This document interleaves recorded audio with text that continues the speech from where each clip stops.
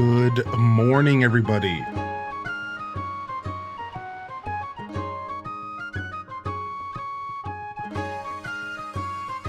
Get your wiggles in the chat. And welcome to the broadcast, Lazy Sundays.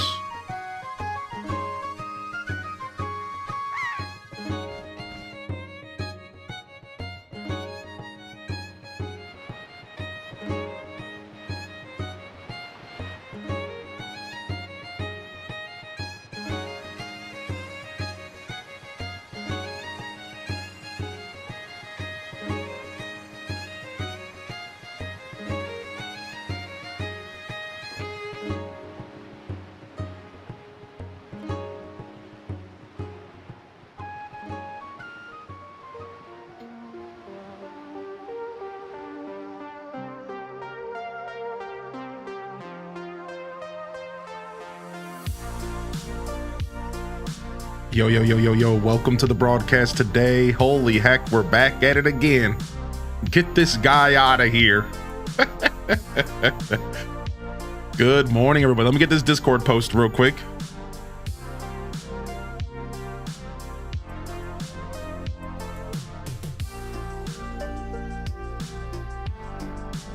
Some lazy Sunday action. The laziest of Sundays. All right, Discord post made. We're live up on the YouTubes. We'll get those good mornings in shortly. Let's go ahead and just settle in here.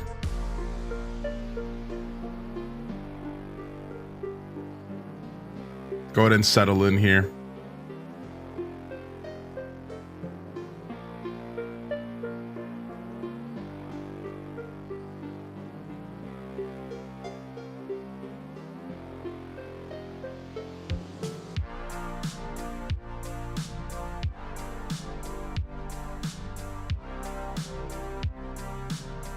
All right. Anyone still in bed? Honestly, I slept so long and good last night, dude. I don't need to be in bed. Like, I need to be up because I was just lounging. I was even late. I forgot to go get more coffee. So I'm about to just disappear here in a second and go do that. I still got some, though. I just wanted to freshen it up.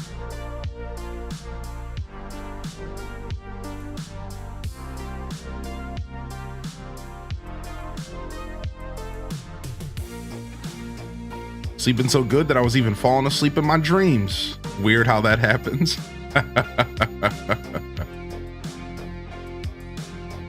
Yo, good morning, everybody. Welcome to the broadcast. Happy lazy Sundays. Jita-chan first in the chat. Legend. Absolute legend.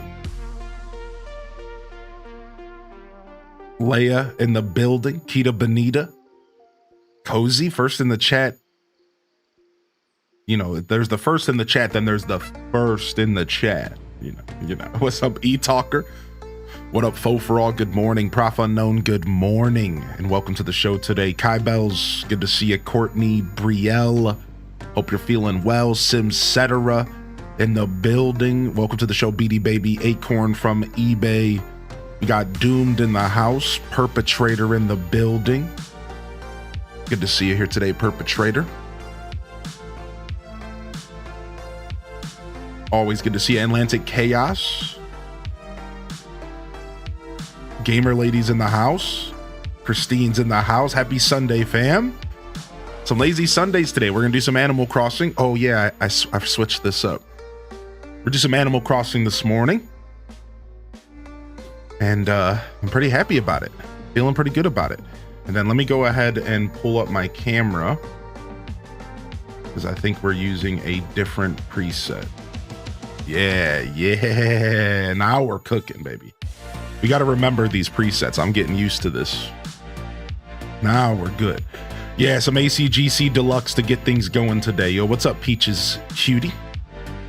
What's up, Peach Cutie? Yeah, we're doing some ACGC Deluxe to get going today, and then we're going to see where the day takes us. I'd like to check out some Dinkum, and I did install it.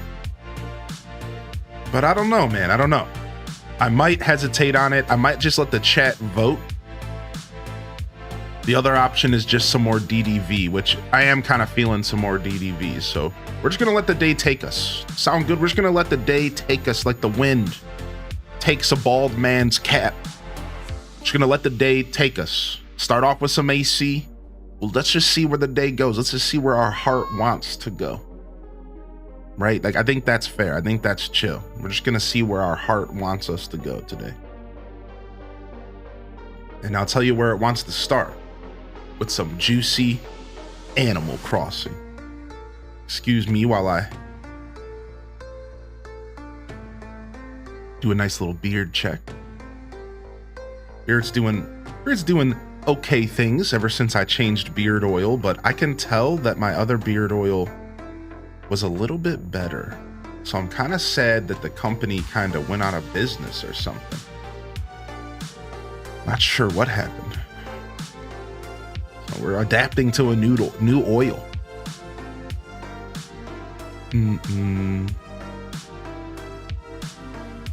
Oh, the sound is there again.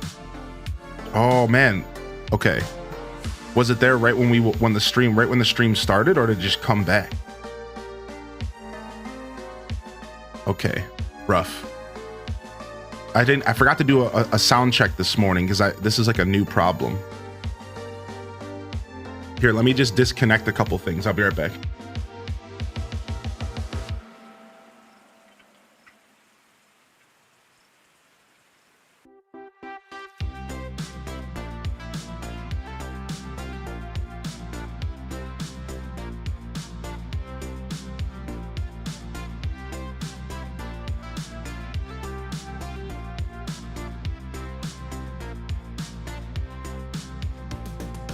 Okay, mic check. Okay, we'll just do a little bit of sound check. I can mute myself in the music so I can just do it myself, or I'll just have my moderator help. So Cozy, just stand by with me for a second, and then I'll just let the music play for the chat. Still there? Okay, one sec.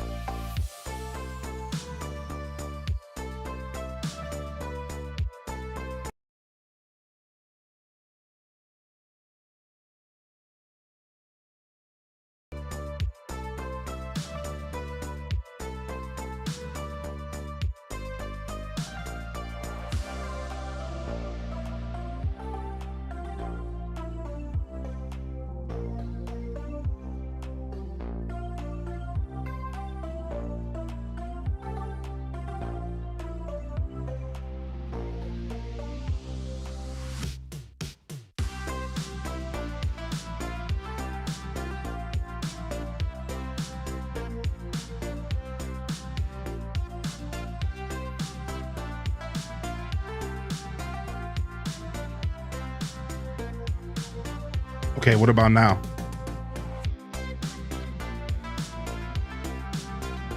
Music is a jam. Yeah, I love this album.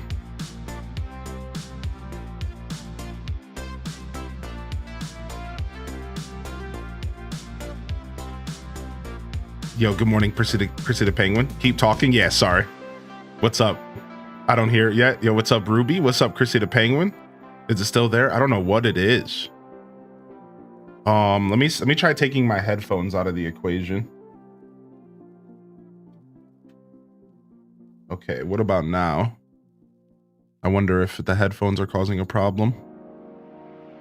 I had to turn my speakers up to hear it. I imagine it's more prominent for headphone users. Yeah, I know. I was able to hear it pretty easily yesterday though, personally. But I'm also a headphone user. I don't hear it anymore. I think it's the headphones that might be causing. I think the headphones are dying. Keep listening though, and let me know. Yeah, I think my headphones might be dying. DJ Artemis gave us this tip yesterday. I ordered a piece of equipment to solve the problem. So I think it has something to do with my headphones going into my mixer. I think so. All right, let me know, Ajita and Cozy, if it's still showing up. This is pretty important to me, so you don't need to be, kind. Just be blunt about it. It's harder to detect. Interesting. I wonder what that is. I wonder why. I might need to get a cloud lifter. Only if you listen real closely. That's so strange. I wonder where this problem randomly came from, huh? It's one of those things with tech that just happens overnight. I might need to get all new cords. I might need to just get all new cords and equipment.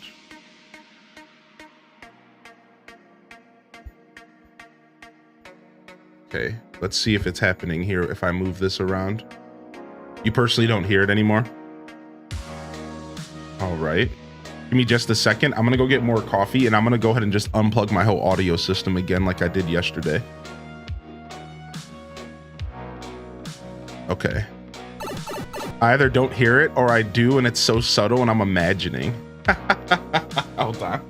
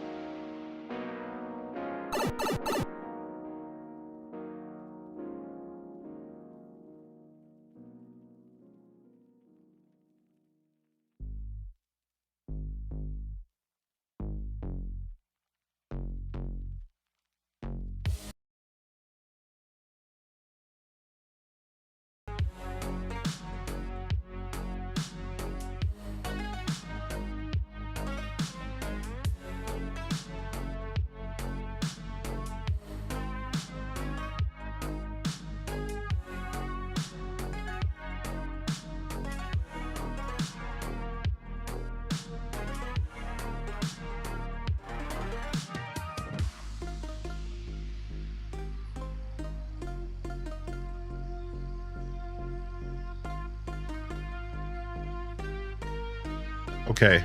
Okay, what about now? Oh, yeah, I can pause the jams real quick. Sure. Okay, cool. Yeah, what about now? Any difference? I had an idea. So, gone completely? Okay, now hold on. Let me put my headphones back in because I think I know what the problem might have been for now. So that's what I did yesterday was just unplug the system completely. So I don't know. I did too many things at once. Here, actually, this is just easier to test. Let me just do something. Okay, what about now? Is it there? Yo, what's up, Espresso Jeffro? Yo, good to see you today. It is there? No. No, it's not there. Okay. Interesting.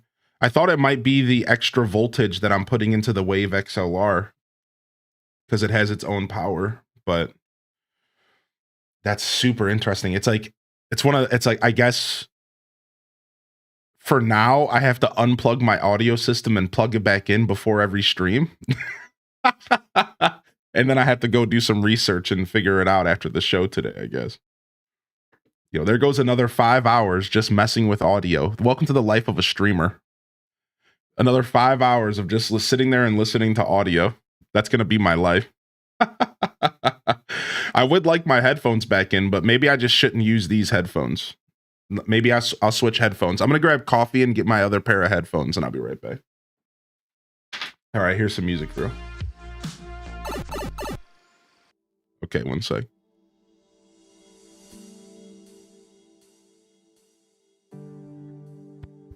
Yeah, I don't think I need the extra power in the device anyways. So, all right, one sec. Let me go grab my other headphone.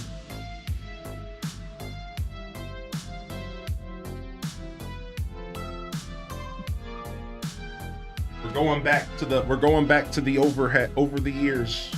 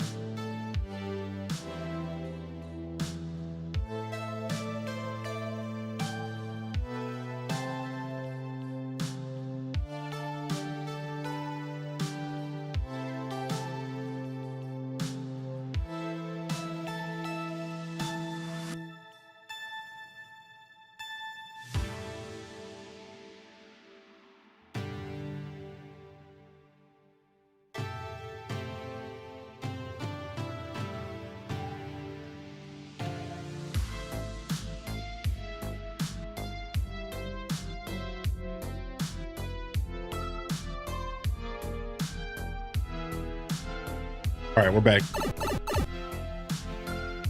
All right, we'll do one more test after this, and then I'm done, all right? Yeah, I think it might have been the extra voltage, because Diamond Blade said he heard it when I plugged the headphone in, but what Diamond Blade doesn't know is that I didn't plug the headphones in.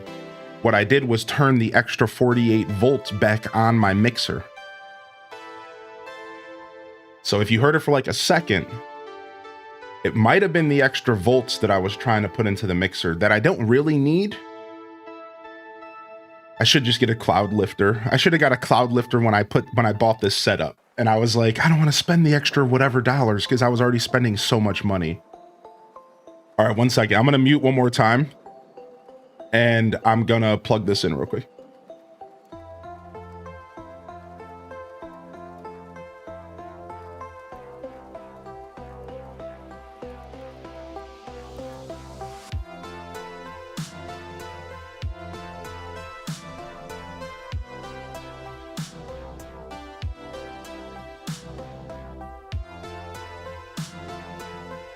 All right.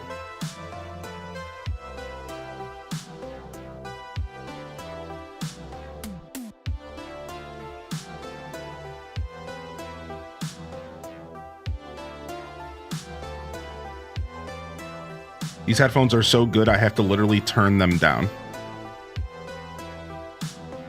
Like, these headphones are so good, I have to turn the headphones down when I put them in. It came back at... So the headphone jack on this mixer is causing problems. Interesting. The funny part is this is my new mixer. This is the new one. I switched to the new one thinking it was going to be better than the old one. That's so funny. All right, since we're just relaxing this morning, I'm going to go switch my mixers out. I'll be right back. It'll take me 2 seconds.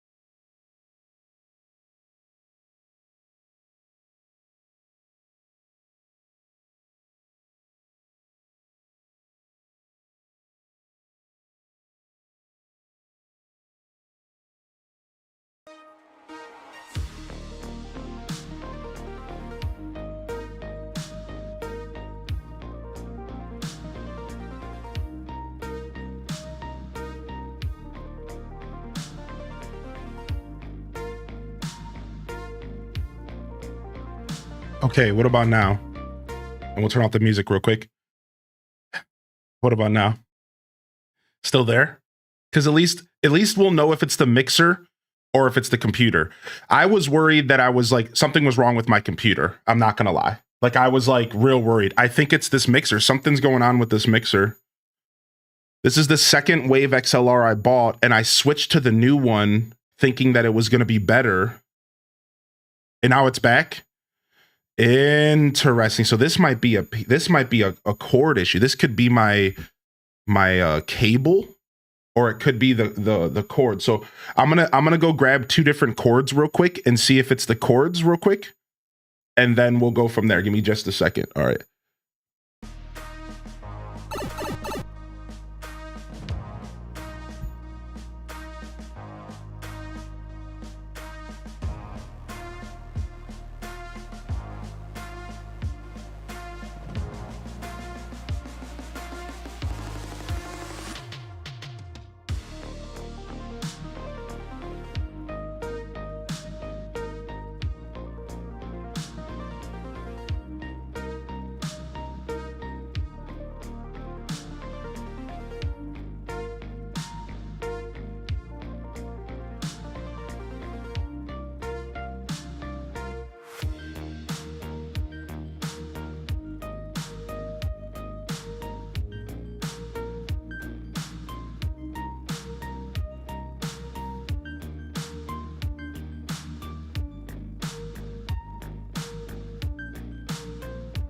right? You are gonna lose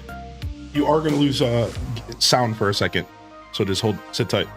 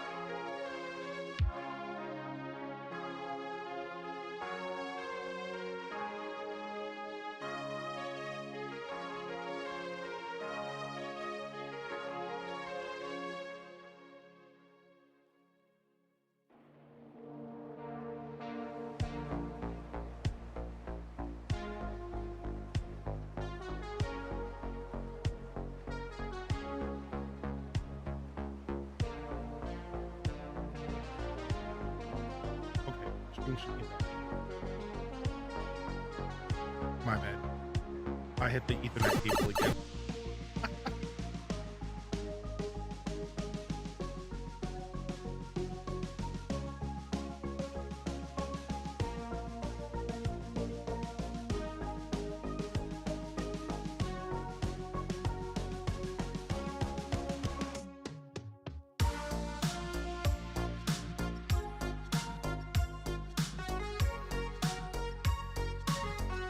Oh, I was like, why don't I hear anything? Because I literally don't have the headphones plugged in. Oh, God.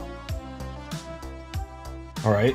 And then we can do the sound still there? Yeah, I was just about to ask. Is the sound there without the headphones plugged in? All right, let me try a different USB port and hope I don't turn the internet off again. And then we'll go from there. One sec.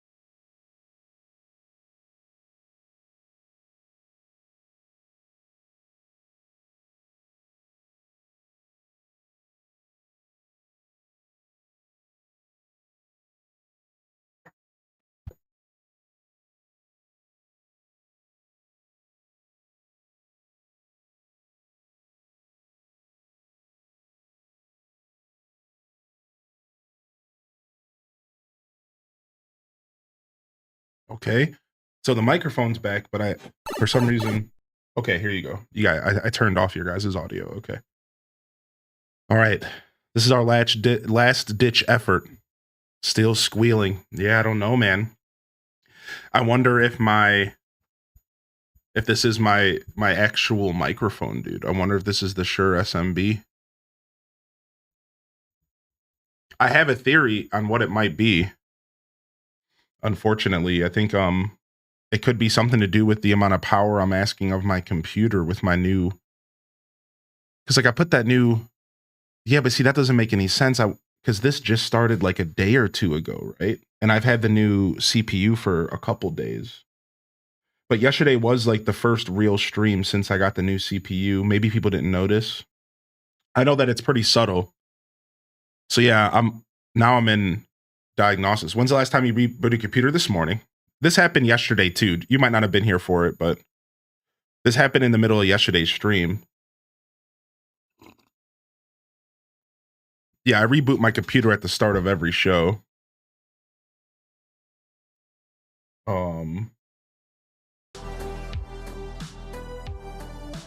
Yeah, super unfortunate. I might have a backup plan for today, but I'm not too sure why this microphone is all of a sudden acting up. I just tried a whole different XLR cable, and I just tried a whole different USB cable and XLR cable and a different mixer, and it's all still happening. Yeah, that's the funny part about that.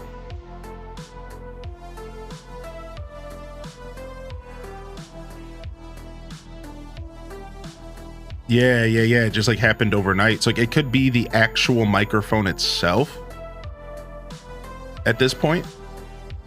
It could also have something to do with power draw in my computer, which I'm not too sure.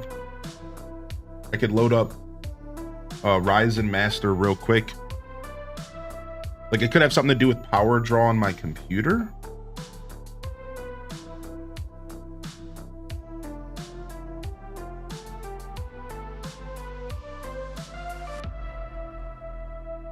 I think that's actually a thing. Yeah, that's unfortunate.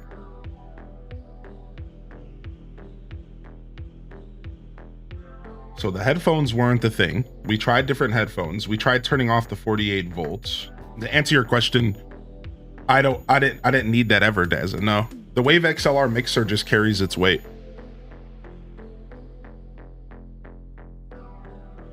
You know what it could be? Hold on a second.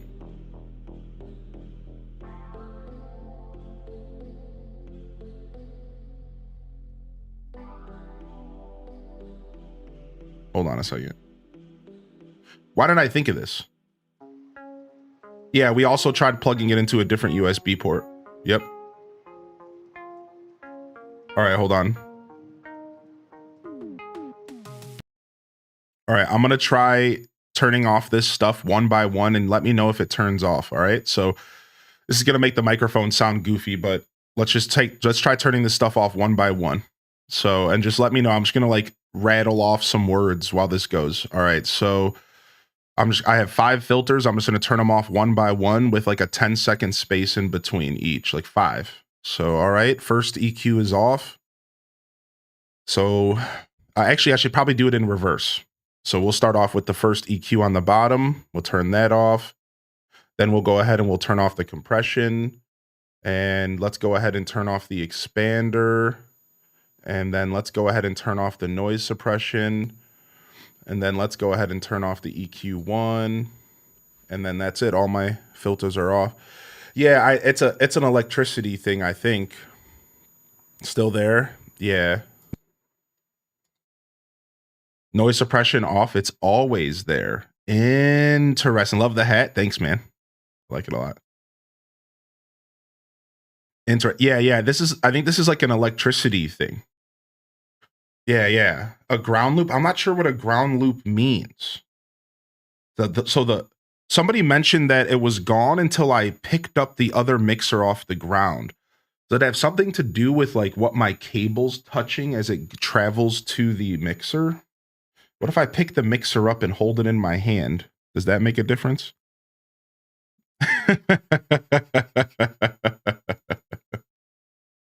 Let me just hold on to this. I think you moved, maybe. Wait, really? It's gone? Ah, so it's because I'm putting my mixer on a metal base, I guess. So I have the mixer sitting on this metal base that my monitor's sitting on. But here's the thing. It's been there the whole time, like ever since this new setup. So like, why is it all of a sudden a problem now? It's there, but a lot less. Interesting. So it's like something's going on with my setup. Is there a way I can something's touching, some cables are touching that shouldn't be touching. Some cables are touching that shouldn't be touching or something. Let me try pulling this up. All right, here, hold on. I'm going to unplug the microphone real quick. And I'm going to see if, yeah, maybe it has something to do with some cables crossing or something that shouldn't be. All right, one sec.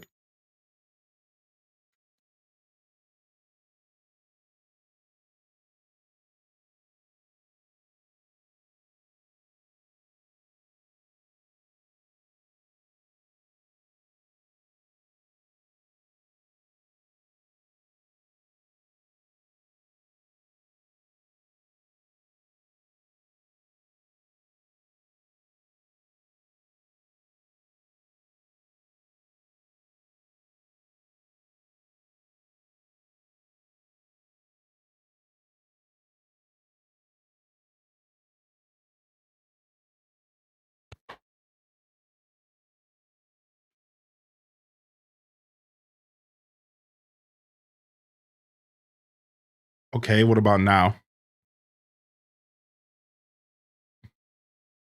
It sucks because you'll do something to try to fix it and then you...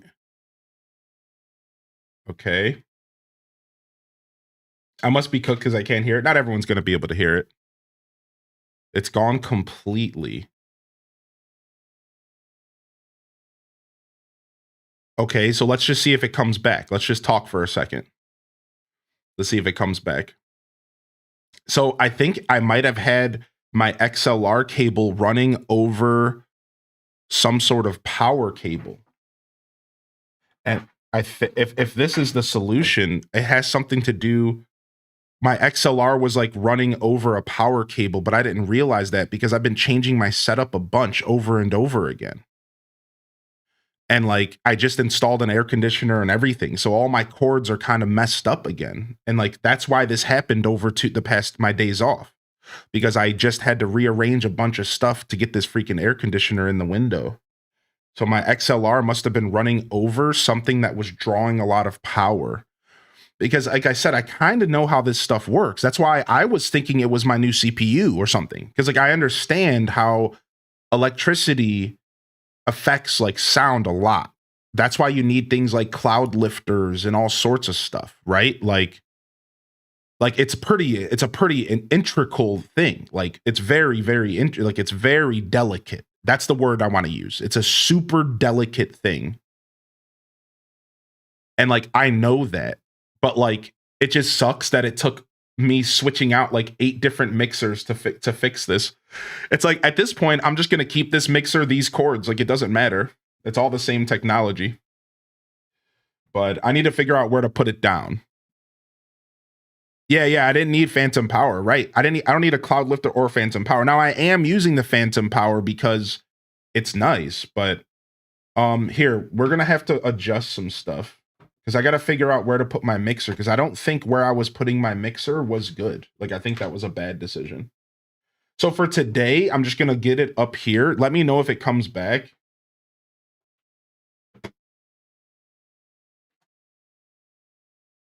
I'm going to place it on the table and hope that the table itself isn't a problem. This is like a mess though. Like I have this cord running past my leg and stuff. So I'm going to have to sit down and do a bunch of new setup. Dude, that's so funny, man. This move, like I knew that I was going to be spending weeks to like fix my setup, but holy heck, every single day I discover like a new problem with the setup. It's like, can I just have like a week where I can just go back to streaming like normal, dude? Oh my Lord. Well, let's try putting the headphones back in, I guess. Because clearly the problem had nothing to do with the headphones. All right, so now I'm like sitting here thinking about cable management. Like, okay, so what am I gonna do? I guess I'm gonna run the XLR cable below the table, and I'm gonna have to attach it to the table or something. As long as it's not touching any of the metal down there because it's a standing desk. Yeah, yeah, exactly, Daz. It's like I knew this was going to be a thing, but it's like a thing. All right, as long as we could stream today, I don't care how scuffed it is, right? Like for me, I'm a man in the moment. As long as I could stream right now today, whatever, man. We'll figure the rest out later. You know what I mean? Like let's just one day at a time. If I have to spend 6 hours tonight working on my audio, then I'm spending 6 hours tonight working on my audio. Like that's the life of a creator. And some days we work for 15 hours and some days we work for 4. That's the life of a creator. And that's something you accept when you sign the contract, my dudes. All right, I'm going to plug these headphones in and just please let me know. I really hope that we're okay here. I'm like afraid to plug these in.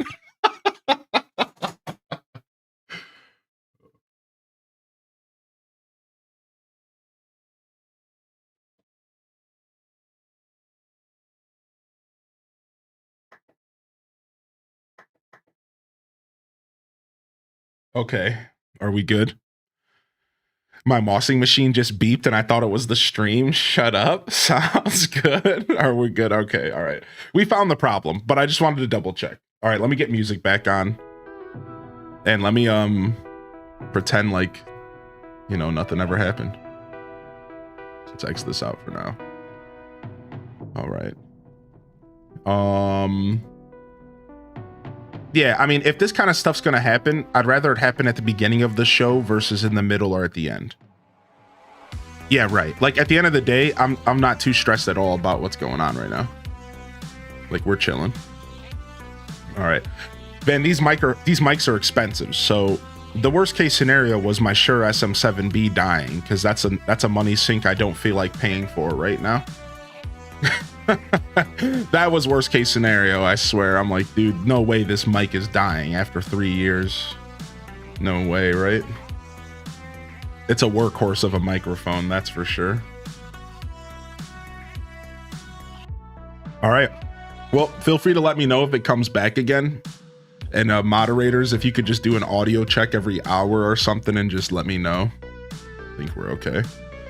So, all it was my cord laying over a power cord, or it was too close to the, I have like a power cord sitting on the table,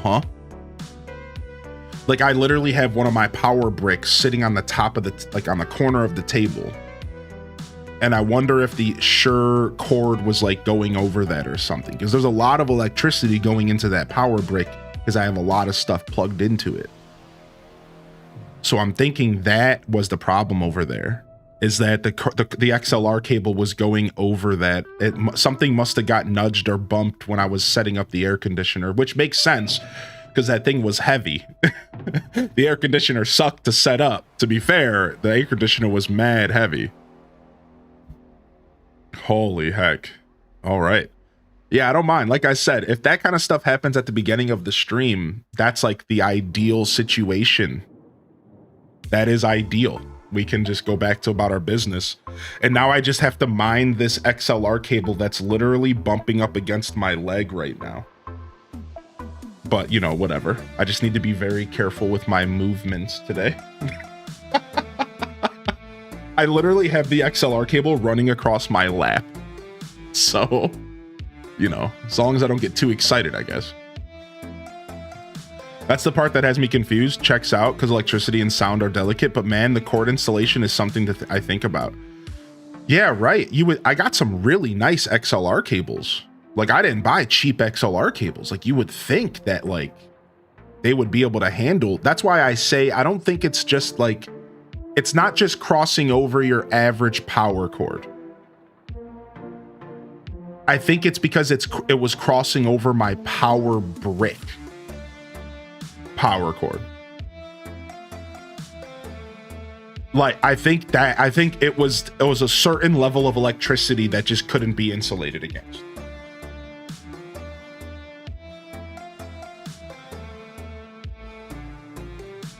Yeah, who knows? Yeah, I mean, I could easily buy more expensive XLR cables though. I mean, I'm not going to sit here and say I bought the best ones on the market, but I felt pretty confident when I bought them. I felt pretty confident when I bought these bad boys, so I guess I'm doing some research tonight. All right. I think we're good though. Day Hype 3. Happy Sunday, everyone. Hope you're well. All right, I'm just gonna quickly do an audio test for myself. I just want to make sure my mic sounds like where it should be, because my filters, and then we're all set to go. All right, 1 second. I just gotta mute the sound because I'm gonna make it to where I can hear myself, and then you guys would hear me twice, and it's annoying. So just, you don't get any music for a second.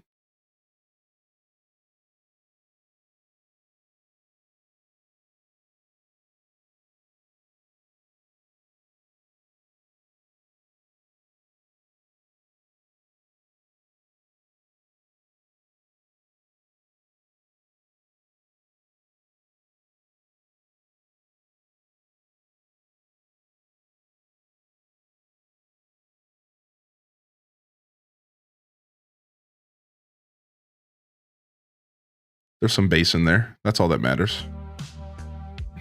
Just need some bass into my voice. Make sure the bass is there. Bum, bum, bum, bum. All right. All right, cool. Thank you, Hannah. Thank you so much, dude. Yeah, nice way to start the stream, right? First sub of the day came in. Expresso Jeffro. Thank you for 7 as well, Jeffro. Jeffro, dude, if you're still out there, man, thank you for your patience, dude. I know I missed that resub. And thank you, Ryan Pert, for the biddies as well. Thank you so much, dude. Yo, Boston, good morning. Shale, good morning. All right, let's go ahead and get a good morning into the YouTube gang real quick. And then we'll officially get started here. We're going to play some Animal Crossing this morning. Thank you, Death from Above, for the first time Prime. And good morning, HDES Waves in the chat. YouTube gang, if you somehow managed to watch 45 minutes of tech issues, you clearly belong here. So hit the subscribe, hit the like button, please. Consider. And hopefully you enjoy the show today. I do have timestamps below. You'll be able to use the timestamps to skip to the games or the content you want. I often play more than one game a stream. And I also often do 30-minute to hour-long intros. So you're going to want to skip that stuff if you're not interested in the conversation. Not everybody is. Some people just want that gameplay, right? So enjoy the show, and thank you for tuning in. And if you would like to come and chat with us, I do think that my Twitch experience is the best experience I provide. And you'll find the Twitch link in the channel description below. So join us. Come say hello with us.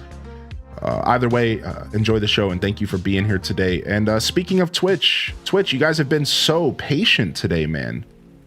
Thank you, everyone. I know this community is super patient, though, so it's not like I'm surprised. But seriously, thank you, everyone, for hanging out today. I don't normally do tech support stuff on stream, but audio is king as a streamer. And I needed to make sure that was taken care of. Because, you know, that like, even though some of you might have not been hearing it, and even though some of you might have thought that sound was subtle, that was guards for canceling the stream. like I was on the verge of like, let me try my other microphone, and if that doesn't work. So I'm really happy we figured it out, because like I was starting to get worried. You know, like, I don't know, I might have kept streaming, but like I'm really not okay with my audio not being as crisp as possible. I spend a lot of work and effort on my audio. I've spent hours, I'm talking 10, 15 just full hours, just learning about audio and audio engineering and like perfecting how to use equalizers and learning what compression really does and learning what expanders do. And it's a whole universe. So almost funny that I think the cool part about this journey as a creator is because there's always something else to be learned. And I'm a learning fiend. I love knowledge. So I like learning. And even though sometimes, you know, learning in the field sucks, right? We're trying to stream, you know, lessons need to be learned. And the fact that I've never had an issue with my XLR cable going over another cable. So lesson learned, right? Like I need to be careful how I run my audio cables, right? You know, like that's cool. Like that's a cool lesson to learn, because what if I ran into that issue in the future? You know what I mean? And like, I didn't know what was going on. So like, I love an opportunity to learn, man. I can't express it, dude. I'm more than that. I'm a learner, dude. So now it's like, okay, sick. Now I know that that is a very important part of this whole thing. And I need to be careful about how I run my cables. So I'm gonna have to kind of mix my audio setup here, mix it up a little bit and figure out how I can get these cables ran properly. So that's cool. That's super cool. We like a little lesson. So it doesn't matter how much time, like I never consider myself an audio master because that takes a lifetime, you know, but I think they say at least 10 years dedicated to a craft before you can be considered a master. So, you know, like I'm far from that, but I definitely know a lot about the field. Yeah, we're just chilling. We're just chilling for sure. All right, hold on. There was something I was about to do and then we were going to get started. Let me check. Oh, I wanted to say thanks properly. So here, have some subs, chat. Thanks for hanging out this morning. All right, let's play some Animal Crossing, shall we? I don't usually do such long intros on the weekend. This is epic. But, you know, sometimes a long intro is needed. Just lets me drink more coffee before we start playing games. All right.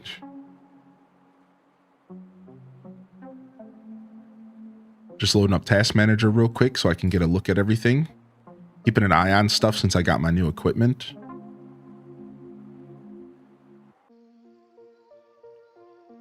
Okay, cool. Boom, boom, boom, boom, boom, boom, boom, boom.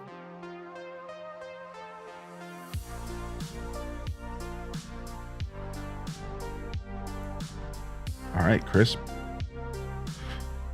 Oh, I have double Hylian on my face. Yeah, we were using the box cam because it's my new standing cam. I found a really nice solution to switch to standing with the green screen. It's sick. I have the box cam. The box cam is such a dope solution to switching back and forth between green screen and not. I bust the box cam out, I lower the green screen, and I'm set. It's actually really dope. It's actually really dope. We were using it last night. It was my first time testing out the moddable green screen last night. We switched to standing and then just chilled the rest of the show. So it's nice to know that I don't like. I can switch to my standing desk within like 2 minutes. And I don't have to do anything like fancy. I can just lower it, stand up, done. So I tested that last night. Maybe that's part of this whole problem, you know? I got cords dangling, moving around, you know? Yo, what's up, Introvert Mo? Appreciate the background. Yo, what's up, dude? Yeah. Yeah, exactly, Dazza, yeah. Yo, what's up, Nick? Good to see you, my dude. All right, boom. Do. Dang, we missed the Nintendo. We're gonna have to let this rotate till the Nintendo pops.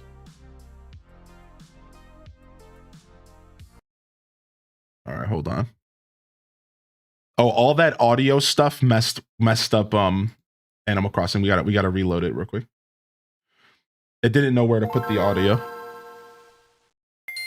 Okay, beautiful.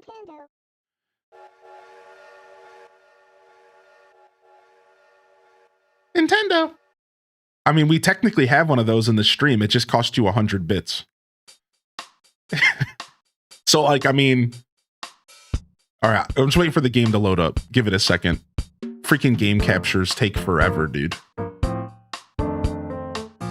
I usually never use game captures. You would think that's weird. I'm not a big game capture guy. Oh, let me turn down the music a little. But I recently started using game captures, and I find them to suck. Like, I almost just want to go back to using like window captures and stuff. I find game captures to be sucky. Nintendo smile. Okay. Anytime you want. Oh, there it is. Nintendo.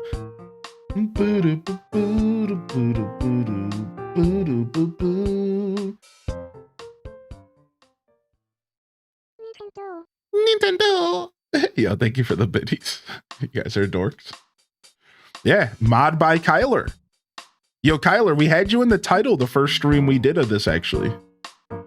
I actually had you in the title. I didn't even know you then. I mean, not that I know you now, but you know, I didn't like, I never interacted with you then, but I still found your name. And you know how I found you? I found you through a Brian MP video.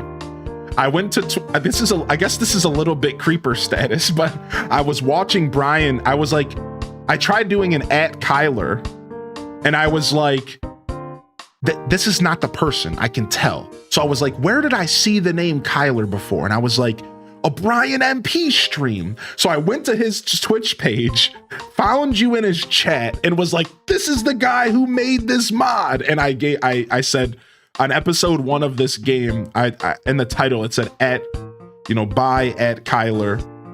Like, check them out. Just because I like giving credit where credit's due. So the reason I bring this up, because I really appreciate that you're taking credit.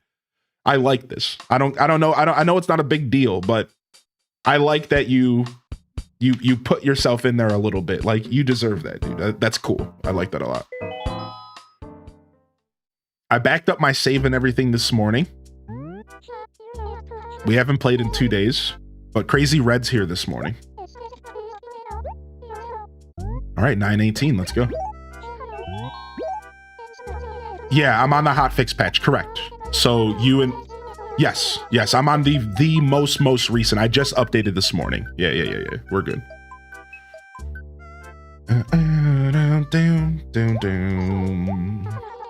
And then because I read your stuff, I did a quick backup of my save file this morning because I hadn't done that since I started this journey.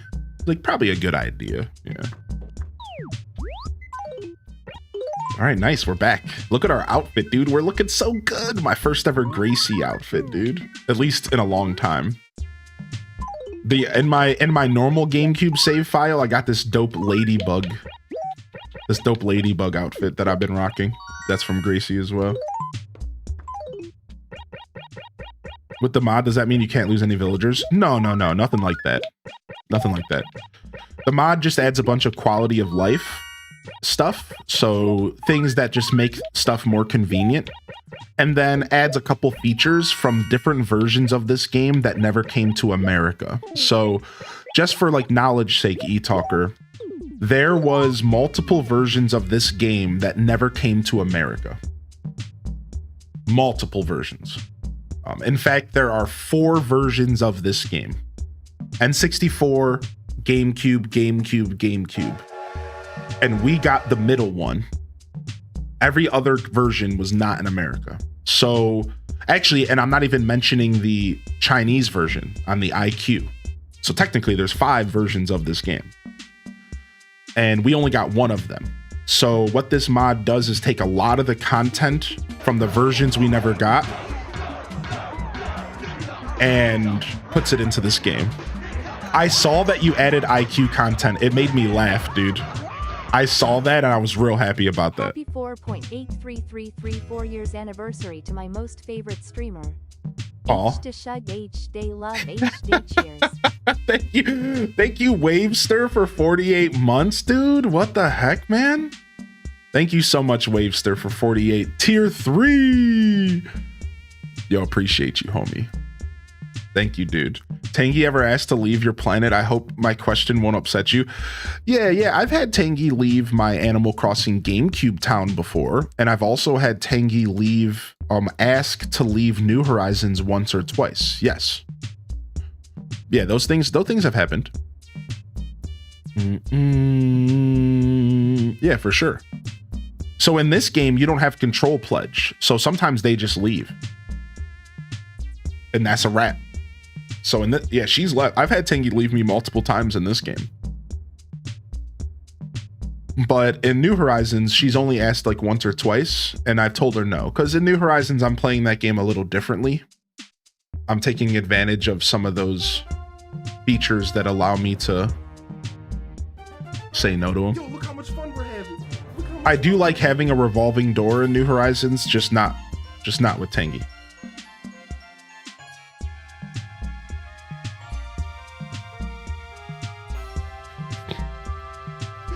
Nailed it! Bum, bum, bum, bum, bum, bum, bum, bum, bum.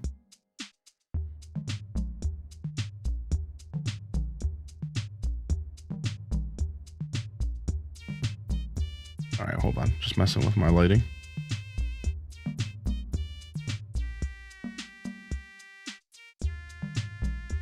Don't want it to be too bright.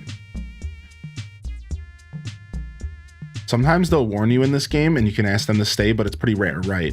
And like, even then, it always kind of felt like maybe that was just a suggestion and that they would still sometimes be like, nah, peace. I don't care what you said. Now, that's all like personal bias because like my experiences over these 20 years. But yeah, even then it felt like Love that was this like community so much. Nacky love blue. Mitch moved in, Tabby moved in. Okay, so we have Derwin. Oh, Derwin the duck moved in, and he's stacked up with the other villagers over in B5. So they're stacked over there, dude. No wonder Sally came here. Hazel, nice of you to come and talk to me. You're such a sweetheart, Nutmeg. From now on, when you see me walking around, be sure to call out to me, okay? You promise? Yeah, cutie. No work. Yo, thank you, Moxie Poxy, for the 19 months. Thanks for getting love in the chat, Christine. Thank you for getting love in the chat, Mega Babe. What's up, dude? Welcome in here, Spicy Sin Bun. Raina B getting hype. Thank you, dude.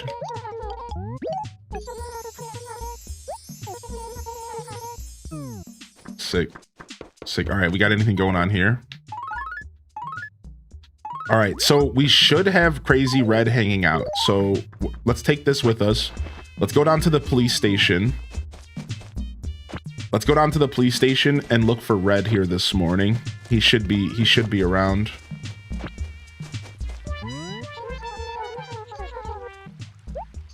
Tangy being cute per usual. Browless Hazel is unsettling. Yeah, it was a different world back then, dude. You see, I'm gonna take your Epito torso, and there's nothing you can do about it. I knew this was gonna happen. I knew it. I was like, I shouldn't talk to Tangy until I get to the museum.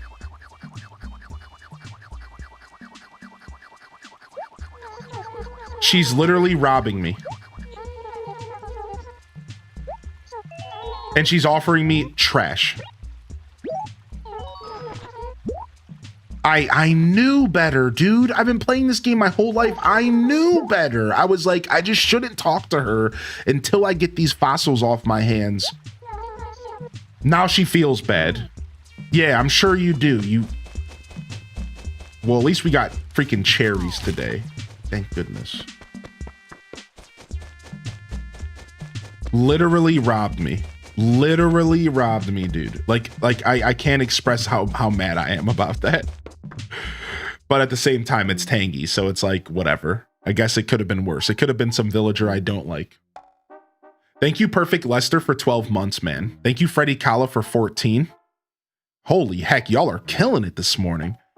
Thank you, Moxie Poxy, for 19. Yo, primers! The primers are coming out. This is your reminder to get primed up here on a Sunday. Get primed up on a Sunday, baby. Let's go. Yo, thank you so much, man.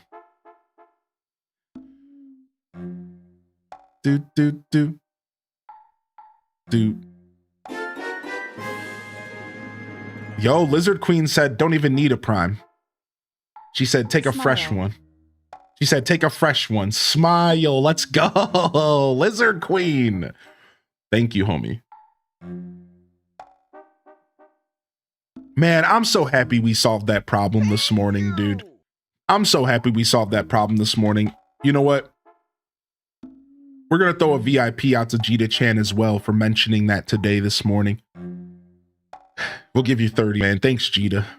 I'm so happy we figured all that out. Shout out to the chat room. I wish I could give you all a VIP badge today for all that, but I did give some subs. So if you got a sub, you know, on the house, you can rock the tech issues. Yeah, you know, I've gotten pretty good about handling tech stuff.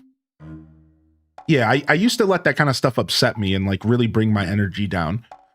And you know, it's tough because you put so much into your channel and you put so much of your heart on the line and you're in front of, you know, hundreds of people in my case. And I used to really let that all get into my head and I would get embarrassed and like, but that embarrassment's natural, but I would let that embarrassment lead to changing the vibes of the show. And like, it was just hard to deal with, you know, like, it's just not, it's something I had to learn how to deal with. So I'm actually super proud of myself because 6 years in, I handle this kind of stuff like a champion, dude. I'm like super proud of myself. Some of you that are newer here, you might not fully like, you're just getting the product of my hard work. Whereas like my OGs that have been here for years, you can probably see the progression and you're like, so that's cool for y'all, you know? Whereas like those that are maybe newer in the community, which you're welcome to the show, you know, we don't gatekeep, and that's cool. You probably, you know, you're just getting like the fruits of my hard work over the years. Yo, thank you TMO for TMO 420 for 16, man. Yo, appreciate you, Mistake. Welcome in. All right, well, at least we have one fossil for the old big-headed blathers. Thank you, TMO at the buzzer, dude. Thank you, man. Thank you so much for checking in this morning. Burger Smalls, LPK. Good morning to you. You know, thanks for the follows coming in as well. Also, I got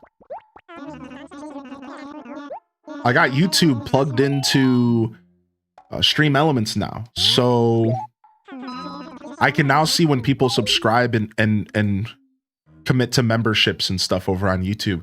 Now, I think subscribing is kind of meant to be private. So I'm not going to be calling out people who hit the subscription button. I think it's the equivalent to following on Twitch. So I'm going to let you do your thing, but I'm just letting y'all know I can see it now. I now have it in my activity feed. Somebody subscribes, somebody hits the membership, and now I can acknowledge that stuff, right? But if you hit the subscription or hit the like button, that's private. That's your business. Thank you for hitting that like. If you haven't already, it goes a long way for the show. But yeah, I can acknowledge new memberships over there. So memberships are the equivalent to subscribing here on Twitch. I know that's confusing, but does that make sense? So you spend a little bit of money to support the creator, and then you get emotes and like other perks and benefits. So it looks like we have 3 fossils to donate. I thought the dinosaur egg was already donated. I guess I was thinking of the dinosaur track. Okay. Who? I say, who upon who? A fossilized egg. Excellent. I must apologize for that atrocious pun. So sorry. I just got carried away in my excitement. A what? Because this is a grade A specimen. Ho, ho, ho. Now, I hate to admit this, but I cannot identify the species of dinosaur that produced this particular egg. I can envision its hatching, though, and from the shards of a new life surely emerging, a miracle of flesh and bone. Who? The wonder of it all, the drama, the spectacle, the ebb and the flow, the grass and the grit. Life, I say, life. Who? Mercy, indeed. I must apologize profusely. I was lost in the moment. My beak flaps on its own. Yo, what's up, Pigfinite? Oh my gosh, dude. All right, let's get this Plesio neck installed, and then let me go check something real quick. Boom. Boom, boom, boom. Boom, boom. Boom, boom, boom. Okay, good. All right, so yeah, we must be close to 15. We have to be pretty close to 15, right? We can go count real quick. The other way to test would to bring some unidentified fossils here, but we'll just go count real quick. Yeah, David Attenborough. Yo, what's up, Planet Kitties? All right, let's go check.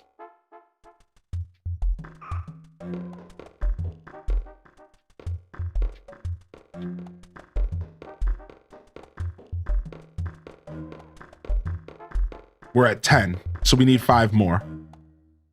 I love the stained glass. I love the stained glass. Nice. 5 more. Membership pricing on YouTube's also customizable. Yeah. What's up, Seth P? Yeah, my memberships on YouTube and Discord. Ooh, let's go see if we have a shovel for a golden tree.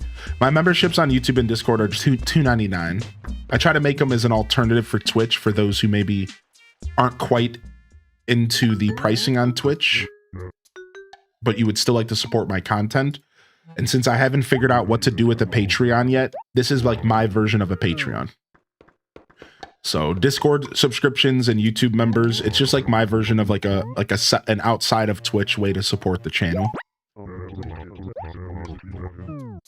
And it's meant to be an alternative to Twitch. People don't need to be doubling up. You're appreciated just hanging out. So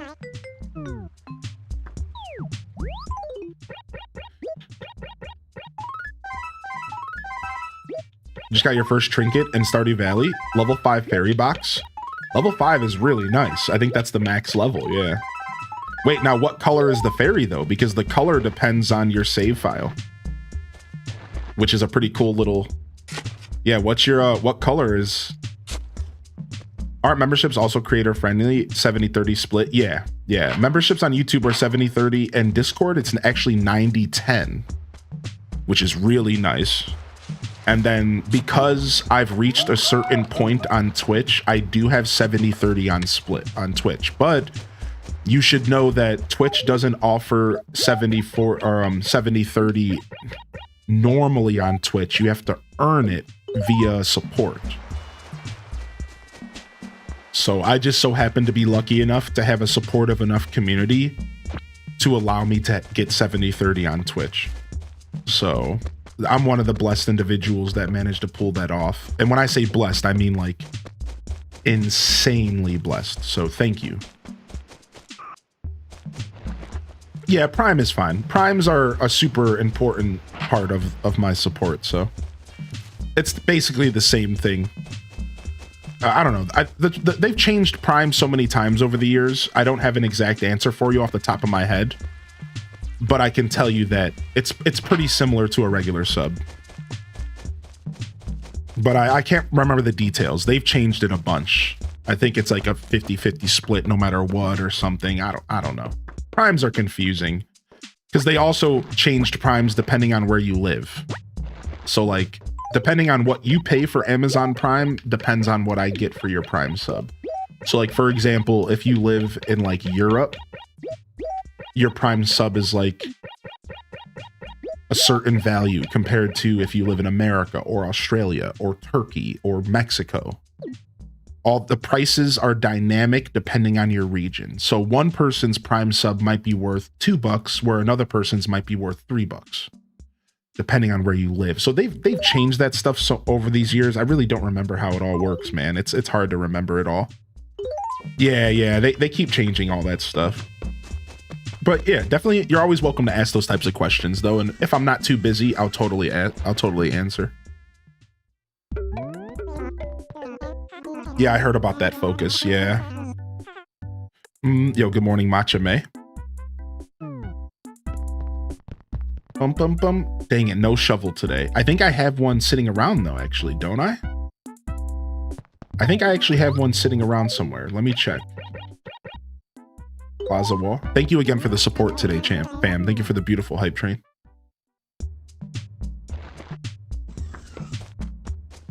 Ooh. Yeah, stuff's happening with Discord. I'm sure Discord's not going to go anywhere, but stuff's definitely happening. Store an item. No, I put gyroids in here. All right, looks like we're not getting a golden shovel today. I just like the golden trees. One of my goals when I play this game is I want to have as many golden trees as possible around town. So for me, I don't even care about the golden shovel after I get the first one, which actually my first golden shovel should be, wait a second. We can use the shovel that's in my hand. Duh, hold on a second. Where's my first golden shovel? I think it's somewhere around here. Yes. Boom shakalaka.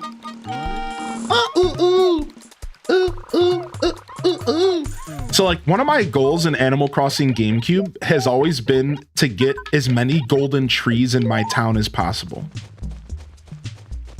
So like I would love to have a save file that by the end of the save, like let's say 10 years in real life, that I have a ton of golden trees everywhere in town. Like I would love that, dude. I think the most I've ever had is like 10 or 15, which is pretty dope. Like it was a pretty good amount of golden trees.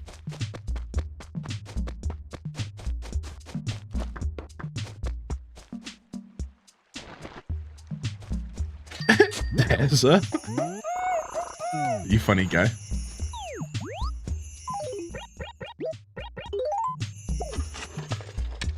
Oh, all right, nice, beautiful. All right, let's finish looking for our money rock and picking weeds and stuff. Let's relax this morning. I just want to relax. I'm not in a rush to go play other games. Just want to chill this morning.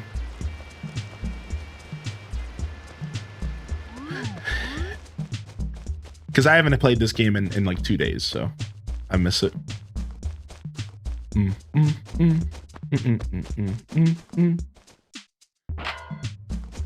All right, now that we have early bird ordinance activated, this guy should be awake. Hey, it works. Early bird ordinance. Look at that. This guy's normally asleep until 10 o'clock, but he's up at, what is it, an hour earlier? Is it everybody wakes up an hour earlier, or is it 2 hours? I think it's probably an hour. Hey, Hylian. You look surly as all get out today, Tin Hut. Yeah, so what do you want? Let's talk. A little bird told me you got a plaza wall. Yeah, it looks like you do. I've been looking for one of them for quite some time. So, Hylian, listen up and listen good. I want that, and I'm willing to give you either my shanty mat or a cabin wall. I don't want this trash. Whatever, I'll take the wallpaper. It's probably worth more.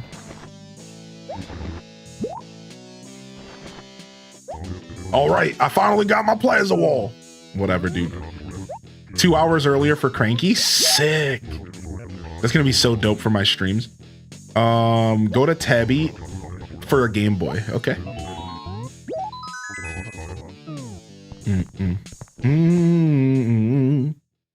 Yeah, I love his metal music.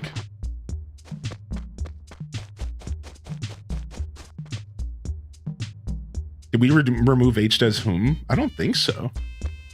Is the HDes whom being weird? Too bad you aren't playing at nighttime.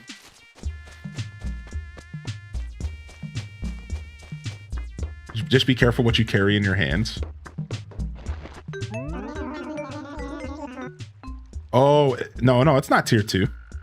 Because Kyler got it as well. You probably just have to refresh random. Yeah, just a bug then. You know, Twitch be twitching, man. You can play some video games in this game, right? Yeah, you can play Nintendo games. And you can even use a system where you can put your own Nintendo games in.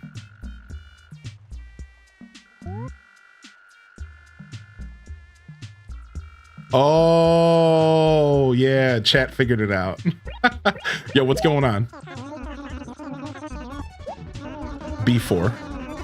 Okay, do I have some money? Oh, thank you, Cozy. All right, let's get our money rock, and then we're gonna head to B4 for Crazy Red. Got him. So yeah, so Seth P, let me explain. So listen to this. This is really cool. There's some videos out there about this if you want. So listen to this. So there's some Nintendo games built into this game. And as a tech head, you might ask, well, how do you play those Nintendo games? Well, there's a built-in emulator in Animal Crossing GameCube. And Nintendo actually put it in there with the intention of letting you download games. Their plan, at least this is my understanding. Remember, I don't have all the facts, so I'm just kind of giving you like a rough idea, all right?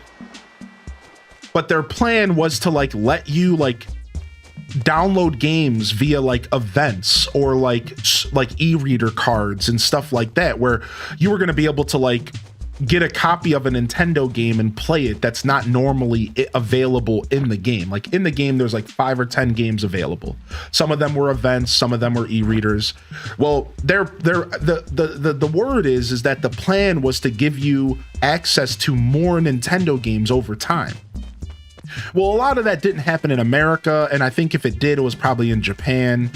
Well, the modding community figured out that you can take advantage of that emulator and you can just plug any game you want into this game. Any Nintendo game that you want can be played in this game because there is a blank Nintendo item in the game. So if you get this blank Nintendo item, it's a Nintendo system without a game in it, and then you put a copy of a Nintendo game like on the memory card or something like that, you can load it up via the blank Nintendo item. It's like a really interesting thing that they never fleshed out, but it's all very possible. They would have been on custom memory cards, but they didn't use them at all on GameCube, even in Japan. Japan did get special Ice Climber controller pack for N64 version. There we go. So there's some knowledge for you. So isn't that pretty cool, man? Like, isn't that like pretty awesome? Like, I figured as a tech head, you might enjoy that, Seth P. Like, pretty interesting stuff that this game brought to the table. This game, it really tried to do a lot of interesting game mechanics, and that was the whole point, because this game was originally for like the DD. Like, this game was originally for like a version of the Nintendo 64 that never came to fruition or something, called like the DD drive. And they wanted to take advantage of all of the mechanics of this like upgraded Nintendo 64. And the big one was like the clock. So it makes sense because they were really trying to push limits with this game, because they wanted it to take advantage of like a bunch of cool features for a console upgrade for Nintendo 64 that never really sold well and never really came to fruition. There's like a couple hundred of them out there, and like that's it. So it's pretty interesting how this game came to be, because essentially what I'm saying is Animal Crossing GameCube would not be a thing if it wasn't for them trying to make the DD, the N64 DD a reality. In a weird way, I think you can say those words and like that means something. I think you can say that. Like, this game kind of wouldn't have come to fruition if it wasn't for this weird, obscure attachment for 64. Yeah, and then eventually they canceled the N64 DD, but they still made this game for the regular 64. So they like, once they canceled the whole attachment to the Nintendo 64, they decided to keep this game a reality, and they made it for the 64 instead, and then eventually the GameCube, and so on and so forth. So real interesting factoids about this game and what it was trying to accomplish. Yeah, it was a battery cartridge, which is why the fan reproduction doesn't have a battery in it. So there's a fan reproduction. What? I blame the freaking lion. The lion just did that to me, I swear. So there's a fan reproduction of the 64 version, but it doesn't have, it unfortunately doesn't have a battery in it, so the clock doesn't work. Whereas like the original Japanese version does have a battery in it, I believe. Hey Derwin, our new character. Oh, Morning. I think this might be the first time we've spoken. I live here in Hyrule. The name's Derwin. How about you? What's your handle? Hylian? Did I pronounce that right? Because I've been known to screw up names big time. I might forget it, but it's nothing personal. I'm just real bad with names. Durr. Oh well. I love Derwin. He's great, dude. Oh my lord, dude. Let's go check out his pad. And let's go see. I don't know if Derwin was in the original version of this game, so let's check. Every new villager that pops in, I have to go check real quick. Oh, he was. He was in the original version of this game. Cool. Cool. How did ducks fart? I don't know. What? Have you been playing Hello Kitty? I have not. Yeah, I have not been playing Hello Kitty. Do their butt quacks?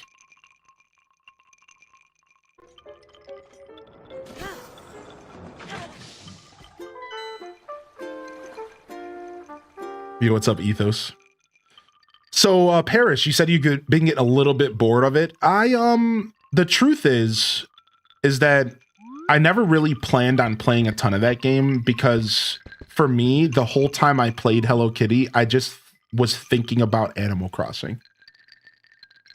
And I couldn't get over it. Is that fair? Like, it's not that I have anything against the game, and honestly, I do plan to revisit it occasionally.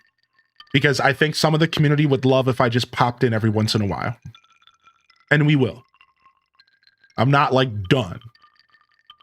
But the truth is like, I'm not really attached to that Hello Kitty game. It just didn't really grab me. It didn't sink its claws into me outside of, like, the first couple days. And every time I go to load it up and I run around, it's because I realize, like, it's not...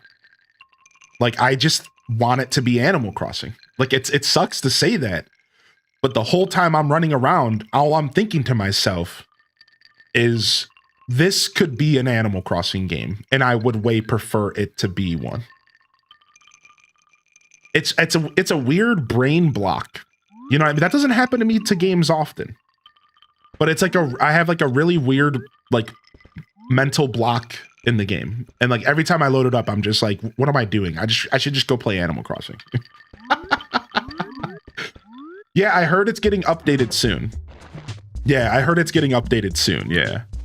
So yeah, no, we will play more though. I know there's a couple people that have been asking about that, and I just want you to know that I hear you, and I don't feel like I'm done with the game completely. So you do have my word on that. Like, I wouldn't say this if I didn't mean it. I'll load up the game occasionally. I just don't have any intentions of like diving into it like with any amount of depth anytime soon. Like, I'm kind of past that point, I think. But yeah, the occasional pop in. I'll go ahead and do that for sure. Let's drop this paper. We can use it later for some airplanes. All right, we have a shirt to sell. And we have a cabin wall. All right, I'm gonna go grab some fruit to sell because I need a couple extra bucks. Oh, here's our second cherry tree. Perfect. All right, let me grab a couple extra bucks. So in theory, a cherry tree will grow here because of the weed, right? So we learned something new recently. And it's that weeds also grow on fertile ground. Now, because it's next to a bush, maybe there's some kind of rule that I'm forgetting. But we learned recently that it's not just trees that you cut down. Apparently, weeds also appear on fertile ground. So if you replace a weed, Deza, with a cherry or with a fruit, it will grow. That's like a new lesson we learned recently, having somebody who's dove into the code in our chat room. So shout outs to Kyler. So I haven't experimented with it much, but that's cool. I never knew that. I would have never ever guessed that in my life. So otherwise we'll just cut down trees like we normally do. Did you get back the thing for the guy? Oh, I forgot. We have to go to Tabby. Good call. let's go do that job real quick. Thanks, E-Talker. Then we're gonna go say hi to Crazy Red here this morning. See if he's got a painting for us. So like right here, we could cut this tree down and we have to cut this tree down anyways because it's connected to the other trees and you can't let that happen. Right, so we cut this one down. And then we can replace this weed and with a cherry tree. So let's go grab one real quick. Really? Wait, really? The Wild World system is the same? So you can map out your town by watching where villagers walk, and wherever villagers walk is gonna be a dead spot, right? Isn't that how that works?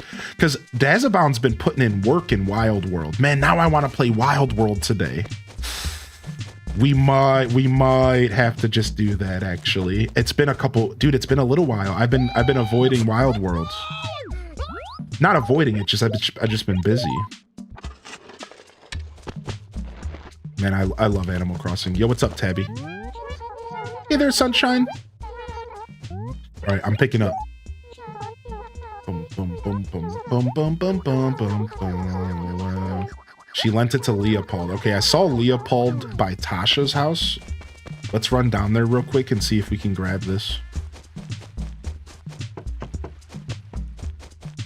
Are you down here, dude?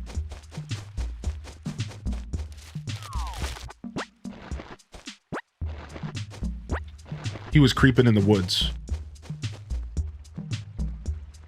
Ah, that makes sense, Dazabound. So it's not like a rigid path system. It's like just certain areas are left open specifically for the villagers to be able to path and stuff.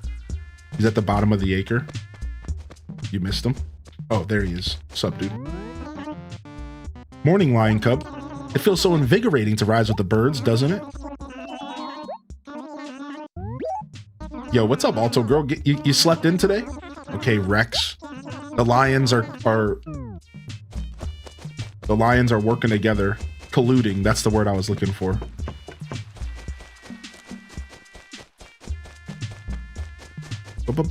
Rex was just by his house, I believe, this morning.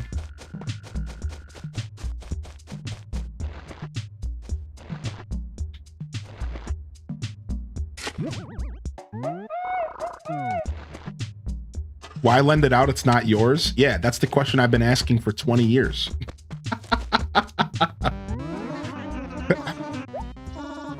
Yeah, exactly. Oh, Delore, I understand that. I get that for sure. Tangy? Why do all roads lead back to Tangy, you son of a beautiful, loving cat? All right.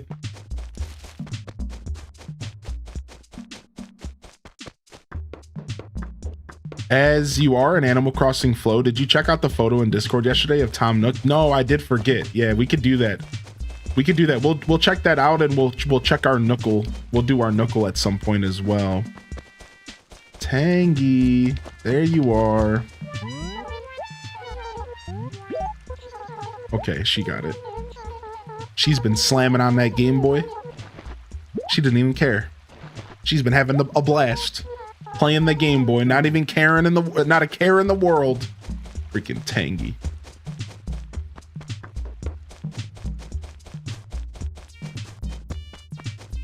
Boom, boom, boom, boom, boom, boom, boom.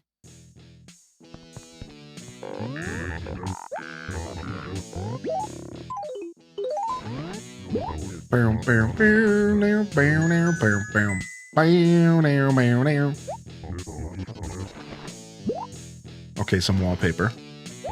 Can't be too mad at her. Can't be too mad at her. All right, now we have a couple things to sell. I just wanted to sell some stuff. I want to get a couple more bucks. We can go see what's going on at Red's. Some of the stuff at Red's is exclusive. Some of the stuff there's not. So we just need to decide. We have to look it up and see what's worth selling, or what's worth buying rather. I'm looking for a couple more pears. There's got to be some more pears around here. I imagine they all regrew. Here we go. Okay, we're full up.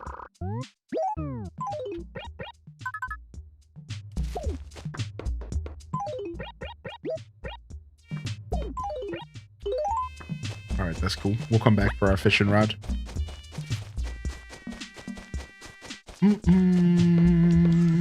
Let's go, Nook.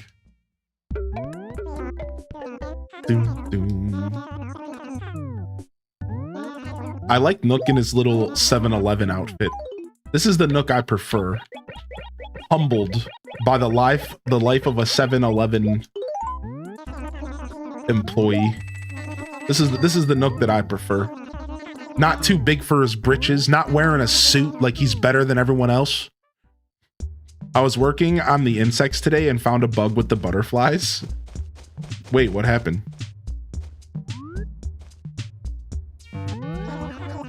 Hey, well, what have we here? A customer. Don't be shy. Come on in. 29, 2 for 50, Mr. Ellen. Tell me, friend, did you see Crazy Red's crazy flyer? Is that what brings you through my door today? That's it, isn't it? It must be, I knew it. Devs accidentally made it so that they can only land on white pansies. Really? Really? What an interesting little bug. So they're supposed to land on all flowers, but they only land on white pansies. Well, you'll be happy to hear today's your lucky day. I have a selection of fine merchandise that's to die for. To be perfectly honest, an opportunity like this doesn't come along every day. Oh, wait a minute. What am I doing? Chewing off your ear like this? My apologies. Come on in. Take a look around. See for yourself that Crazy Red's got the goods. Come on, come on. You're dying at the auto mod? Yo, what's up, Kaisuke?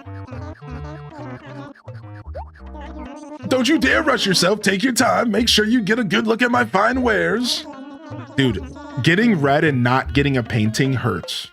All right, let's find out if any of this stuff is rare real quick.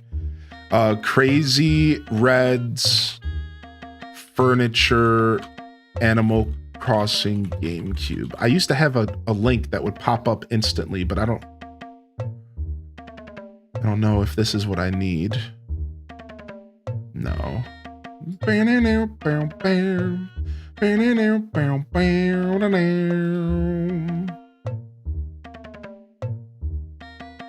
here it is. Crazy Red's a shady little fox who sells unique items that can only be bought there. Make sure you only buy items if you need it or really want it. Also, make sure that it's a rare item. Use the guide below to figure out what items can be bought at Red's only. Okay, this is it. So there's certain things that can only be purchased here. Now, here's the thing you need to know about this guy. Some stuff he sells at a higher price, but you could also find at Tom Nook's shop. You don't want to buy that stuff. That's the scam. Some stuff he sells you can only be purchased from him, and the player has to be able to identify that by either looking it up on the internet or hoping that you like have a handle on things, right? So you might go to this bed and be like, okay, this bed is clearly not rare. Actually, it could be. Nope, it's not. The green bed is trash. That's what I thought. Now, what is this rock? Let's see what this is called. Standing stone. So this is not rare either. See, like he's selling this standing stone for 10,000 bells. I can probably buy that at Nook's for 2. Now the classic bed though is not rare. It looks like only the classic vanity and the classic wardrobe is rare. Wow. Okay, so he's literally just a full blown out scam artist today. Yeah, he's literally trying to scam me today. Cool, great guy. Fucking red, man. Here's the Nookopedia. Sick. This is what I used to use. Thank you. This is exactly what I used to use. Let me bookmark this. This was the guide I was using before. So we want Animal Crossing. Crazy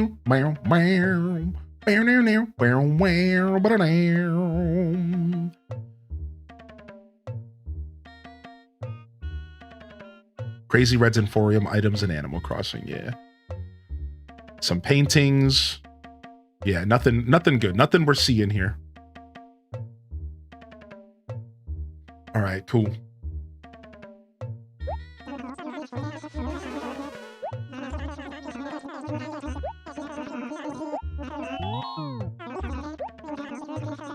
All right, let's get out of here.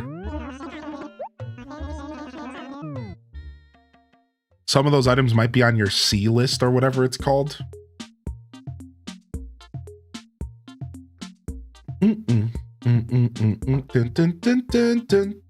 Who's your birthday twin? Sherb, but it was different in the past. What's up, Toon, baby? Yeah, like they changed how it all works. So like my birthday twin is now Sherb, and I think I actually have 2 birthday twins. But before New Horizons, I think it was like I didn't have a birthday twin. They like skipped the 18th or something. I can't remember how it used to be, but they changed it. So nowadays, I think it's Sherb and someone else. I think I have 2 actually. Yeah, Chelsea and Sherb.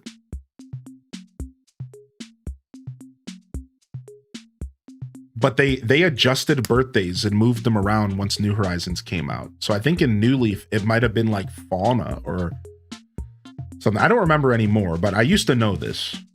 I used to know the old one and the new one, but I think I have 2 now. All right, let me go get my fishing rod and we can go pick up those cherries and let's go plant them. Yeah, they changed them from New Leaf to New Horizons. They adjusted them. I think it was between those games. Also, some of the lists on the internet don't mention the NPCs for some reason. So if you think you don't have a birthday twin, you might just need to look at a list that includes the NPCs. Because your birthday partner could be like Crazy Red or something. I think those are like actually listed somewhere. Haven't gotten the New Leaf villagers yet, but we might get there eventually. What happens if you have birthday twins in the game? Nothing. They don't acknowledge it or anything like that. Nothing cool like that. Sorry. Sorry, nothing cool like that, unfortunately. All right, we'll cut down this pear tree.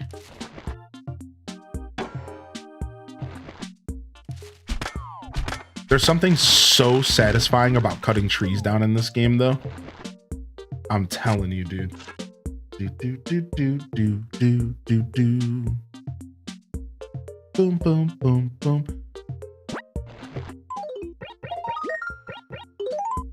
Yeah, camera angles. I'm on vacation in your time zone. HD LUL HD SHIP HD bongo tap HD gritty HD browse HD distance HD dumper HD bongo tap HD SHIP HD bongo tap HD bongo tap HD bongo tap HD bongo tap HD love. Oh yeah? How'd that go again? Ooh, nice.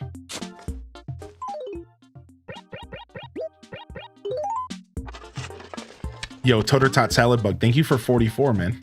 Thank you so much, Toter Tot. And what are you doing in my time zone? What? Nobody said you're allowed here. Yo, thank you again, Cozy, for the 3 months to random. You don't have to do that, dude. Chill out. So, what do you need? I love that his saying is der, like he's trying to say his name or something, and he's getting locked up. Like he stutters, maybe. Let's talk.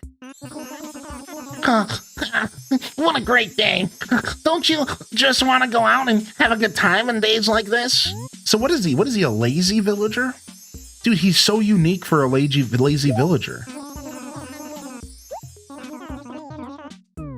Yeah, like this is what I'm saying about the personalities in this game. You wouldn't even know this dude was a lazy villager at first. He talks nothing like Bob talks. And that's like one of the classic lazy villagers from this game. Whereas like Bob almost talks like he's a stoner, like he's like lost all the time. It's real crazy. Like I love the villagers in this game, man. I need you to take some clothes to Camel Frog. Sick. We love a delivery. Yo, good morning, Kels. Yeah, I slept in as well, Alto Girl. I went to bed at like 9:30. I actually succeeded in going to bed on time. I was laying there hanging out with the babe, and I'm just like, I'm going to bed. They're like, oh, okay. It was like 8:30. I was like, I'm going to bed.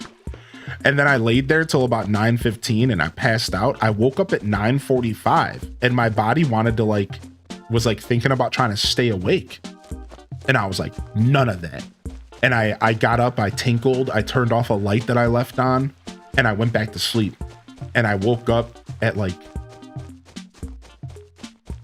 don't know if it was a dream or not, but I think I woke up at 4 in the morning and tinkled and then went back to bed, I think. Either way, I barely remember it, and I pretty much slept all night. It was great. It was beautiful. It's a beautiful night of sleep, man. I really, really feel good today. And then on top of that, the point that I was making was that I slept in. I slept in, dude. Dude, I'm so happy that Elvis Never Died popped in and gave me a compliment on my hat. Are they still out there this morning, man? Dude, the melee heads, no, dude. Of all people to pop into my chat this morning and to give me a compliment on my hat, dude, that made me pretty proud. The melee heads, no, dude. That made me so happy, actually. All right, let's cut this tree down.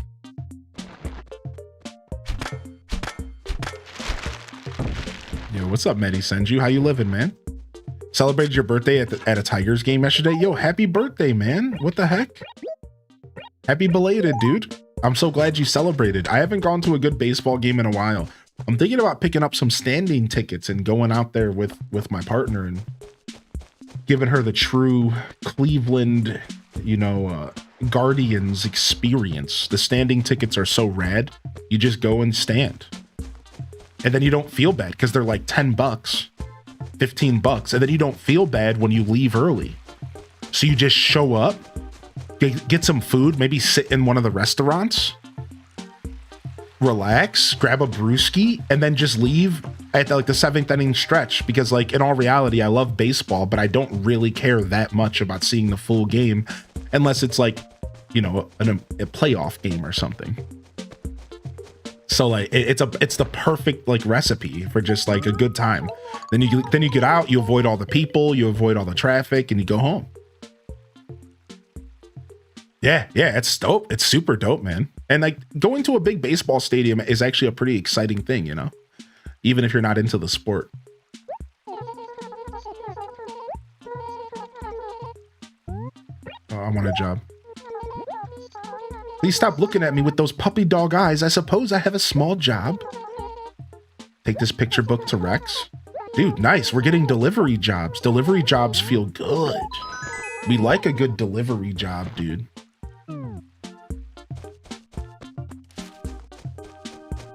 All right, let's go finish this job we got for Camel Frog first. Do do do do do beep boop boop boop boop boop do do do do do do do do. So we're gonna have to do a late night Animal Crossing Deluxe stream, by the way, because one of the recent patches, chat room, added a feature from the Japanese Animal Crossing in which you can wake Tom Nook up in the middle of the night and make him open up his store and shop with you. And he's in his pajamas and stuff. And it's something that you can't do in this version, but between the time that Tom Nook closes and I think 5 a.m., you can go up to the door with your shovel and smash on it, and Tom Nook will angrily open up the store, and he gets pissed, but he opens the store up and he wakes up the Nooklings if you have Nookington opened up, and then you're allowed to shop. I don't know, and I think the prices go up or something. I think he increases the prices or something because he's mad or something like that. And this is a feature that I've never gotten a chance to engage with. And so we're gonna have to do, wait, I don't want to cut this down. Wait a second. Oh, Joan's here. Actually, we might buy some turnips today.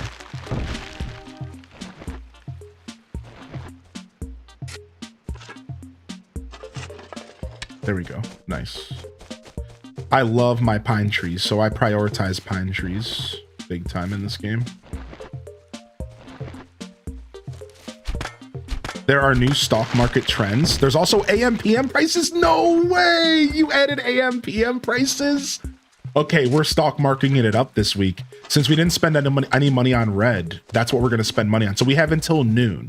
So we got to hang out and collect cash until close to noon. And then once we get close to noon, we will go ahead and buy some nips. So since Crazy Red dropped the ball like a punk.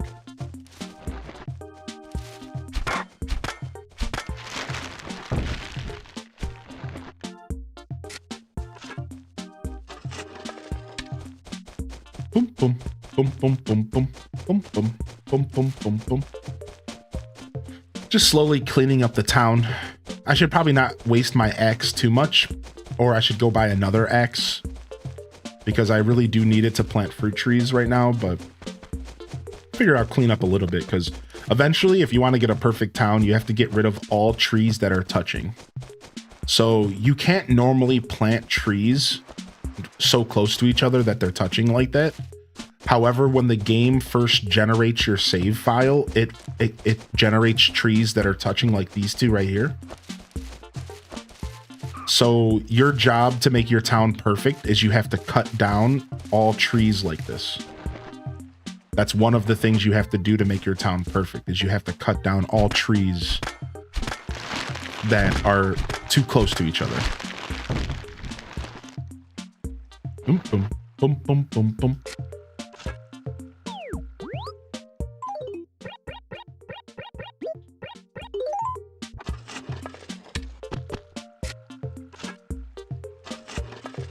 Okay, nice. That was our last cherry.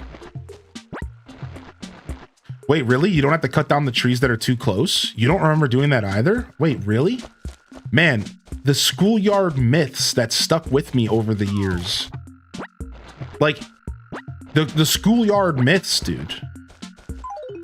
Yeah, I was under the impression that that was required. That's the kind of stuff, man. We didn't have the internet necessarily all like that. Like, we did. Don't get me wrong. By the time this game came out, I was well versed in the Wild West. GameFAQs postings before the data mines. Yeah, I was under the impression. I swear, I still have a guide.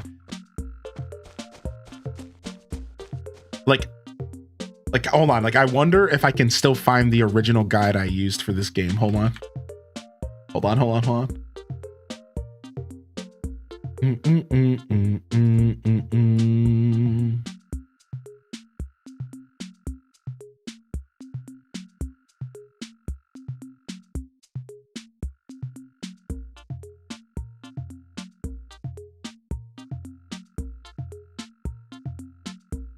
boom, boom, boom, boom, boom, boom, boom, boom, boom, boom.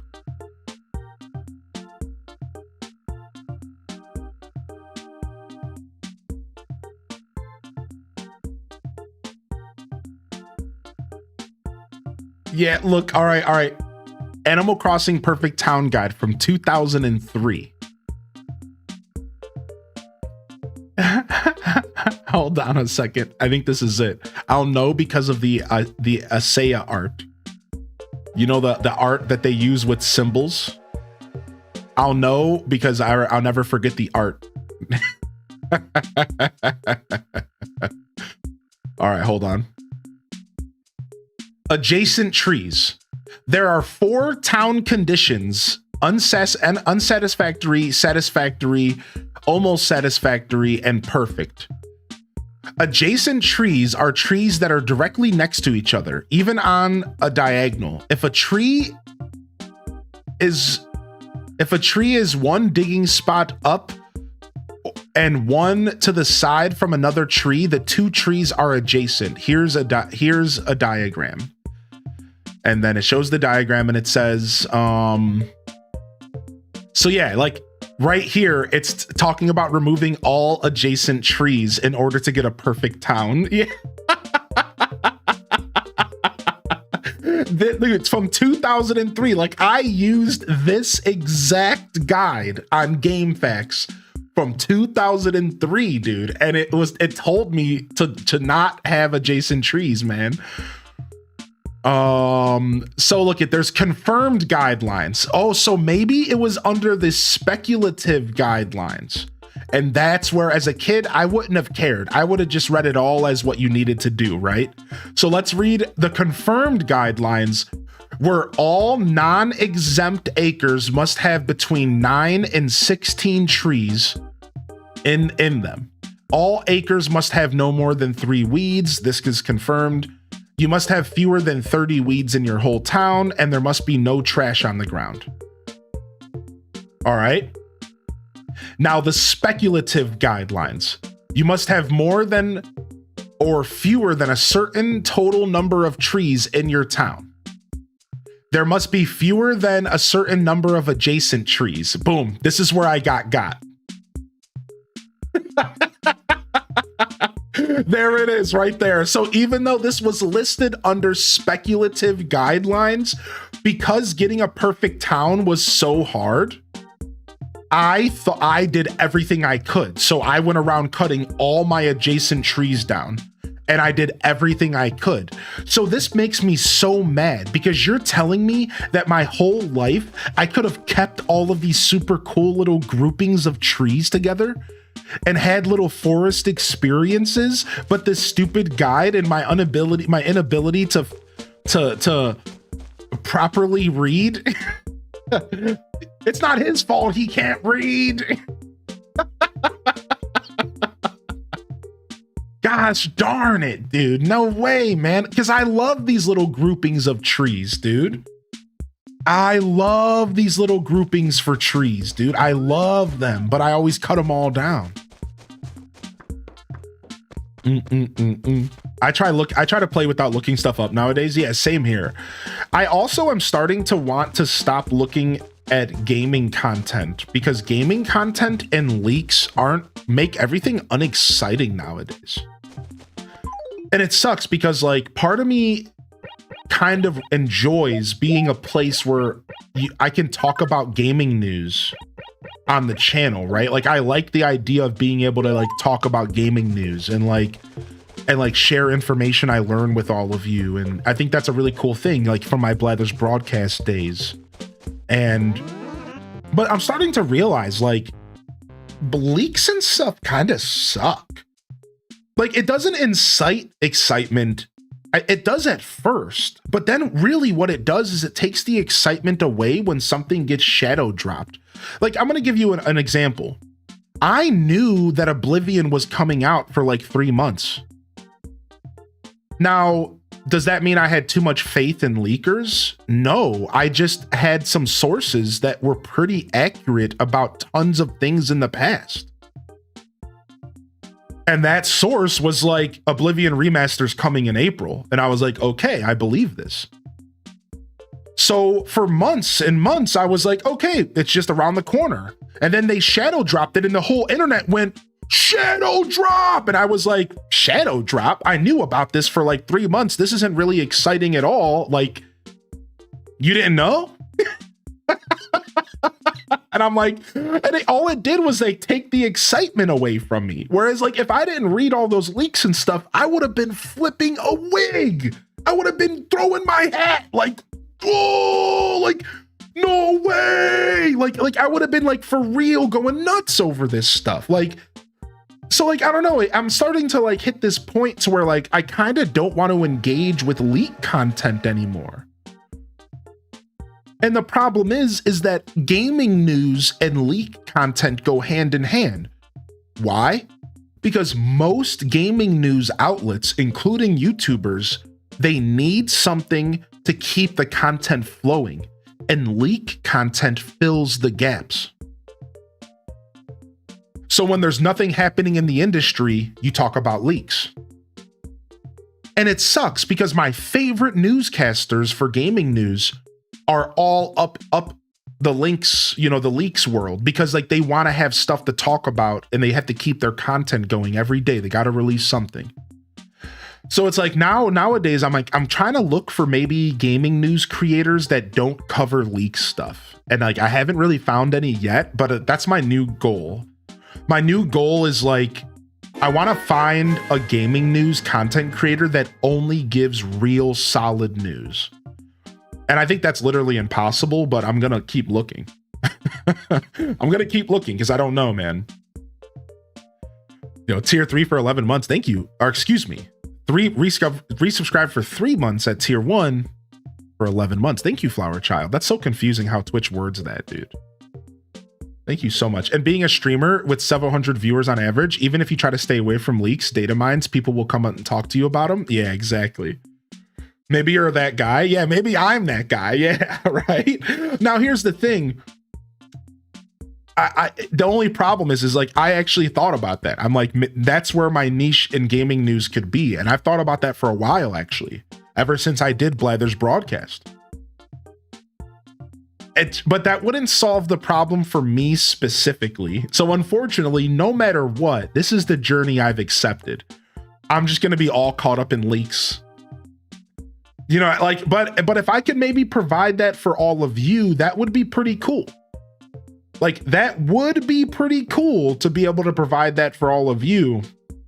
And it is something I've thought a lot about, actually. So I have thought about, if I ever go back to gaming news, it's going to be a YouTube exclusive thing, I think.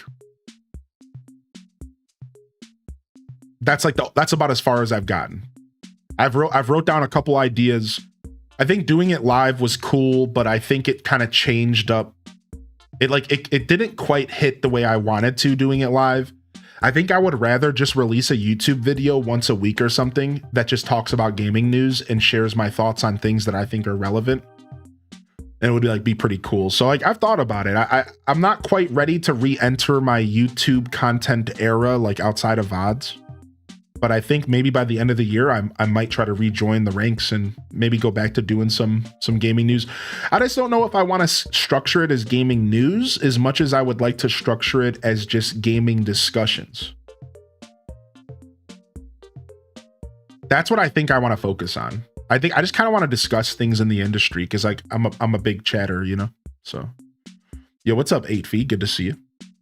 But anyways, I digress. I'm just letting my brain wander here. None of this is relevant. We're just yapping. Thank you again, Flower Child. Thank you so much. Yo, good morning, Zella Zephira. Coming to say hello today. Taking the kid to basketball camp. I went to basketball camp when I was a kid. I learned how to drop a pretty hot layup. I'm just saying. What's up, Our Odyssey? Welcome to the broadcast. Maybe just when there's big news, you drop a video, not necessarily a weekly thing. Yeah. And that's like what I'm trying to navigate. Like, do I want it to be daily, weekly?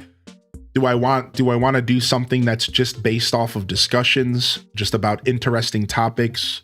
Do I want, you know what I mean? Because like, if there's one thing I figured out is that I have a very unique voice, as do all of us. I've been gaming for 33 years. It's my biggest passion, and I have a lot to say about it. And I want to share my voice with more people. And like, I loved Blather's broadcast. I loved delivering news and like testing the waters. And it helped me figure out exactly where I would like to put it all, right? I tried like being a newscaster. I tried doing like a relax session where we just like react to stuff. And I've even done like game reviews, and all of that stuff kind of helped me shape and mold where I think my voice and the direction I would like to go. So like from there, now I just need to kind of wrap my head around it and then maybe go for it. Maybe pull the trigger. We'll see. I could maybe never do it. You know, there's so many projects I have planned. I have so many little projects I want to do. You know, it just depends on what am I most passionately about. You know, what do I have the most passion for? Because that's really what it comes down to. Because I'm a passion-driven creator. So if the passion's not there, then things, you know, need to change. That's why we don't do Blather's broadcast right now. Because I eventually tapped the passion for it, and I realized that I was kind of forcing it. And I was like, okay, let's walk away from this. Let's step away from it, because maybe there's something else here. But for now, you know, we need to we're done. Like I went through that era and I was done. I was satisfied. So yo, good to see you, 8 welcome in. Yeah, it's pretty interesting, man. The era of internet really gives us a lot of knowledge about TV shows and movies, sometimes more than you need. Right, I agree. I don't know if I'm necessarily against like full like leaks always. It literally just crossed my brain the other day about how I think sometimes I would be more excited when video games and stuff release if I didn't know that they were going to release a year ago. Like, it would be pretty cool to like actually be surprised in the game industry. And every once in a while you get surprised. Like every once in a while you actually do get surprised. You know, like a company manages to keep things under wraps. Like Smash Ultimate. Y'all remember the surprise that Smash Ultimate was? So it happens. Smash Ultimate is always going to be my go-to for that kind of stuff. Like it's always going to be my go-to for like, this was an example of how the industry managed to really surprise people.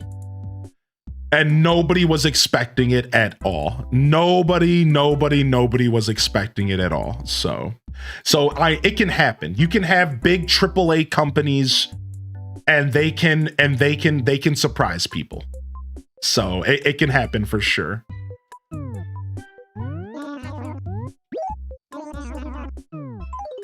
All right.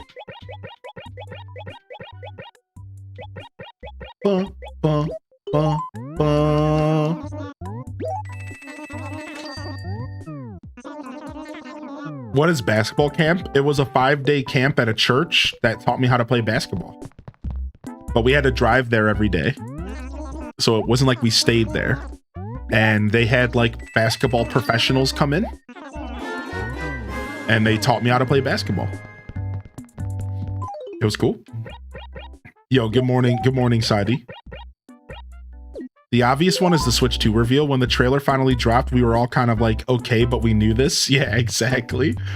All right, let's go ahead and buy some stuff here. You know what? We'll hold off shopping today because I'm trying to get Tom Nook's shop upgrades. We'll hold off shopping today because I want to buy those turnips. So, all right, let's go ahead and try to catch some bees today because we want to get some cash. Let's go ahead and drop our money.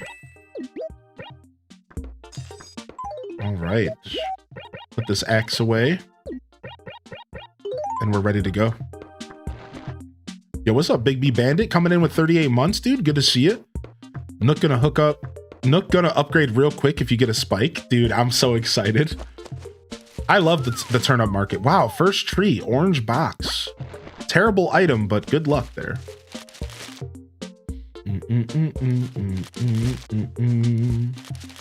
I almost want to change the way that I used to shake trees from top down. So I would shake trees from acre A down to acre F, but now I want to start doing it from 1 to 5 because of the new thing I learned.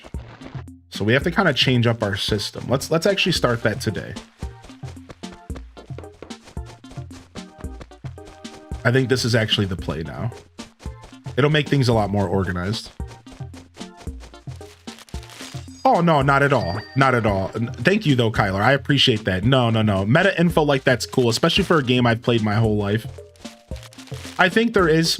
So to go back to that conversation, I think there is something special about the era in which we got to discover things ourselves. And I think if it was a brand new game, I still do try to invoke that discovery.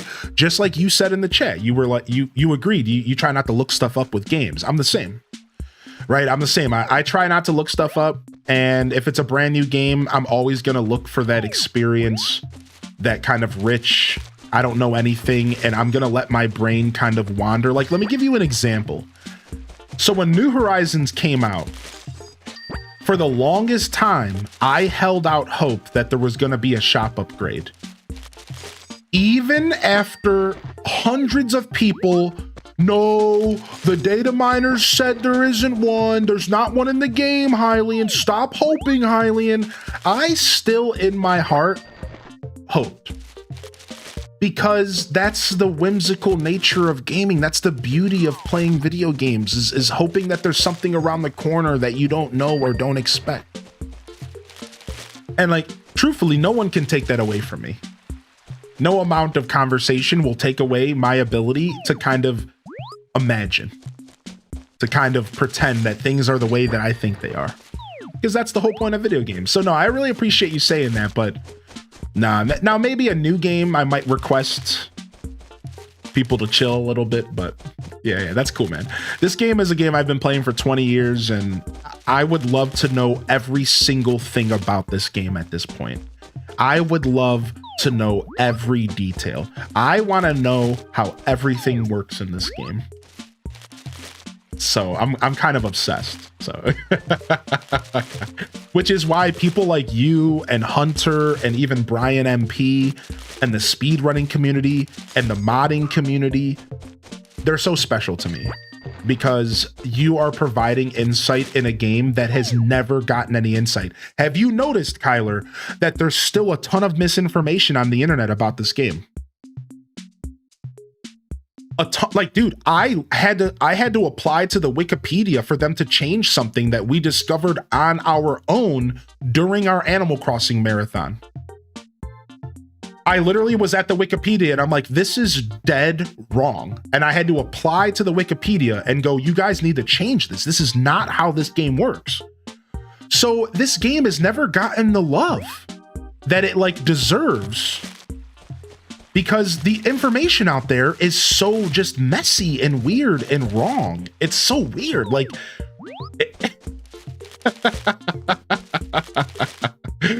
yeah, like it's real rough. I'm getting good. That's 3 in a row from the last episode. I'm getting real good. I think that might even be 4 in a row. I'm getting real good, actually. The wiki is real bad because people change it all the time. Yeah. Thank you. I feel so validated. My friend and I were talking about Oblivion yesterday's shadow drop, and I confidently said, yeah, I knew about that. But as we talked, I started questioning myself. Yeah, nah, we knew about that, dude. All right, we got the 1 acre. Let's go to 2. Yeah, we knew about that. Some people still believe that adjacent trees count against perfect town scores.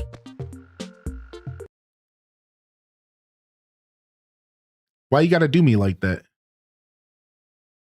Why you gotta do me like that? What's up with that? Why you gotta play me like that? I don't deserve that.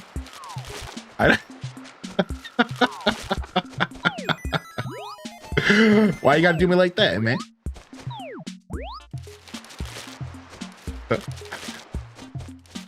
Yo, how you been, Rock Socks? And good morning. Thanks for the follows today. Good to see you. No, all good fun. All good fun. I've been schooled multiple times playing this game on stream, though. The truth is that I've been schooled multiple times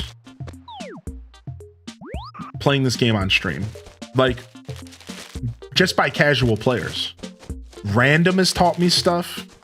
Daz has taught me stuff before today. I've been schooled multiple times, and you want to know what it is, and this is actually a really cool conversation. It's called confirmation bias, my friends.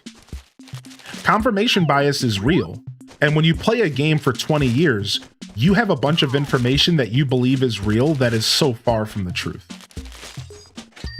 Right? It's confirmation bias. It's like, I've been playing this game for so long that I've had interactions that I firmly believe are real interactions, but in all reality, none of that stuff really worked that way. But I created these like scenarios because of like my interactions with the game. You know what I mean? It was like, I just sat there, like, over time, I developed my own meta and how I thought things worked, because I grew up with dial-up internet, and there was no internet up until like 98. I was like 8 years old. You know what I mean? Like, at least for my household.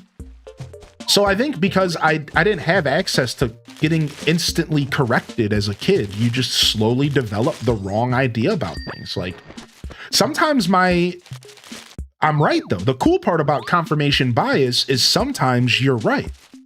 Sometimes you're like, I swear this works this way, and then you find out it does, and you're like, oh wow, that's cool. But then sometimes you realize that you have no clue. Like you think you're a professional at a game you play, and then you're quickly humbled and you realize like, actually, I don't really know anything about this game. Like I might have been playing it for 20 years, but that doesn't mean that I really know what I'm talking about. I accept that. I take a knee when it comes to this game nowadays. I still like to speak with some authority because I have played it for so long. But like in all reality, I've been pretty humbled by this community playing this game on stream, and it, you know, it is what it is. So I accept it. As I said earlier, I'm a learner, I'm a knowledge seeker, and I'm okay with being humbled here and there. The only time I don't like being corrected in life is when I'm correct and the person's trying to correct me. And I don't think anybody likes that, right? I don't think anybody likes that, right? Like when somebody goes to correct you and you know 100% that you're right. And you're just sitting there like, nah, dude, like, no. Nobody likes that feeling, you know what I mean? That's probably the only time that I'll ever get defensive about being corrected, is if I'm like really confident in myself. Oh, I didn't move fast enough. The confirmation bias thing, it's about experiencing something and sharing those different experiences with people and having no way I never realized that moments. It's a way different than being, yeah, I read it on a wiki. Right, exactly.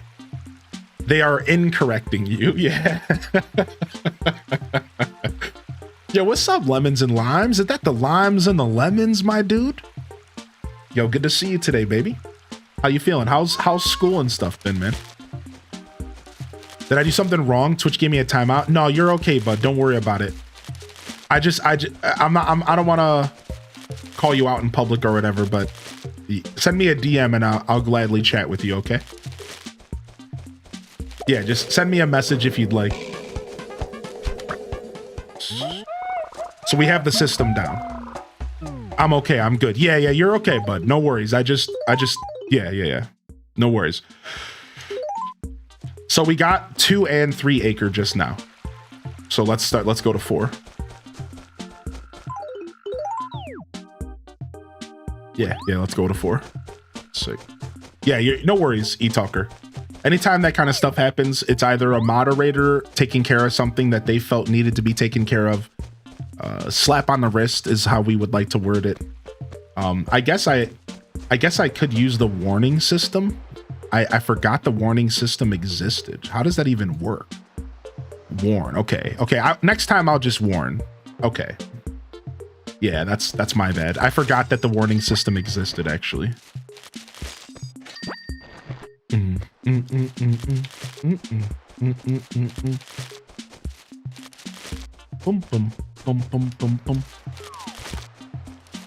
Does warning work for mobile viewers? Not sure. I mean, are you on mobile? Do you want me to test? I'm always open to some science.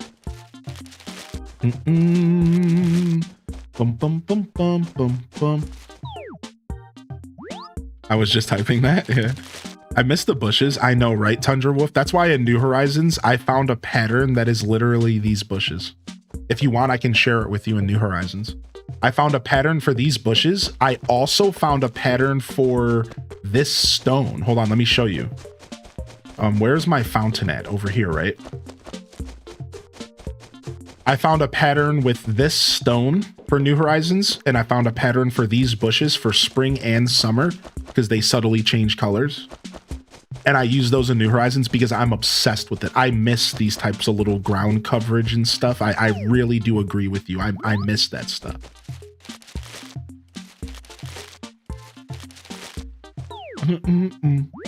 Yo, what's up, Nordic Ryan? How you been, man? Yo, good to see you, M Bliss. Much love, dude. Much love. Yeah, you're good, eTalker. Take it easy, buddy. I'm sure that was a little shocking, so I do apologize. I should have messaged you. I try to be pretty fair as a creator. I just, you know, stuff needs to happen sometimes. Yeah, what's up, Jelly Selly? Good to see you. May 22nd. Yeah. The new update's coming out. Chat's been talking to me about it. I'll consider checking out the update on May 22nd with y'all. Yeah, I'll put it on my calendar and let me actually write that down real quick. Well, I'll consider checking that out for sure. What the heck? What's going on here?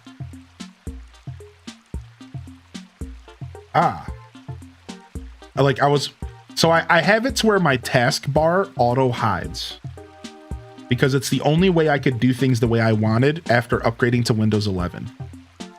All right. So it auto hides, but sometimes it doesn't want to reappear and it like bugs out. It's real weird, actually. All right, cool. Yeah. We'll check out the Hello Kitty update for sure. Oh, so it did work on mobile. Reason provided. Peepo poo poo. Cool, good to know. Yeah, the auto hide taskbar is weird on multiple monitors. Yeah. Boom, boom, boom, boom, boom. All right, we're in the 4 acres. Yeah, what's up, Banana Universe? How you doing, Bliss baby? I hope you're doing well. Hope you're doing well. I was thinking about you yesterday, man. Hope you've been all right. You're inspired. Your music journey inspires me a lot. You should know that, man. I've listened to your jams. Did we ever make that command? !M Bliss? I think we did. Did we ever make that? We should check. I swear I did, but I might have forgot. No, we didn't make it, huh? We had it all written up. We just never actually made the command. Yeah, I was listening to some of your music and I was just like, just very inspirational. I get inspired by passion and people pursuing their dreams, man. I get inspired by that stuff a lot. Super cool stuff you got going on. Yeah. Super cool.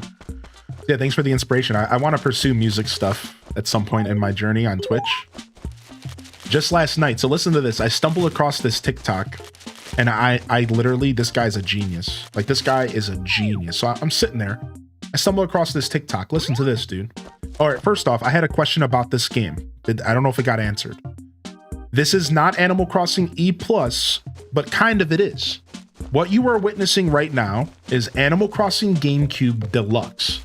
It's the American version of Animal Crossing GameCube, but a mod that infuses it with a bunch of the E+ content. Happy Sunday. It's real cool. And there's more information at !Deluxe, all right? Feel free to ask. Feel free to ask. It was Rob Boss. Yo, thank you, Shy Chai, for 23 coming in with the Prime. We got Card Shark coming in with 13. Legend. Thank you, man. Yo, good to see y'all coming in today. Thank you again, Big B. I hope you've been well, Big B Bandit. I didn't get a chance to catch up with you, bud, but I seriously hope you've been well, man. Good to see you in here, Big B. If you're vibing today. Love hanging out here week in and week out. Your show's on a different level. Looking forward to all of your creative endeavors whenever they blossom. Thank you, man. That actually, you're gonna make me stop it. If you can't take it, don't dish it out, I suppose. So I stumbled across this TikTok, right? And this thing had me wilding out. So this dude, he's sitting on TikTok and it says in all capitals, request a song. Songs get picked randomly. Mods will pin the next song. Go. So this dude's chat was exploding with people just requesting songs over and over because they wanted a chance for their song to get played. Meanwhile, the moderator's just sitting there pinning random songs, and then the streamer plays the song. He plays anywhere between a minute to the full song and decides if he wants to skip it or not, and then he just moves on. That was the whole stream.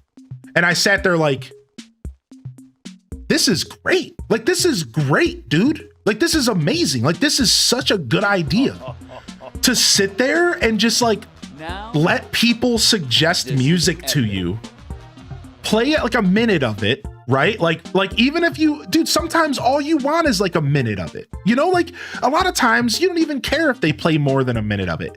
Just to hear your song played on stream for a minute is usually enough. And then he goes on to the next song. Sometimes he plays more. Then he would ask the chat, what's your opinion? What do you think of this song? I was listening to like 5 different genres and I was just like, what is this? Like, this is so smart. Like, I was mad. I get mad sometimes in like a really positive way. I get mad when I see such a good idea for content creation. Like, I was mad. I was genuinely pissed. Like when you look at something that's so cute that it pisses you off. That was my interaction with this stream. And I sat there and I kept recommending music. I was like, Aesop Rock, Aesop Rock. I started asking my girl for suggestions. I was like throwing Queen at him. I was like trying so hard. None of my stuff got picked, but I was like trying. He got me. Like I was in the stream. They got me. I'm sitting there talking to him like, yo, play my music. Like I got God. I was like, dang, man, like this is such a good idea, dude. Like, what the frick? Because you didn't think of it? Precisely. Yo, thank you, Shy Chai, for the 5 gifted subs, homie, dude. Good to see you in here today, Shy Chai. Thank you for 23. Thanks for the 5 gifted subs. That was very generous of you. Holy heck, a professional noodle, Vendruth, Gabby XO, Dr. Astronaut, and Hello Mads. If you got a gifted sub, make sure you drop some appreciation out there. I know I appreciate you sincerely. And thank you those of you hanging out on YouTube for hitting that like button. Y'all have been killing it today. Yeah. We played some yesterday as well, Jelly. So I took off Thursday and Friday. We came back yesterday. We played Stardew Valley and DDV. So if you're looking to watch some VODs, the last like 2 or 3 hours of the stream was Disney Dreamlight. And we did dailies and we're working on the Star Path. And then the plan was to play some more today. But I'm kind of going with the flow today. So if I don't get to it today, then we'll continue tomorrow. But yeah, I'm holding up on my word as far as that's concerned. So every stream since the update we have played, we just so happen to take 2 days off. Yeah. But the plan today was Animal Crossing, DDV, and maybe checking out Dinkum. But unfortunate for the Dinkum heads, I'm actually thinking about not doing Dinkum today. Sorry, y'all. I don't know if I'm ready to dive into a fresh game right now. I kind of would rather just play DDV because like that's what we're kind of doing right now. And then we'll do Dinkum like maybe next week. That's kind of where my head's at with Dinkum. But because I said that I would check it out this weekend, I'm kind of like, I have mixed feelings about it. So we'll see. We're just going to go with the flow today. All right, Sidey, we'll just go with the flow. I'm going to start with Animal Crossing. We'll see where the day takes us. It really just depends on how long I feel like streaming, because if we stream all day, we can fit all the games. If we don't, then, you know, maybe we need to do Dinkum another day. So I will be checking Dinkum out. I just don't know if today's the day. I might have overbooked. You know what I mean? I did say I would check out DDV. I did say I would check out Dinkum. So I just blame past me for opening his big mouth. Blame past me. Don't blame current me. Current me is living their best life, all right? You just need to blame past me. So, I mean, I'll give y'all a little bit more transparency real quick. One of the reasons why I'm not sure what I want to do with Dinkum is because I woke up this morning, I installed Dinkum. All right? To be fair. But I realized, what am I even gonna do in the game? Because like, it's gonna take more than a couple hours to reacclimate myself to a game I haven't played in 2 years. So do I load up my old save file and run around like a chicken with his head cut off? Or do I start a new save file? Either way, doing that just a single day doesn't sound good for you or me. Is that fair? Right? Like if I just do that today, what is that going to be for anybody? That's nothing. I need to play Dinkum a couple days in a row. So I decided as the stream started was like, actually, I think the Dinkum community deserves a couple days in a row. So if you guys would be kind enough to understand, let me just give you a couple days in a row, but just give me another week or two. Is that a cool deal? Like, is that cool? Like, because you deserve more than just a single day. So it's like, why don't we just continue DDV like I said I wanted to do on Wednesday? We'll play DDV into this next week. And then we'll get to Dinkum and we'll actually give it the time it deserves, because just squeezing it into a little weekend slot does not feel good at all. And that was kind of my mindset. That's kind of why I decided to say this all, because I'm like, you know, this doesn't actually like really feel good. Like this, at this point, I'm not really doing anything for the Dinkum community. I'm just kind of like hanging out. Like, so I don't know. I just wanted to share my thoughts. And I think Dinkum probably should be held off today. That's just truly how I feel. So I know at the end of the day, it's my decision, but you are all a part of this and feedback is totally welcome. And the only reason I even feel bad is because I did say I would play it. So if you hear me out and if you're down, if you're looking forward to Dinkum, like I said, let me know. Let me know what you would like. And like I said, I think I would rather give the game like an actual couple days and not just like a single little Sunday. You know what I mean? I don't know. It feels right. It feels like the right decision. Yeah, Dinkum days are long as heck as well, right? So I actually forgot about that. Yeah, you're actually right about that. The Dinkum days are pretty long. Yeah. All right, I got lost yapping, so I don't know what trees I've shaken and which ones I haven't, so we're going to be double shaking. But yeah, so that goes back to your original question, Jelly. Yeah, yesterday's episode we played some DDV. We're going to play some today most likely, and then yeah, we'll continue into next week. Yeah, just as we planned. So I really did mean that when I said it. I'm looking forward to playing more of that game today. Boom, boom, boom, boom. We'll do some DDV tomorrow for the Monday morning show as well. And then probably some more ACGC Deluxe, because this game I'm just obsessed with right now. And then I don't know what else the rest of the week looks like next week, because I am taking a couple days off. So I'm taking off Friday and Saturday. So I'm gonna kind of wrap my head around that tonight, and we'll do the schedule tonight. And then I just got a whole new slew of tech stuff to deal with today. So my schedule today changed a little bit. It went from like, maybe I'll stream all day or maybe I'll relax for a couple hours to I'm going to stream and then I'm going to spend a couple hours messing around with my tech because my microphone was being a little bit awkward. So yeah, we got Derwin, baby. Derwin just moved in today. At least OBS let you stream this weekend. Yeah, dude, all sorts of weird stuff happening. I know, right?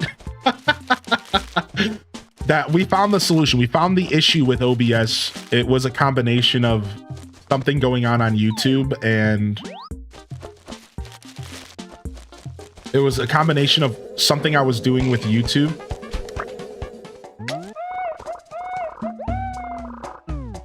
And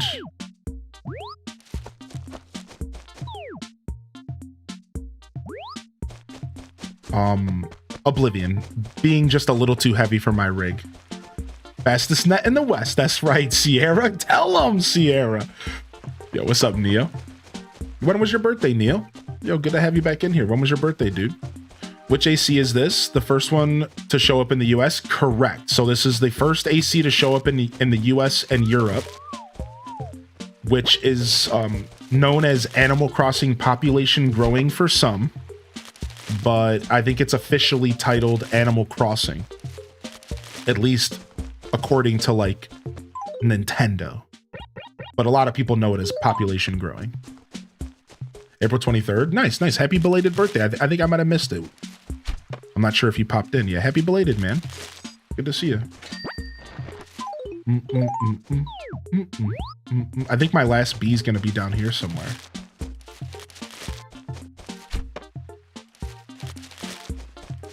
I think we're missing one from the 4 acre because we got stung by one and we caught 3. So I think we're missing one. I don't need the... I knew it! That was hard to do. That was hard to do. Because, like, I had to run up. That was hard to do, man, because I had to run up. All right, well, 3 for 5 is not bad. Yeah, B Island. Yeah, B for 5 is not B for 5.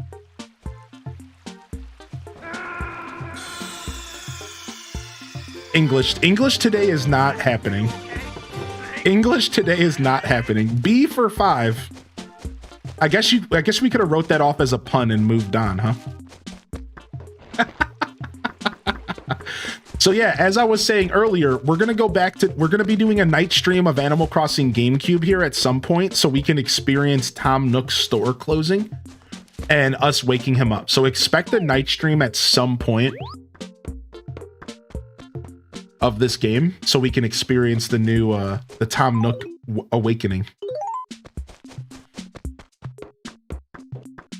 You're selling bees? Yeah, we're selling because we already donated one to the homie, so we're selling them. Boom, boom, boom, boom, boom, boom, boom, boom.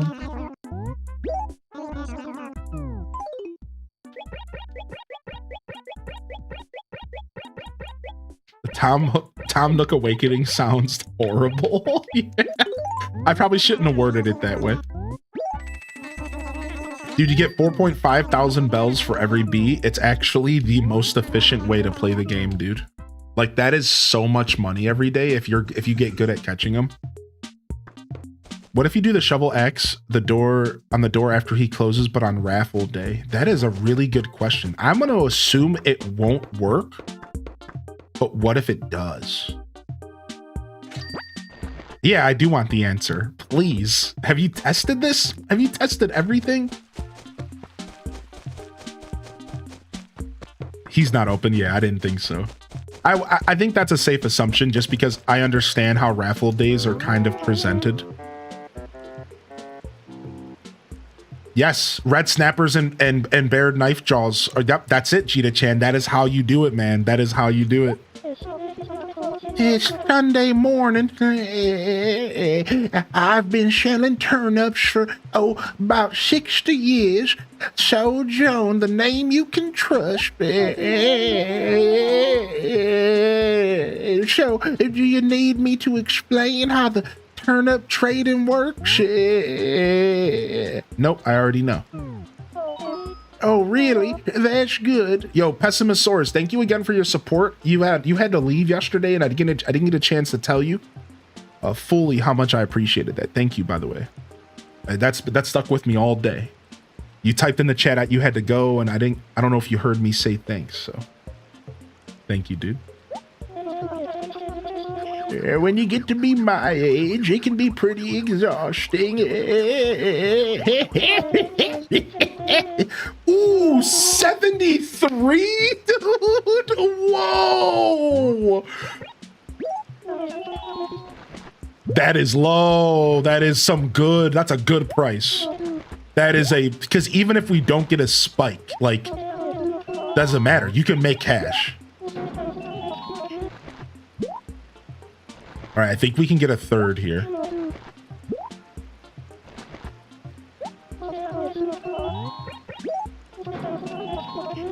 Okay, I think that we're tapped though. Let me check my inventory now.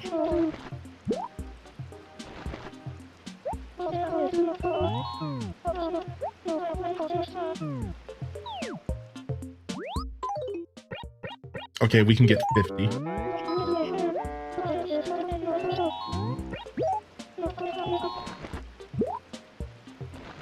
Turnip selling in a cozy game I play on the regular has been special to me. Since as a kid, my family actually went through selling turnips, feeling seen. Oh, really, Machame? That's pretty cool, actually.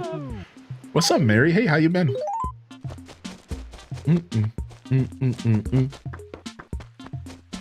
All right, nice. I think that's a good start for the turnip market. I don't really feel the need to go too much harder. Like, we could sit here and just farm up cash. Wait a second. We haven't changed our song yet.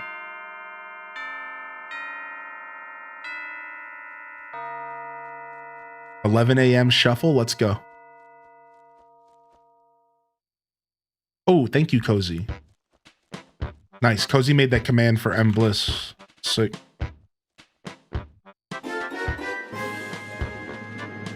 Do do do do do do do do do do do. Welcome to the show, Lenny 114. Thank you for the prime. If you didn't know, you can get 1 free sub a month, and all you do is connect your Amazon account to your Twitch account. But did you know that you get like 75 emotes? And did you know that you get them for a whole 30 days?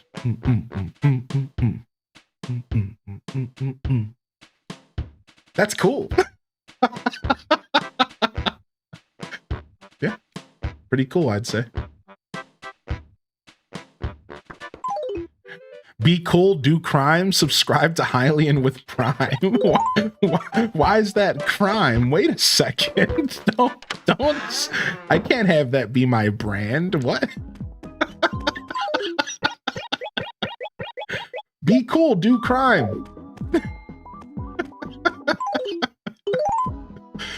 It's pretty funny, actually. Dude, our house is crazy. Why am I just now realizing how dope our pad is? Wait, our pad is actually sick.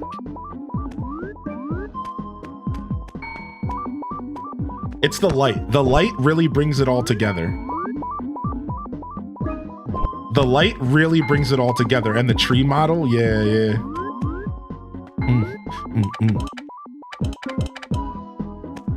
Sick. The old gyroids are so much better. Agreed.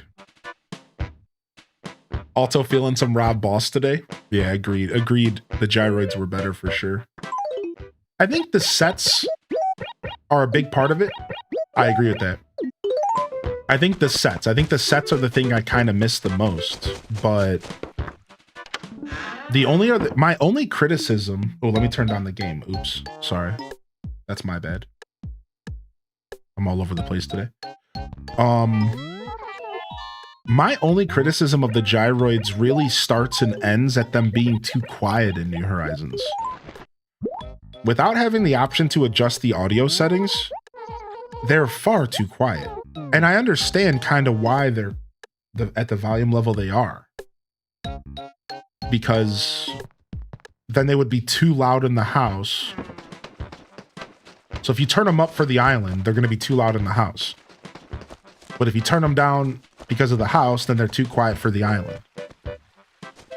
So like, I get it. Like, I've thought pretty hard about it. But like, I don't know, man. There had to have been a better solution.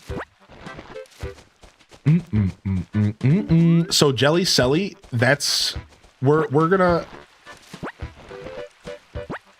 do the design prompt showcase like the first week of May probably. So here, let me check the schedule real quick.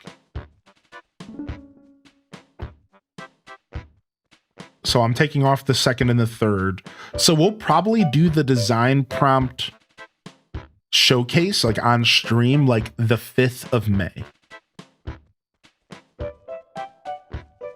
The 5th of May. So you have pretty much until then. And I'll make a point to type in the Discord and we'll talk about it. I actually want to do a design for it next week at some point. Like on stream. So hopefully that I can answer more questions when I do it live.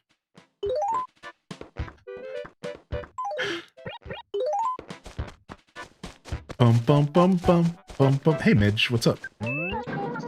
Oh, my face is all puffy. It's a shame Red wasn't selling any of the new furniture. I know. You know how it be. Red never follows through the first time.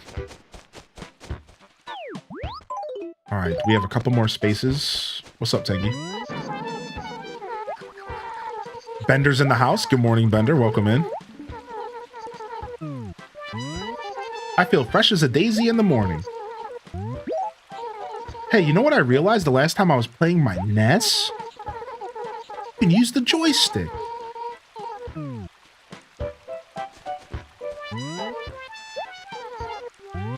Give me a job.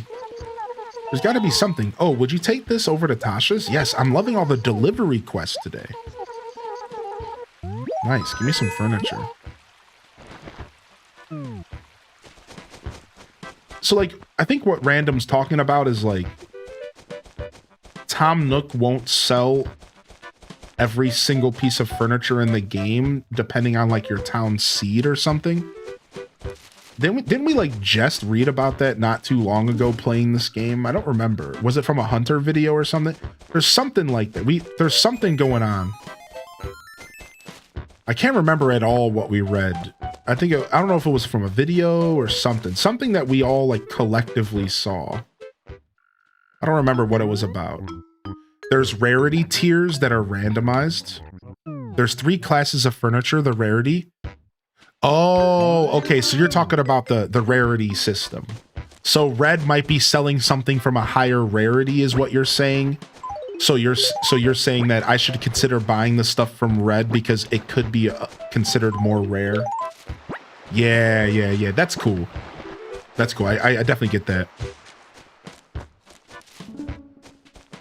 Randomly varying from town to town. Ah, that's so interesting. That's cool. I like that, actually. Wait, who's this? Who we delivering this to? Tasha. She might have went in for... She's not home. Oh, wow. Wait. We thought that maybe you could always... So, yeah. So, like... She must not be anywhere around here. Right. So, like, this is normally how acres work. So, if she leaves the acre, you cannot go in her house. We already discovered how that works on Deluxe. I'm just remembering.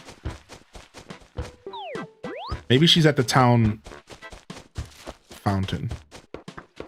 Usually a villager shows up here if you hang out for a second.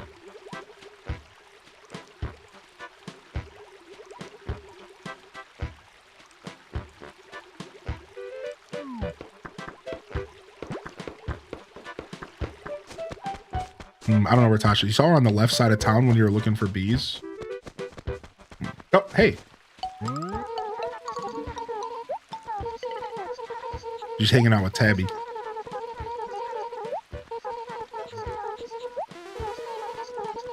Yo, stop yapping at me about my freaking eyeball. She just hit me with 4... She just hit me with like 4 paragraphs about my eyes. Like, will you please leave me alone? Me and my Ritz cracker eyeball? Yeah, an entire novel on my embarrassment. Thanks. I'd love to give you something for your effort, but I don't have much. I hope you'll be satisfied with this wallpaper.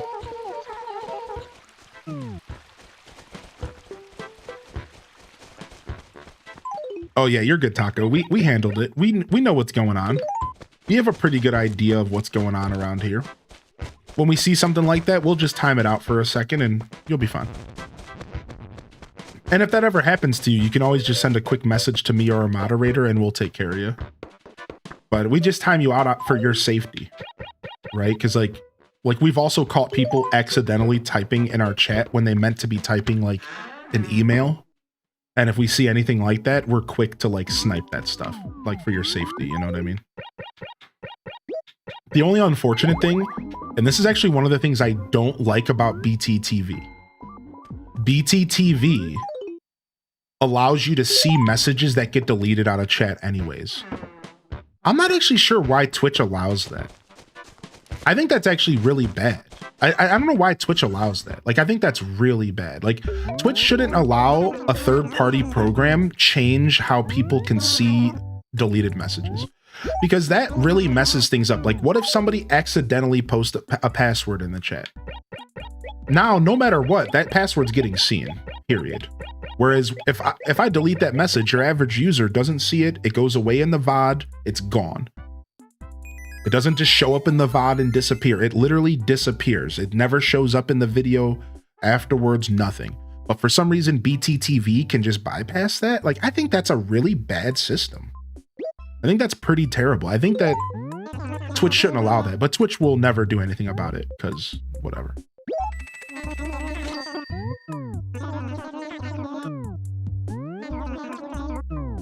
Sometimes I fall asleep with the stream on my phone, and I have a fear of falling on my face and sleep typing. But sometimes it's tea, which I understand why it's nice as a viewer. Yeah, sometimes it is tea, right? So like I understand it's not always negative, but I think that I just find it fascinating that they just let like this program kind of do whatever it wants with their platform. It's like, I don't know, man. Yeah. But yeah, it's not like it's that big of a deal, right? The tea is pretty nice usually. I'll tell you what though, as a streamer, I don't have that activated, but on my browser that I watch Twitch, I do. So when I watch Twitch, I like the tea, but as a streamer, I actually don't want to see messages deleted because sometimes stuff gets deleted that I really don't need to see in the first place. Like somebody calling me a big head or something, you know what I mean? Like, to put it lightly, you know, somebody comes in and like calls me out of my name or something and like a moderator snipes it first. I'm okay with not knowing what it said most of the time. Sometimes I get a little bit nosy and I'm like, wait, mods, what did that say? You know, like, what did you delete? But most of the time I like trust my mods to just take care of that. So I'm like, okay, not seeing some of that stuff as a streamer. Like it can be pretty nice to kind of filter some of the trash that comes, you know, out of the children on Twitch. Yeah, 99% of the time it's a bot. Right. So I've learned. I also turn timestamps off as a creator. Those are my two small creator tips. Turn off timestamps because you're only going to stress yourself out if you start looking at the time between messages and stuff in your chat. And turn off BTTV. You don't need to see missed messages. You don't need to see when somebody's being derogatory. Just ignore it and let your mods take care of it.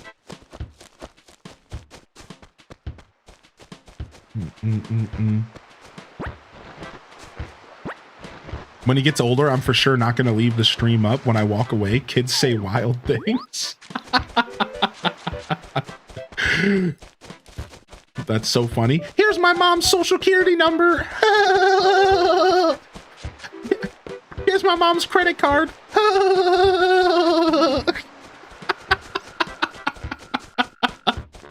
Here's our address. Buy me a pizza.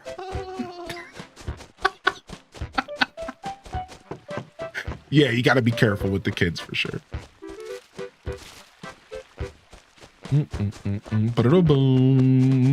Yeah, send me a gift. Here's my address.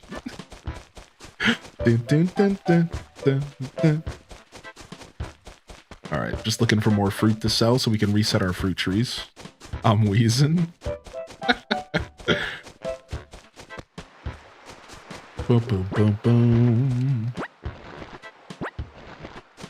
Sometimes it's hilarious. I definitely had a couple moments where I've been in a stream and I saw somebody get timed out and I couldn't help but laugh at what they were timed out. I can only hope that people, the only times I've ever been timed out in a stream, I hope that people enjoyed my, my post because they were pretty funny actually. No, I did already buy my chair, but thank you though, Parappa. I appreciate you, dude. Yeah, my chair is on the way between May 3rd and May 8th. Should be delivered. Thank you for thinking of me though, man. I appreciate you.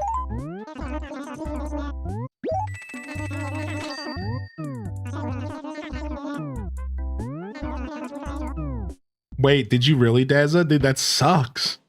For me, I was watching Super Smash Bros. I've told this story before. I was watching Super Smash Bros. Melee. And the chat, you know, the chat is always talking about, like, the whole pronoun conversation is like a thing, right? Let's just leave it at that. So I'm sitting there and I'm watching this Twitch stream of Melee, and there's a Super Smash Bros. Melee competitor named Bobby Big Balls. Right? And that's just his name. He's been in the community for years.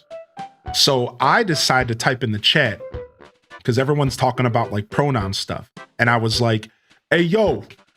And I think I'm hilarious. I'm like, you know what Bobby's pronouns are? Big slash balls. Get 'em! And I got timed out for 10 minutes.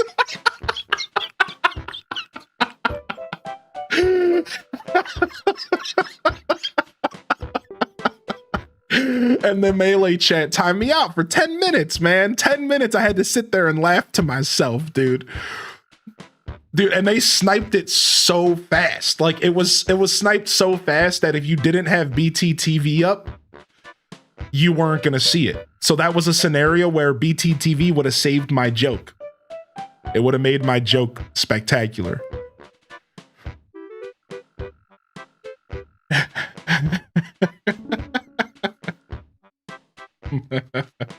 What's up, Pink Rose? How are you today? Thank you for asking. Yeah, my stream's going well. And I'm feeling pretty good today. Thank you. Thank you so much. I appreciate that. And I did see Big B's reply earlier. Appreciate you, bud. Thanks for taking the time to say hello. What's up, German Duck God? Dude, one of my favorite moments, though. I've also gotten timed out in... Oh, I've also gotten timed out from a Melee stream for spamming copy pasta. Yeah. I also spamming copy pasta. But which is just like, that's just like another day in the life. Like, who cares? I'll be copy pasting all day. Yeah. Like whatever, you know, snipe me all you want. I'm fine with that. Yeah.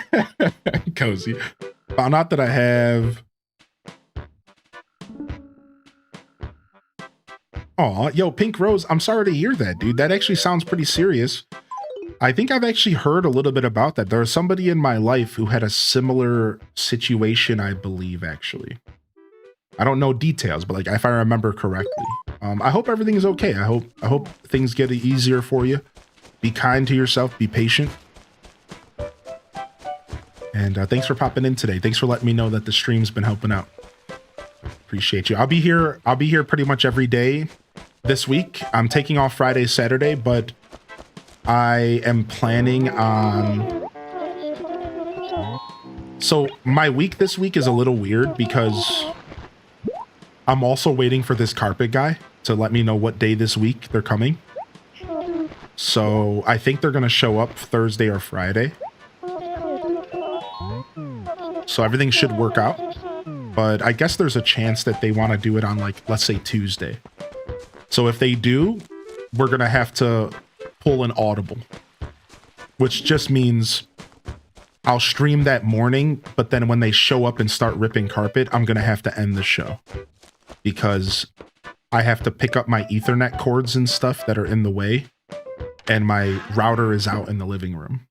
So I'm going to have to pick all that stuff up and get it out of the way for the day. So I'll let y'all know. Just keep in mind that one day this week, and hopefully it's Friday when I already plan to take the day off, I will be like, I will have to like end the show really early probably, so I can get this new carpet in place. I wonder if these turnips will combine. I didn't think so. Is ripping carpet a slang? No, no. Yo, I was ripping carpet, bro. Oh, bro, you want to rip some carpet, dude?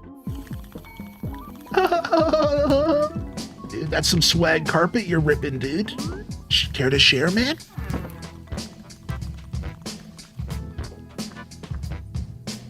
Stop.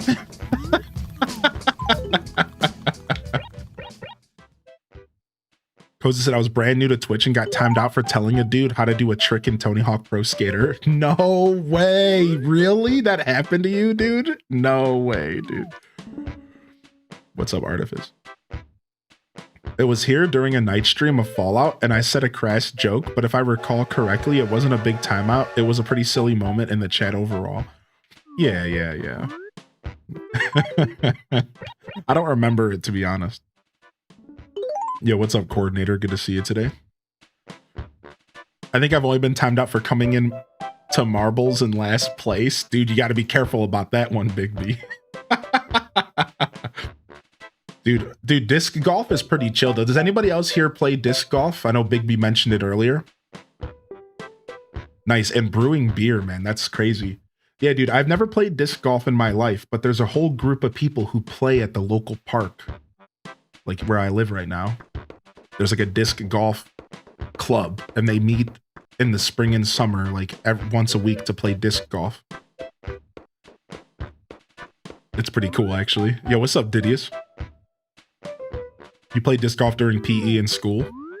Yeah, dude, I want to become a disc golfer, maybe. I'm taking my bike up to this bike shop here soon, and I'm going to get my bike tuned up by some professionals, and I'm going to start biking some more this spring and summer. Because I haven't been taking my bike out a lot because I feel like I want to get it tuned up. I want to be safe, you know? You really can't be... you really got to be safe with bike stuff. Now, I kind of know how to do a tune-up myself a little bit, but I really should take it to a professional. All right, I'm going to stand up and stretch real quick and use the restroom. Bike helmet? Yeah, I got a helmet. You better believe the chat. Yeah, I didn't just buy a helmet. I spent almost $100 on a helmet. I got a real nice helmet.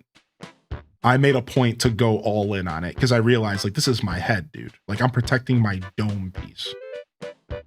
Yeah, I got a real nice helmet. Pretty heavily recommended as well. So now I'm thinking about maybe getting knee pads and elbow pads and just looking like that goofball who, the only dude in town who wears pads.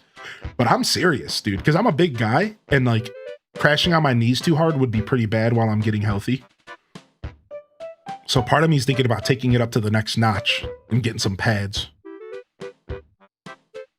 Yeah, just at least until I lose some more weight, right? And then like as I lose weight, it won't be as big of a deal. But like if I were to crash down on my knees right now, good luck, man. Like it would be tough, dude. Like it would be tough on me. Like I think about that all the time. I'm like, yeah, dude, I don't know about that.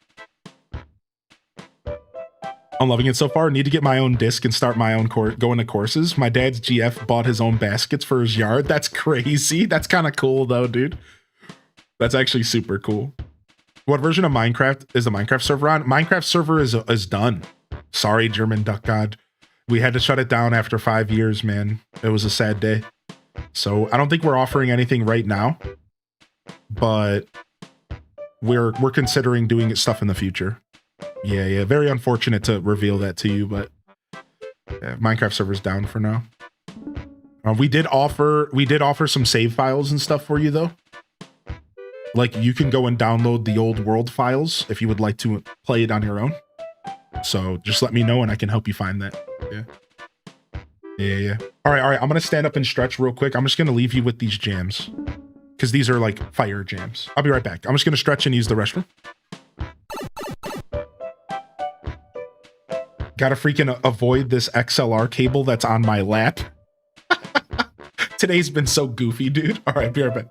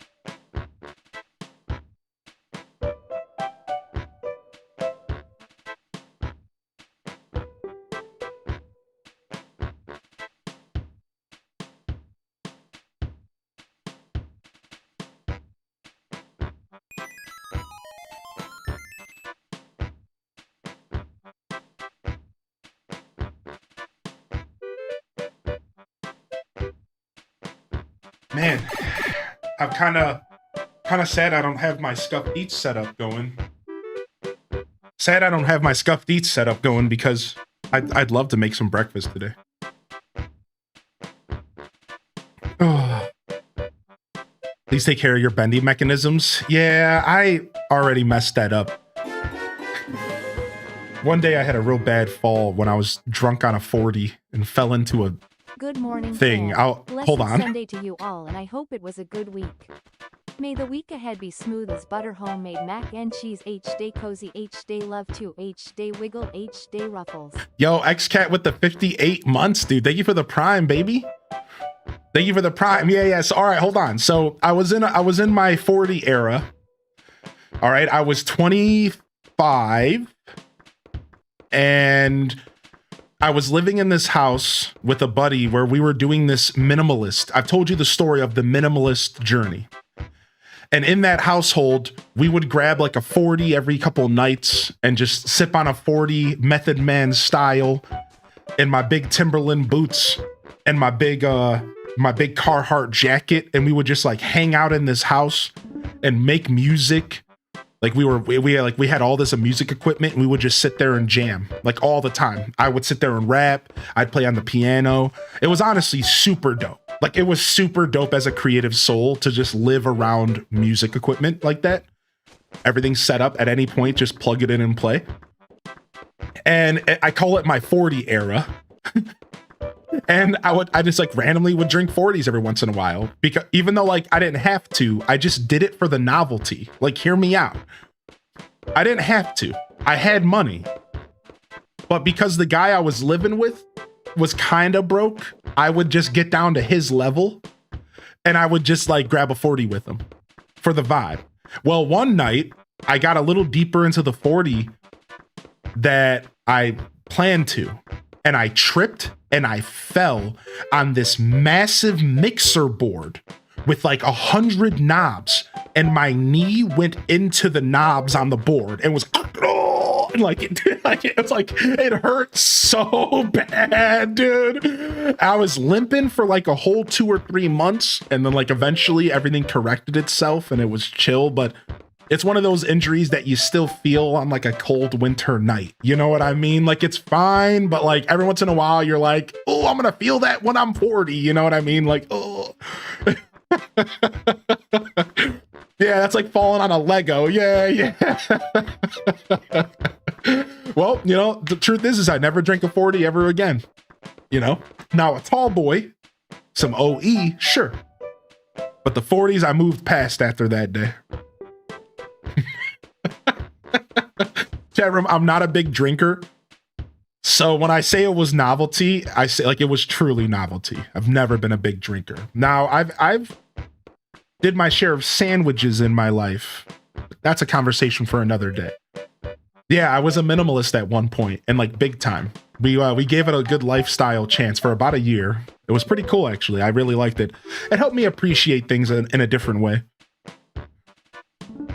Yo, what's up, Misa Mo-chan? Good to see ya. Oof, that sucks. Yo, Pink Rose, hopefully you recovered. Here, let's do our daily Nookle. Let's get our Nookle in here. We'll do it over this music. Wait, who's hanging out? Tangy came to visit me? What a cutie. Let's do our Nookle here. That'll wake you up. Yeah. Yo, what's up, Kindly Kaiten? Hey, welcome in. I got plenty of stories to tell, chat. Yo, what's up, Shammy Power? Good morning, Castaway. Thank you again, XCat, for 58, dude. I hope you're doing well. Nookle! Where do you do your daily Nookle? At nookle.net. Just keep in mind that it's the same for everybody. So no spoilers, please. And if you do it with me, then doing it by yourself won't make much sense. So you do have to make a decision when we do the daily Nookle on stream, if you want to do it with us or not, right? Yo, Matcha May. All right, we started with Tangy yesterday. Let's start with Hans the Yeti today. Wow, Hans was the worst possible thing to start with ever. Thanks, Hans. Wow. Well, we know it's not a gorilla. We know they're not smug. And we know it's not male. Nor fitness. Let's go with Mitzi. Robin? All right, we'll do Robin.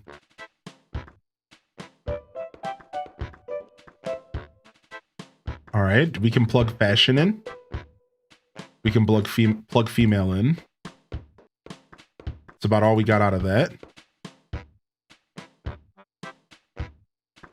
We know it's not a bird. We know it's not a gorilla. Let's do pecan. Willow? We can do Willow. Willow, you allow me to... Never mind. Oh, why did we go with... I didn't realize they were all 3 Sages. See, this is the part that really messes... Because I don't know their birthdays to heart, we failed because we chose 3 Sages in a row. That's the one thing that I don't know the best, right? So yellow means it's one of the 2 things. It's one of the 2 things, but not both. Green means 100%, red means no clue. All right, so we know it's not a sheep. We know it's not a snooty. We shouldn't have did 2 snooties either. I didn't even think of that. We shouldn't have did 2 snooties back to back. Yeah, I didn't even think of that. All right, so today we're throwing it a little bit, but that's fine. We're fine. It's called Nuckle.net. Nuckle.net. Let's go with a normal villager. Let's go with Ione. Her birthday's not a Sag, right? Cherry. Can we confirm? If you know their birthdays, shout it out. Is Cherry in here? Cherry or Sherry? Sherry the bear? She might be a snooty. I'm too lazy to fix the filters right now. Ione's normal, right? Is she a Sag? Oh, the dog. Yeah, the dog's not showing up, so she must be... She's not showing up, so she must be not a fashion. We're only looking for fashion hobby. Ione's Virgo. Let's see if she shows up. Yeah, here she is. Nope, trashed. So we know it's not snooty or normal. So let's go ahead and work around that. So we know it has to be sisterly. It has to be peppy. Right? We know for a fact it has to be these 2. Sisterly or peppy, right? We know for a fact, right? So cute. Okay, we can confirm cute as well. Good call out. We can confirm cute as well. And we know it's not white. We know it's pink. We can also confirm pink. All right, filters are in. What are we working with? Tutu's here again? Chrissy's here? Bubbles, Bunny, Mary. Puddles. Twiggy. So we know it's not a bird. So the bird's out. Squirrel, sheep, gorilla's out. So no bird. No gorilla. We know they love fashion. We know they're cute. They like the color white. No, they like the color pink. Puddles might be it.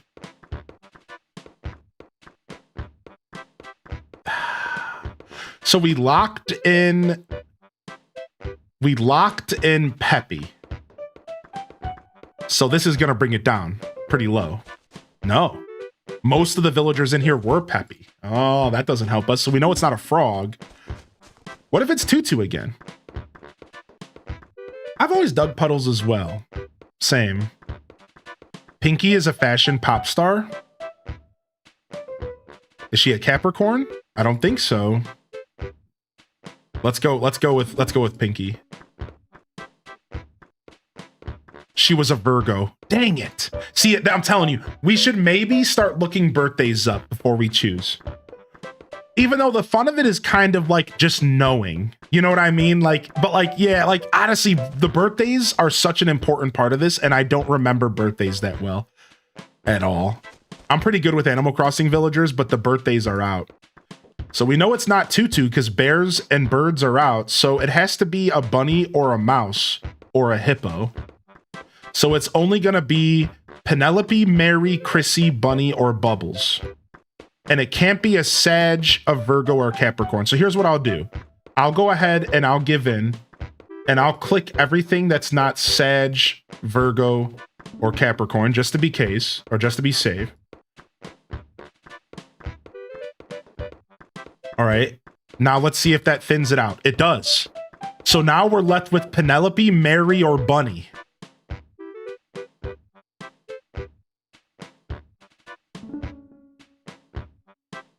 You started Pocket Camp Complete? Nice, dude. Yeah. Pocket Camp Complete's fun. We've been playing it on stream a little bit. Chat says Bunny. She's a Tauros. Oh, man. Take the Tauros out. It has to be Penelope or Mary. There's no way it's a cat. There's no way it's the one time I don't choose Tangy. There's no way it's a cat, right? We've locked cute in. You son of a bee. The one time I don't start with Tangy, you son of a double chin Mary.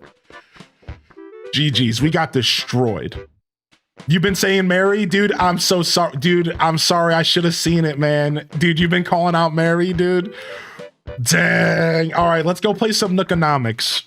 All right, hopefully this is a good palate cleanser after that. What do we think the fish print is selling for? All right, hold on. Before we get too far, though. Price is Right theme. We have to do this properly here.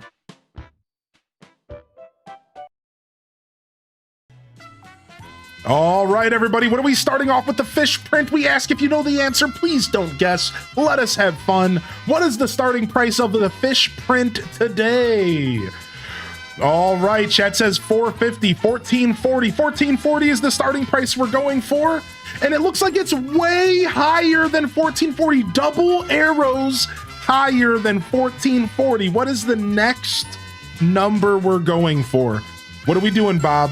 1836, 1800, Bob. 1700, Bob. 1880. All right, we're going to 1800. 1800, survey says it's way higher than 1800. Keep the number going up. Okay, what's the number, Bob? 2000, 5000. I don't know about that. 2200, 2300. 2400, 2350.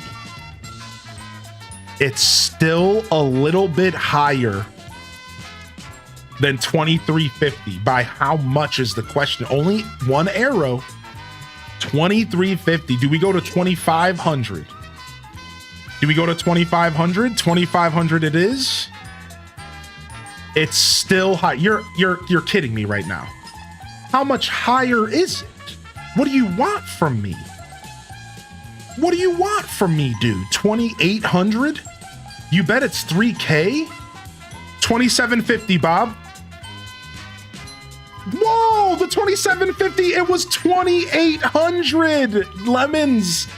Random. Dude, there was a lot of 2800s. Exhaustion was guessing that. It's Brittany was guessing that as well.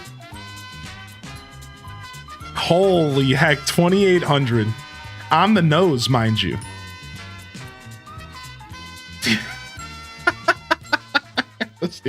Such a fun little segment, dude. I love the Daily Nookle. I'm a fan. Do do do do do do do do. I brought it down by 50 for the next guess, dude. Yeah. There it is, dude. The Daily Nookle. Nice. That's an expensive fish art? Yeah, you're telling me, dude. I couldn't agree more with that. Why is that so expensive? What do you mean?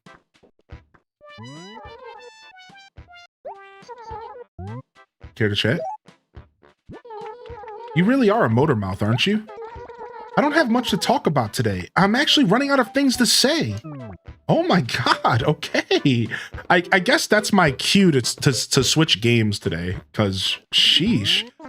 All right, we're going to switch over to some DDV today. If you're here for Animal Crossing this morning, you're always welcome to hit that like button, or excuse me, the follow button. I'm mixing up my platforms. And we will be playing Animal Crossing. Honestly, at this point, we've been playing kind of daily because of this new deluxe edition. So, but either way, you get a lot of Animal Crossing content here. I'm most known for Animal Crossing in the content creation space. So if that's what you're here for, welcome to the show. Welcome home. Plenty more content to come in the future.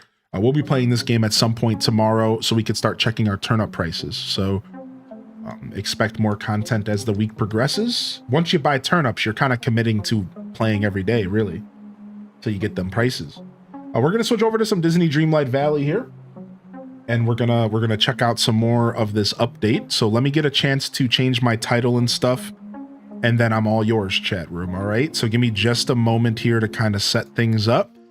And if you're hanging out on YouTube, and again, you were also just here for the Animal Crossing content, I appreciate you, and I thank you for choosing my show to lurk on. Thank you so much for hanging out over in the lurker zone, and really do hope you enjoyed the Animal Crossing content this morning. More content to come. All right, let's go ahead and drop this off.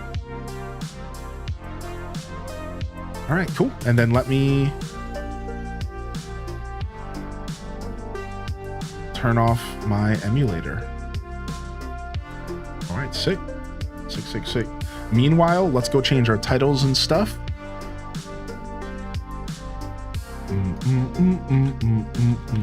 Wonderland, Whimsy update.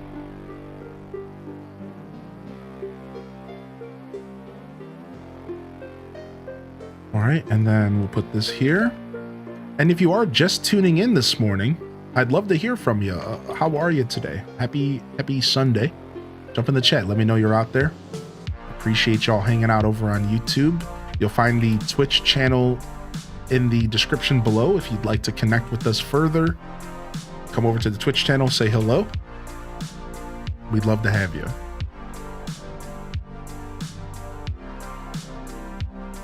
All right, and game switch here.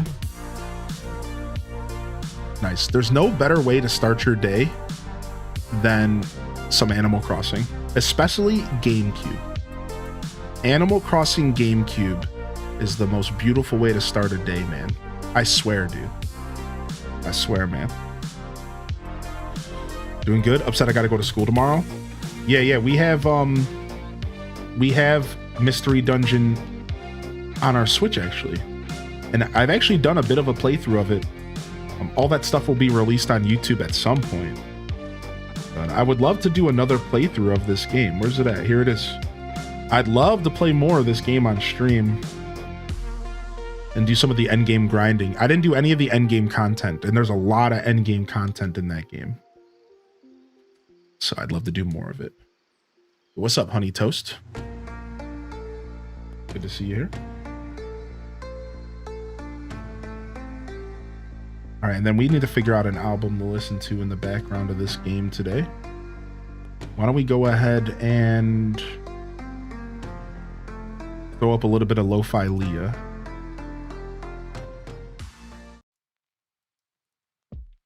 Even though she's been muting my VODs.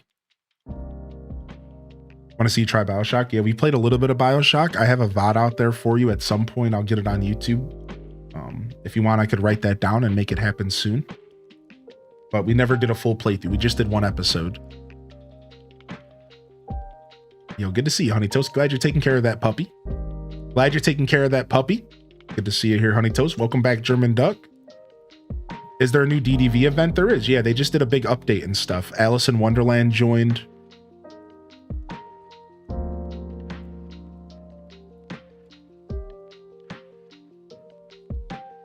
Have you decided if you want to play Schedule 1? Yeah, Schedule 1 is something I would like to check out. Yeah. My Schedule 1 is one of those things that if I wanted to play it because of the industry hype, I would have already. So since I've kind of already passed the bus on that, at this point, I'm just going to play it on my own terms whenever I feel like it. But yeah, I would like to check that game out for like a night stream. It could be something super cool. log onto DDV on my Switch and it reminded me to do this. Yo, what's up? Big Cat Kate coming in with the 22-month primer. Thank you, homie. Yo, good to see you here today. Thanks again for being here this morning, Animal Crossers. Stick around, same vibes, just a different game. And throw up a lurk if you can lurk. Check out the Lurker Zone on YouTube if you're interested, and thank you for tuning in. We're gonna dive into some more DDV today and hang out.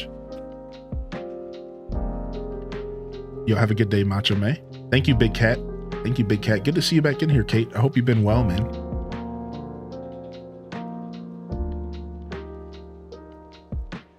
All right, just taking a look at a couple things here.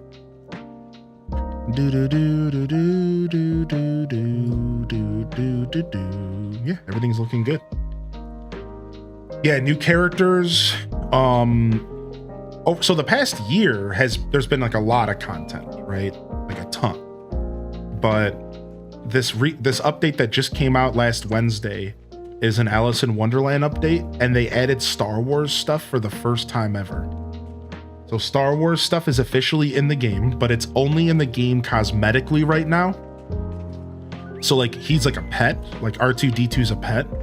There's not like villagers, for example, but maybe that stuff is going to happen in the future. Maybe we'll get a realm or something. But as of right now, what you get is mostly just cosmetics, and there's more cosmetics coming in the future. So you can look forward to more Star Wars cosmetics. This week, actually, this Wednesday. You like that purple tree? Yeah, me too. Turn down the music a little bit. Yeah, I love those purple trees. I have them outside of my house over there. That's my forest. No Winnie the Pooh yet. No Winnie. All right, nice. I got my new outfit, and I'm loving the new outfit, dude. I'm loving the new outfit. So we've been playing this for a couple days now since the update came out, and kind of taking our time to return. Dude, why is she so big all of a sudden? What a lovely day. What? Why is she all of a sudden massive? Is there like a bug happening? Goodbye. Oh, I mean hello. Does she just do this because she's Alice and she eats mushrooms? Oh, She changes sizes? Dude, that's hilarious. What? Dude, what the heck? I wasn't expecting that. That's kind of funny, dude. She fluctuates? That's so good, actually. All right, let's go, Giant Alice. That's one big mama. Look at her. I'm tiny, dude. You've seen her as small as Woody and Buzz? Oh my God. I didn't know that. I didn't know that she was doing that. That's very funny, actually. I was not expecting that.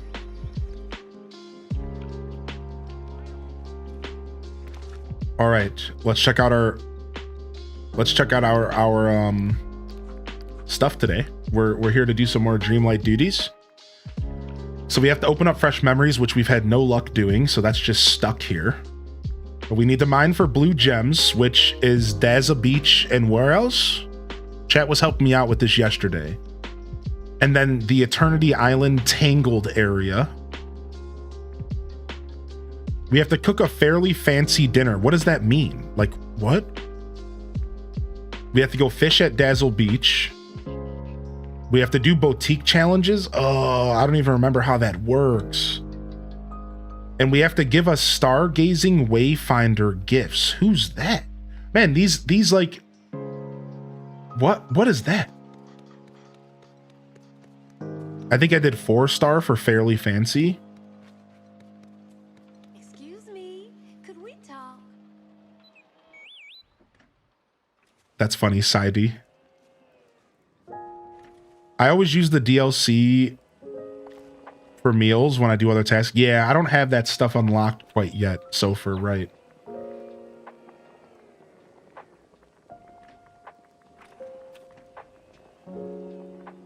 Do I have a ton of eggs? I don't. I gotta look for a recipe that I have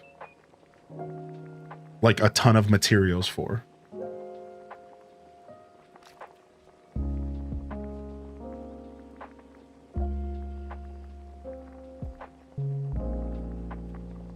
Okay, we should be good with bouillabaisse.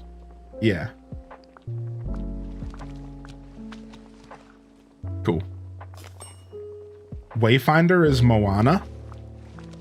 The Wayfinding Stargazer. So I have to go find Moana. I could turn up the game a bit.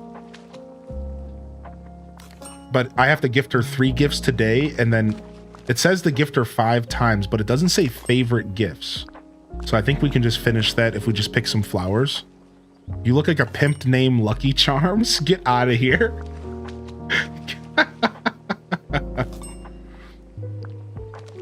What makes a dish fairly fancy? So I'm assuming they mean 4-star instead of 5-star. Because it says fairly fancy. So like, I'm assuming it's like a 4-star instead of a 5-star. Yeah, see, I have 7 out of 10. So that's why they put the word fairly there to give you a clue. Because it's not, you're not looking to cook a 5-star, you're looking to cook a 4-star. Now, sometimes they'll just straight up say, cook 4-star meals. That's why it's a little confusing. Because sometimes they'll be like, cook a 5-star meal, and you just go cook a 5-star meal. So it's just like, I was just a little thrown off by their wording. I'm actually doing a 5-star, so it doesn't matter, but your fan plays this, but you don't have it. Is Alice a door? Yes, she's a realm. And the Cheshire Cat is also in a realm. And the Cheshire Cat's supposed to start doing shenanigans around your island here soon. I don't really know exactly what I'm looking for when it comes to the shenanigans. Somebody yesterday told me that I should go check all the shops around town and maybe I'd find more information about the Cheshire Cat. So we need to look for Moana here this morning. It doesn't really matter because, yeah, I mean, it doesn't say that it has to be favorite gifts, right? So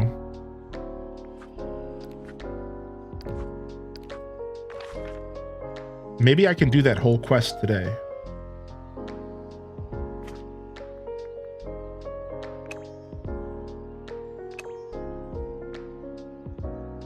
Okay, where did she appear? Moana's at home. So maybe I should just pick a couple flowers on the way to her and just gift her. The duties keep getting trickier and trickier. There are some that would be hard if you haven't seen the movies. Really? I wasn't expecting that. Yo, how you doing today, Kanaru? What's up, Kanaru? I hope I'm saying that right. Or is it maybe Kaneru? Hello. I'm having a great Sunday so far. How are you?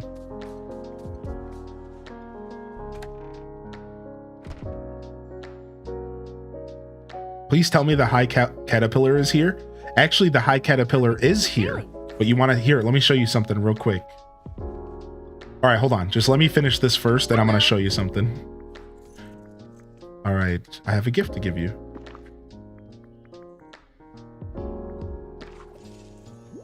All right. All right, let's back out of the conversation and make sure this is working properly. It's not working. So are they expecting me to give her favorite gifts instead? Is that maybe what they want? So all areas, characters.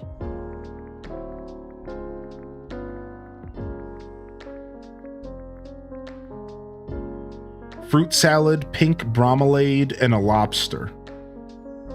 Fruit salad, pink bromelade, and a lobster. So we have to give her all 3 of these today if we're going to do this. All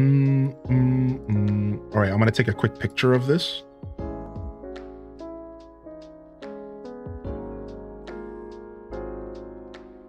Okay. All right, let's go get her proper stuff. I wish they would make the star path harder. I get time gated every day, but I'm almost finished with the path. Yeah, I mean, I think if you're somebody who plays the game like as your main game, the star path probably doesn't really feel like much to you. I could see that. Because like I remember what this game was like when I was playing it every single day. Now that was before they made the star path a little bit harder, but still, like I remember what it was like. You know, that's not too long ago, maybe a year or 2. So here, take a look at this. So the caterpillar is here, but for some reason they made the caterpillar a butterfly, dude. Hold on. So the caterpillar is here and he's a part of the star path, but instead of it being in his caterpillar form, he's actually a butterfly. Look at him. Who are you? Look. Look at him, dude.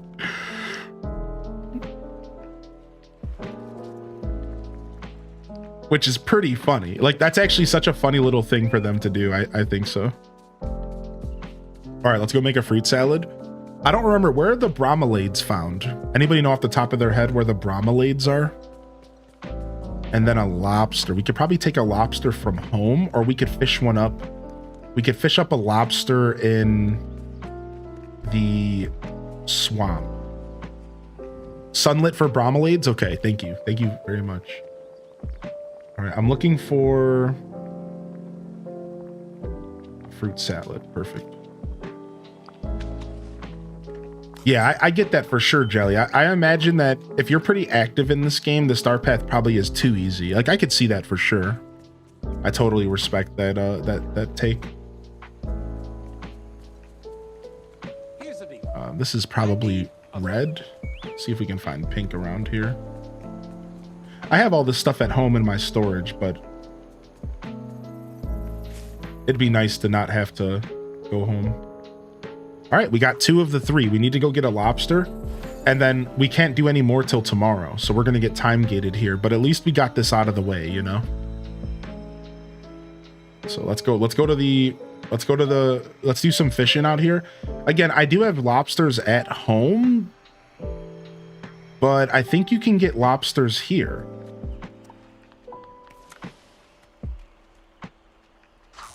What's up, Voltage? I think I can get them here. I think it just has to be an orange fishing spot, right?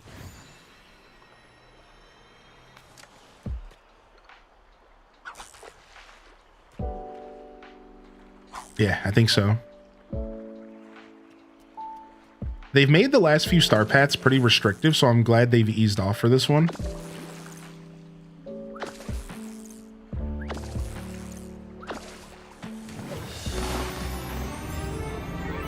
All right, nice. We got what we needed. Let's go back to Moana and finish this first part of this quest for tomorrow. And then let's dive in. While we're here on Daza Beach, we're looking for aquamarines. And we have to fish out here. Now, could I use the fishing boat since it's on Dazzle Beach? Or is that going to count for fishing? Or do I have to actually fish? Because that would be sick if the fishing boat worked. Yo, what's up, nerdy lady? Hey, happy Sunday. I love our weekend streams because it's like a little bit of a different environment and people take their time coming to the show because I think it's just like so early in the morning. And I don't know, something about our weekend streams are very special to me, man. I know I say that a lot, but it's because it's true. You think I have to actually fish? Okay, that's fair. Whoa, wait a second. We need all the blue gems we can get. Nice. Not bad. That was beautiful. That I'm happy that happened. Here's another one. This one's green though. I used this emote in a different stream and someone said injured Tommy Pickles emote goes hard. That makes me very happy. Injured Tommy Pickles emote. Yo, does anybody know where you can get sapphires at? What zone do you find sapphires in? That's the other blue gem I'm looking for. Just the mines? Only in the mines? Okay, looks like we're going back to the mines again. Nice. Dude, I love my tools. I got some pretty cool tools going. Your weekend streams are my favorite. They're the only ones I can actually chat. The other ones I'm forbidden to YouTube. Aw. Well, I hope that the YouTube lurker zone has been a good thing for you. And I appreciate you coming and hanging out and chatting when you get a chance, Honey Toast. I associate this stream with meal prep time. Yo, what's up, DNA? Meal prep Sundays are coming back, dude. They'll be back. Meal prep Sundays will be back.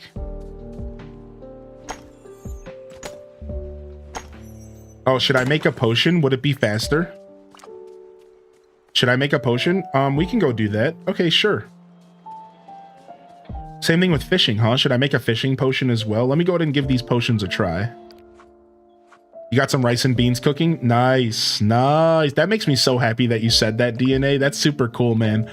Meal prep streams will be returning for sure. I'm actually trying to maybe squeeze a stream in this week for Scuffed Eats. I'm gonna see if I can make it happen. I might delay it till May because I just haven't had a ton of time to like look at my setup. But if I can find the energy to do it this week, I will. All right, so what do we have here? I'm gonna change. This is the one song on this playlist that I'm not interested in hearing. Jingle Bells. I'm sorry, dude. All right. Miracle Pickaxe Polish. Oh, it costs Dreamlight. Oh, I'm a little bit broke on Dreamlight, so this is not really ideal. I have 200 shards, and you get 250 Dreamlight per shard. Okay, I feel better about doing this. Let's go ahead and make 2. Okay, I feel better. I thought I was pretty low on shards. Now, is it worth it to make the miraculous? No, 1,000's too much, man. All right, now, should I use it in the mines or should I save it for another Daza Beach run? What do you think? Should I save it? Should I use it in the Vitality mines, or should I save it for another Daza Beach run once the rocks reset there? Happy new week. This is a moving week for me, so it's a busy one. Dude, an off day, you're moving as well? Dude, shout out to the moving gang.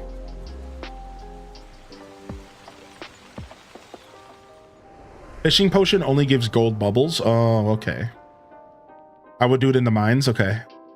The Daza Beach run. Dude, I love that emote so much. I need to get a rocket power emote now. Yo, thanks for letting me know, Silent Shelf. That actually made me super happy, dude. All right, here we go. We only get 5 uses for it, I think. So first, let's run around and look for one that has exposed gems in it. Okay, those are red. Moving closer to work for both wife and I and kids stuff, so it's a good one. Dude, nice. We love a good move. We love a good move, man. Like one that's has positive attachments to it. You have 3 more. Those are sick, dude. Squid's awesome.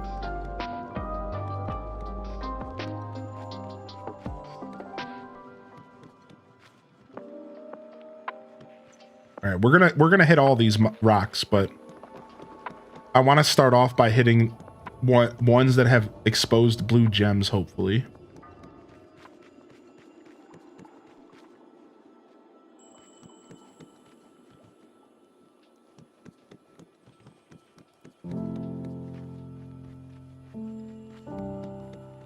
Okay, dead end here.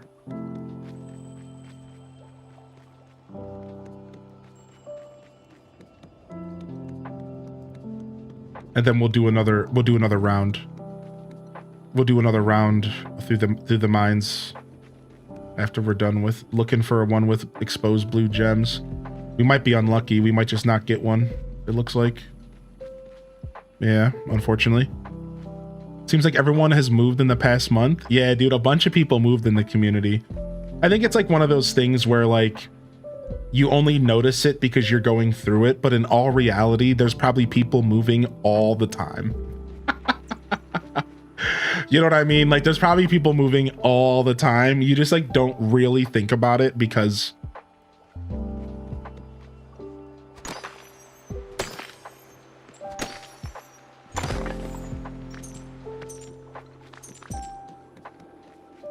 You're not going through it yourself.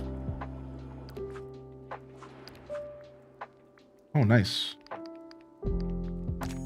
Nice, my first 30 rubies. That should tell you just how deep I've really gone in this game since they've added some of this stuff.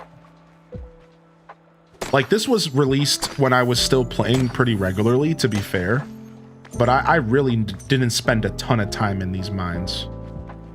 I for sure didn't spend a ton of time in these mines. What is Sally doing in here? Does she just always hang out in here? Should I talk to her? What's going on with that?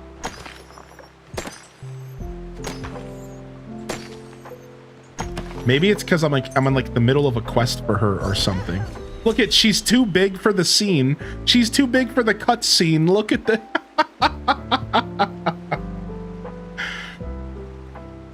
I don't even have Sally. Yeah, maybe it's because I'm still on the quest or something. Okay, cool. Boom, boom, boom, boom, boom, boom, boom. I think I'm still on like her unlock quest. I think so. It's been a while, to be honest. She does appear in there until you finish her quest. Yeah.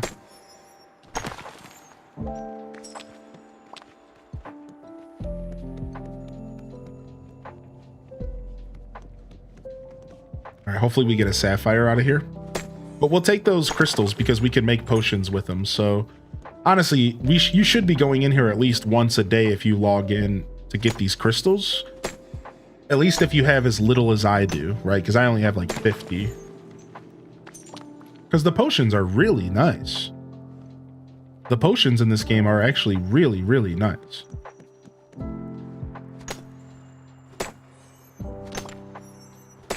I remember when they first introduced the potions and like it was all a new concept to like be able to make crops grow instantly and stuff. It was all really cool. Speaking of, we have some pumpkins to harvest today. So we have to get harvesting. We got pumpkins to harvest.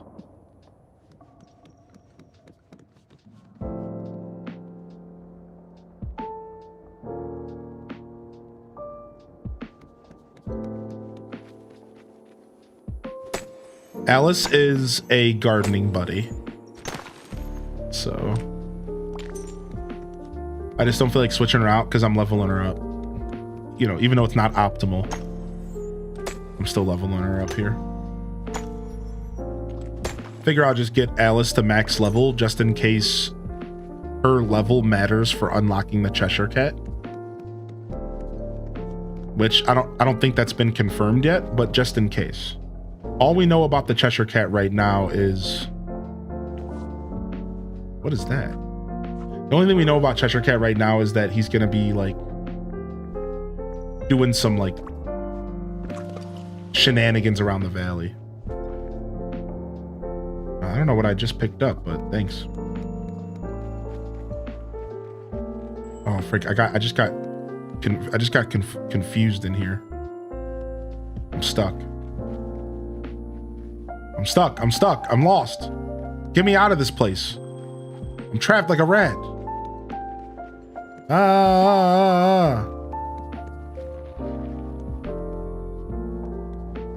Giant Alice doesn't help, I'll tell you. I keep bumping into her.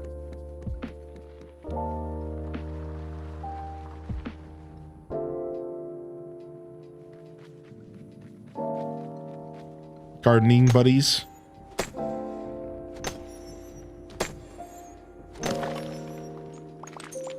Nice. Just all rubies. Dang, what bad luck. Ruby days in the mines instead of sapphires that I need. At least by the time we're done here, the rocks will probably have respawned at Dazzle Beach. And that'll be nice. Yo, what's up, Ron? Does anybody know how game transferring works between switches? I have a new switch and I may be getting, and I want to make sure that I transfer my ACNH island and data. What's up, Ron? How you doing today, dude? So you have to use a special tool for that. You have to use a special tool to move your island. So make sure you look into it. It's called like the island moving tool or some BS. You have to use a special tool to move your island. Only specifically the Animal Crossing game is the only one that has that super weird system in place. Everything else is pretty much cloud-based. And if you don't have access to the cloud because you don't have Nintendo Switch Online, then you can just put it on your Switch and move it manually. Animal Crossing is the tricky one. Animal Crossing is the tricky one to transfer your data, unfortunately.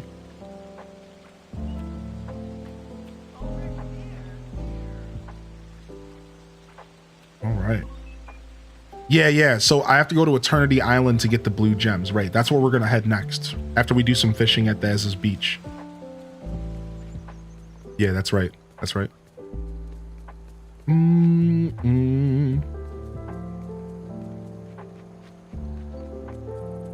Yo, what's up, Brown-Eyed Girl? Yo, if we get a hearty welcome in the chat for Brown-Eyed Girl, for Ronnie. Anybody else I missed out there? Yo, Lazy Stoneheart, hope you're feeling good today. Thanks for vibing with us. I know you've been here. Just catching up on the chat. Hope you've been well. I'm here for my happiness positivity boost. I hope all is well. Aw. Glad to have you here, Brown-Eyed. Glad to have you with us. All right, we have to fish here, actually. Ooh, we've unearthed another aquamarine. All right, we have to be close. 7 out of 10. Yeah, we're pretty close. All right, let's do some fishing here. And then we'll go visit Moana and gift her. Yeah, it's called the New Horizons Island Transfer Tool. Whoa! Wait, there's one over here. Nice. 8 out of 10. Very cool. Very cool. Buzz trying to jump scare us again. Back out, fool. Back up. Oh, my inventory is kind of full, so let's go stop at Goofy's stall really quick and just sell some junk.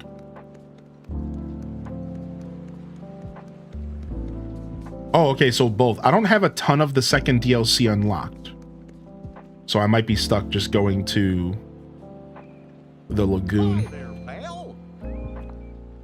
Yeah, we haven't done a ton of Storybook Vale. That's one of the reasons why I wanted to play this week, so we can get some Storybook Vale done.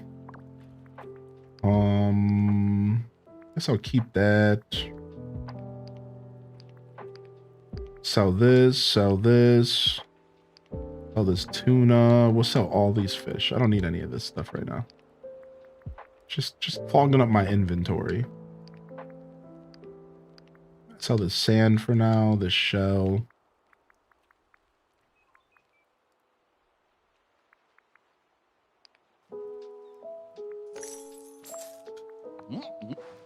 None of that was barely worth anything. Sheesh.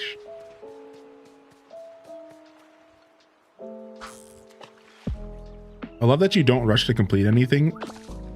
Makes me anxious when I can't keep up with everyone. Yeah, I'm not in a rush. I've never been a rushed gamer though.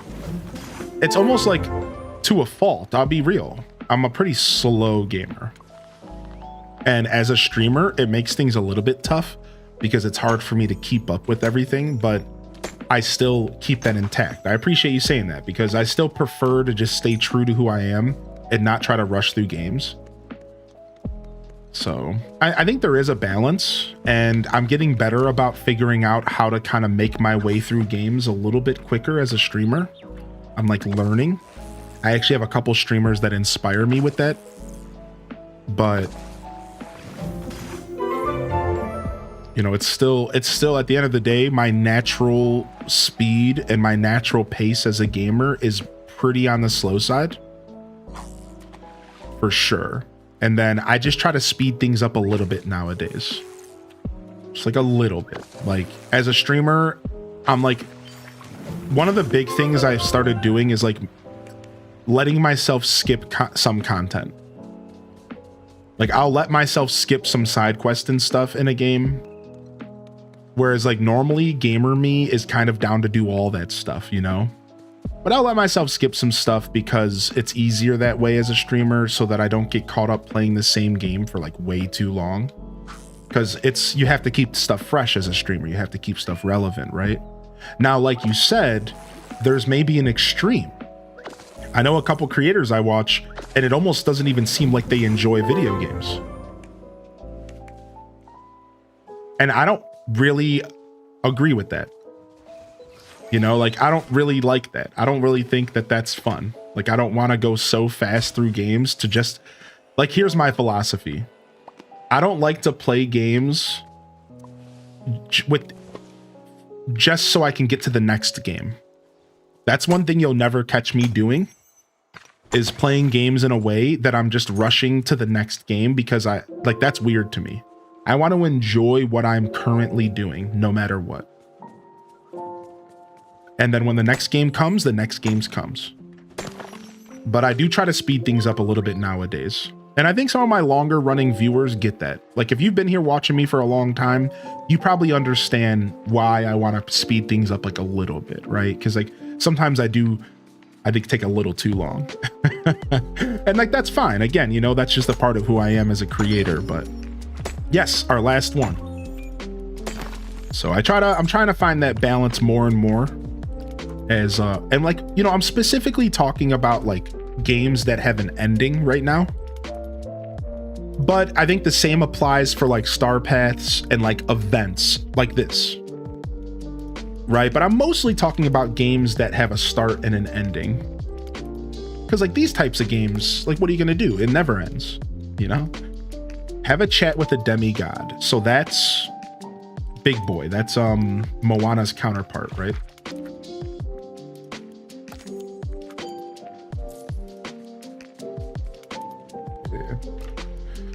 Yeah, exactly, Mamie, exactly. I think you reflect the standard gamer a bit better, rather than being the first to complete everything you play at your pace and focus on your interest. Yeah. And like, over my years, I've learned that that's a pretty good niche for me, and it sets me apart from a lot of other creators, which is pretty cool. And you know, it's good to lean into what makes you as a creator. It's good to lean into your strengths. I think that's one of my strengths. All right, so here's your fruit salad. We're getting time gated hard today with the star path, but that's okay. It's kind of the name of the game, right? All right, and then the pink bromelade. And then I might have sold the lobster on accident. Hopefully I didn't. I didn't sell the lobster. Okay, thank goodness. As long as you're having fun. Yeah, exactly. Exactly.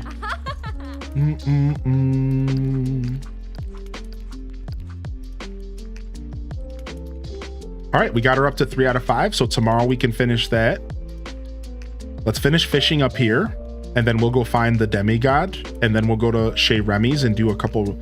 Let's actually run up to Chez Remy's right now, because sometimes there's not 5 people in there. So we might have to do like 4 now and 1 like in an hour, or whenever the switch happens, which, yeah, 45 minutes. Yeah, that's chill.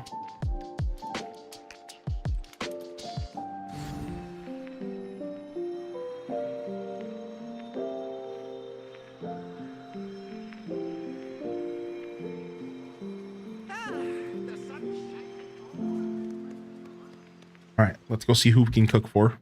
Let's go see who we can cook for today, baby. Let's go make it happen. It's harder to push through to not miss spoilers or backseaters. I suspect it's harder to push through.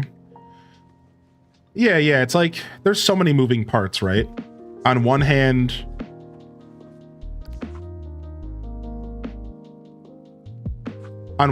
it's like the faster you play through a game, the less chance you have to get spoiled and backseated. So sometimes you just like push. Like with Zelda, I kind of did that. With Zelda, I made a point to finish Tears of the Kingdom by the 12th episode, which was only like 2 weeks in, just so I could be done with it. And that I didn't have to worry about somebody jumping into my chat and telling and spoiling the ending, especially because people were doing that on purpose with that game. Right? Whereas like, so like there is a lot of like, that is definitely something you're thinking about for sure, depending on how much you care about that kind of stuff.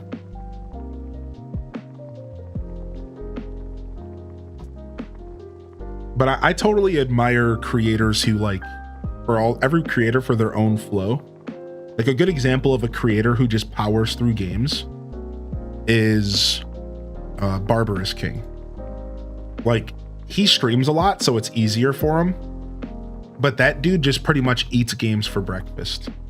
And he's one of the people that sometimes you wonder if he even enjoys gaming because it's such a job for him. You really wonder, like, does this man even enjoy video games? I can tell you the answer is probably not so often. Maybe like 1 out of every 5 or 10 games he truly enjoys because he just powers through them with no care in the world about what he's actually doing. And he's just onto the next game, onto the next game, onto the next game, onto the next game. But when you have a couple thousand people watching you, I guess that changes things now, doesn't it? You know, like I get it, like, right? Like he's a businessman. You know, so like I get it, dude. Like he like it, you wonder, like I said, like you wonder, like, do you even enjoy the games, homie?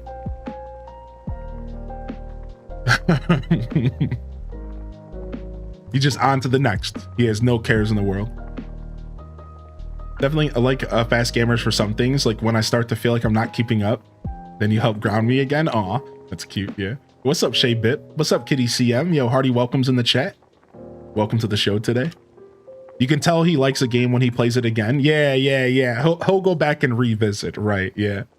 But yeah, he's one of my inspirations as a creator in some ways, because like I said, from like a business standpoint, I think that there is a certain pace that you need to keep up with. As you get more into variety content, you are kind of on a timer. That's the key. It's like the further I dip my toes into variety, the more I realize how stagnated my show can get if I get stuck in a game. Because that game might not be a chunk of my audience's cup of tea, right? Like it doesn't matter if I'm stuck in Stardew, it doesn't matter if I'm stuck in Animal Crossing, it doesn't matter if I'm stuck in DDV. But when I get stuck in a game that's like not really the community's cup of tea, but I'm playing it for like a small section of my audience or for myself, those are the types of games where like you don't want to really get stuck in, because like that stuff you kind of want to move through and get back to your bulk content, because otherwise you're gonna really start pushing people away from your show. You know what I mean? So like that's where I've learned as a content creator, like to like really be careful about what games I let myself like just get stuck in, because like, you know what I mean? You have to kind of like be leery. Like if you stretch, and also here's the other thing. If you stretch games out for too long, the longer they go, the less interested people are. So like if you take a playthrough for a game and stretch it out over like 2 months, by the end of those 2 months, nobody's following the plot, nobody's invested anymore. And at this point, you're just like kind of playing a game for like the VOD frogs, essentially for like future VOD watchers, which is cool. I do believe in having nice full playthroughs for my future VOD watchers, you know, shout out to the YouTube gang. But I think like that's kind of a weakness of that can be considered a weakness as a creator, because like you don't want to be stretching playthroughs out that far. It's like at that point, like nobody cares. It's like, who cares? Like nobody's really paying attention, you know? They're just here for you, which is totally cool, right? Like I have a lot of people that are just here for me, you know? So that's something going into this year and last year I've been like working on, like not letting playthroughs stretch out, and like kind of learning how to create endpoints for stuff. I actually talked about this at the beginning of the year, like learning how to create like endpoints with my content so that we can move on together collectively, right? Instead of being left hanging, right? What's up, Sam? How you doing today, dude? Today's gaming climate kind of just makes you want to move on to the next thing. Yeah, it's hard to keep up with it, right? I agree with that. I think it doesn't help that today's gaming climate kind of also pushes this on you. Yeah, like as a gamer, like stepping away from the streamer talk and going to the gamer talk, as a gamer, you can't help but feel pressured to jump to the next game. I think all gamers would do themselves a better justice to get rid of the mindset of the backlog. You guys know I've talked about this a lot. The backlog is a graveyard. Stop putting that pressure on yourself to play all these games. In my opinion, you are making gaming less savory for yourself. If you're sitting there constantly thinking about the next game you're gonna play, how can you possibly enjoy the game you're currently playing? Who cares about Donkey Kong that's coming out in a month? Play Donkey Kong when you wanna play Donkey Kong. You don't have to play it on release. You don't have to keep up with gaming like that, you know? Enjoy what you're playing and then just move on. Like, I think that's a pretty healthy mindset for a 2025 gamer, because there's just way too much going on, man. Right? Yo, oh, Kitty CM, congratulations on the babe. Oh, the baby is here. That's what you meant. Oh, I thought you were calling yourself baby, and I was like, okay. Yo, congratulations on the baby in the chat. Kitty CM, congratulations, dude. Yo, Clappa's in the chat, dude. Clappa's in the chat, dude. That's beautiful. That's absolutely beautiful.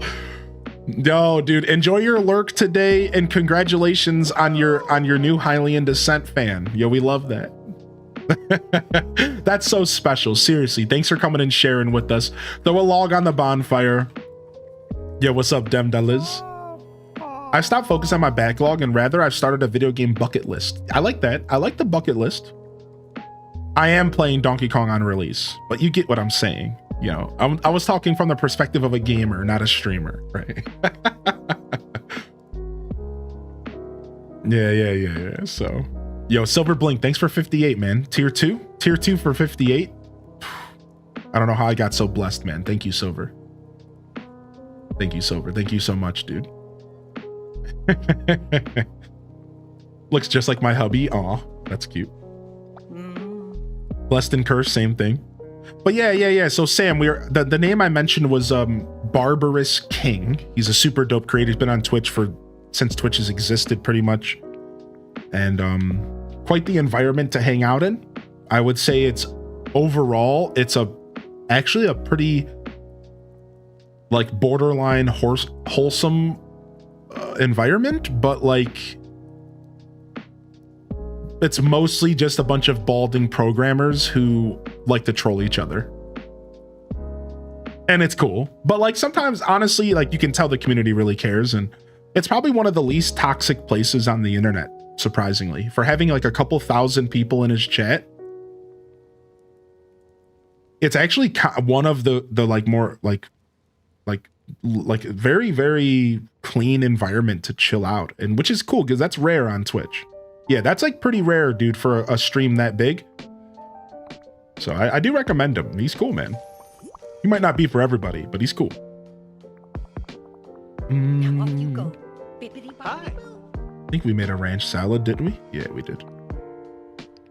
But yeah, we were just talking about like the cadence of playing games and like my philosophy towards how I push through games as a creator and my plans as a content creator, and like how I'm trying to find the perfect balance between how long it takes me to play something and like I'm honestly getting into like storytelling and world building and stuff. It goes pretty deep, actually. Like I'm getting into like I've actually been doing a lot of research on like the art of storytelling, and I'm learning how to integrate that into my stream and how I approach games.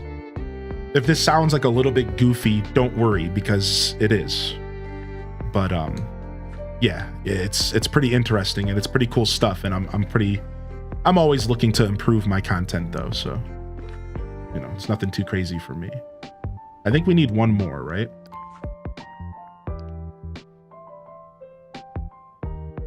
Yeah, we need one more. All right, let's go find one more.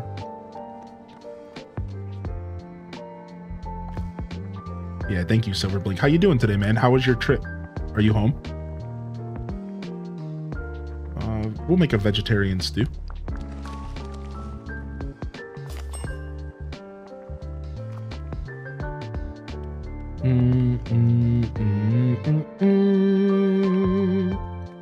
All right. Hey there.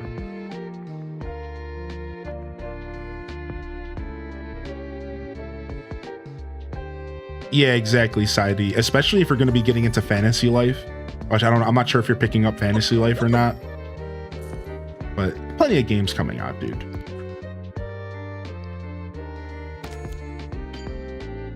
Harvest canola. Hey, all right, we got that quest that we were told about.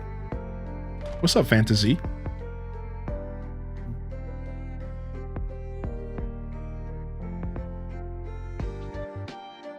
I like the own thing at own pace type. Yeah, and that's what we're talking about. Somebody gave me a compliment about how I clearly do things at my own pace, and I was sharing my thoughts on it. Like, yeah, like that's definitely by design. Like I'm unapologetically myself, you know, and like I think that's what makes my stream unique. So I've actually gotten complimented multiple times over these 6 years by all sorts of people about the way that I approach games, and I'm a very detailed, I focus on the little things. I'm a very paced gamer, and I like to, in some ways you could say, thoroughly go through games, but I think it's even less that I go through them thoroughly and more that I like the details. The small things matter to me in video games, from sound effects to dialogue. I like to kind of absorb it all. The same way that I listen to a full album instead of just single songs with music, because I want to absorb it all. So I've always been really honored when somebody gives me a compliment like that, because it's really cool to be complimented for something that's just you know? Like that's the highest of compliments. When somebody just kind of compliments you on something that just kind of makes you who you are. It's like, yeah, that's just who I am as a gamer, and like I'm really proud of that, you know.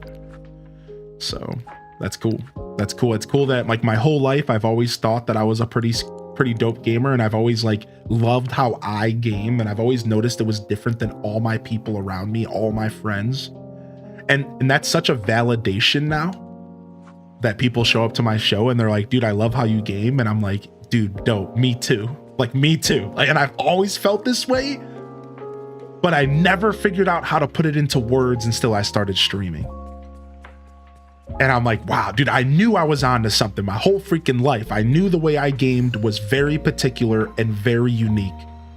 And it was streaming that really taught me that like my unique voice is super cool. Like, yeah, it makes me pretty proud. Yo, thank you, Sam. I appreciate you, bud. Thanks for the kind words, man. Somebody get this guy a rotisserie chicken. I'm just kidding. I mean, unless you're hungry, you can have one. I'm just joking. Fantasy is one of your favorite 3DS games. I could not wait for the Switch 2 release to start playing. I've been waiting years for this sequel. we don't even know if we're getting a Switch 2 release for that game, right? Like, I'm not sure if they've confirmed that. All right, we got our conversation with the demigod.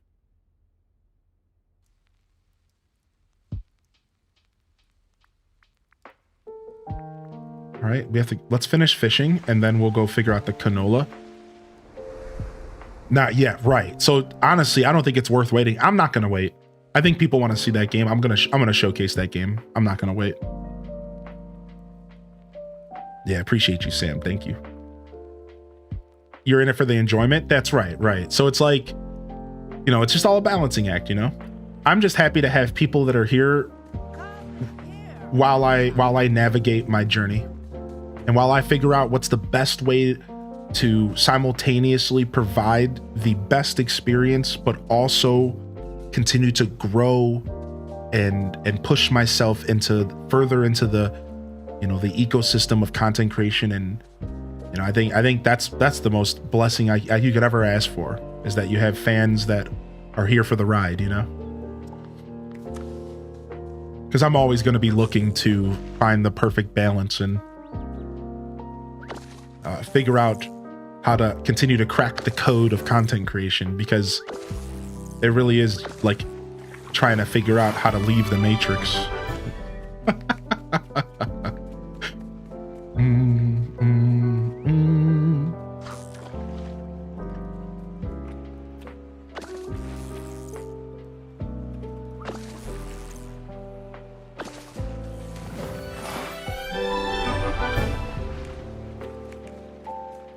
That's funny.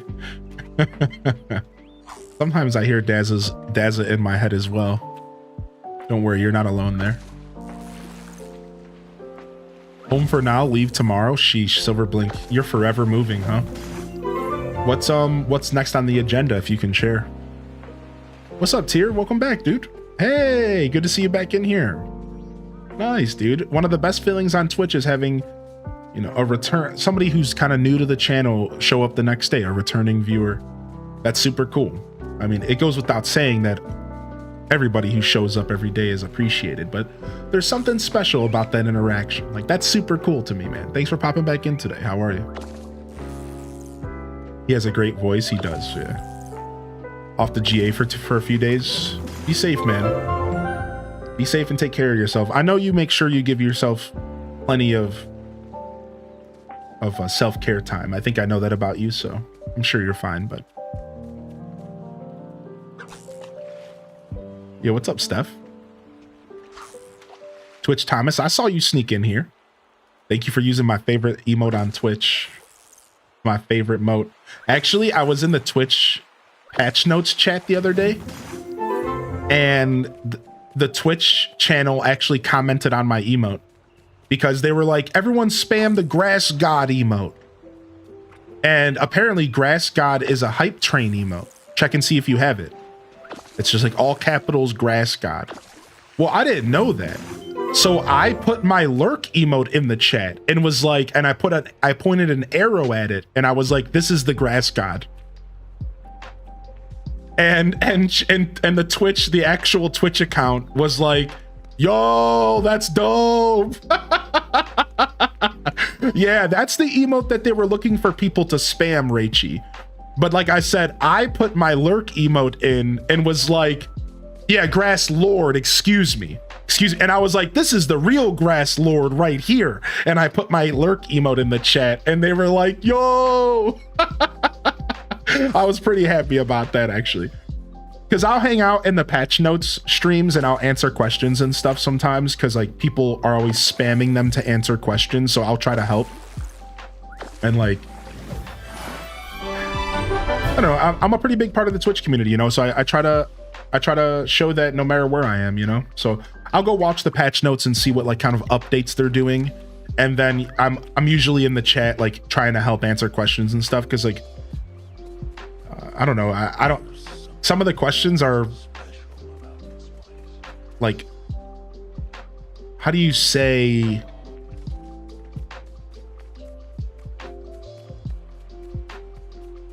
like badly placed.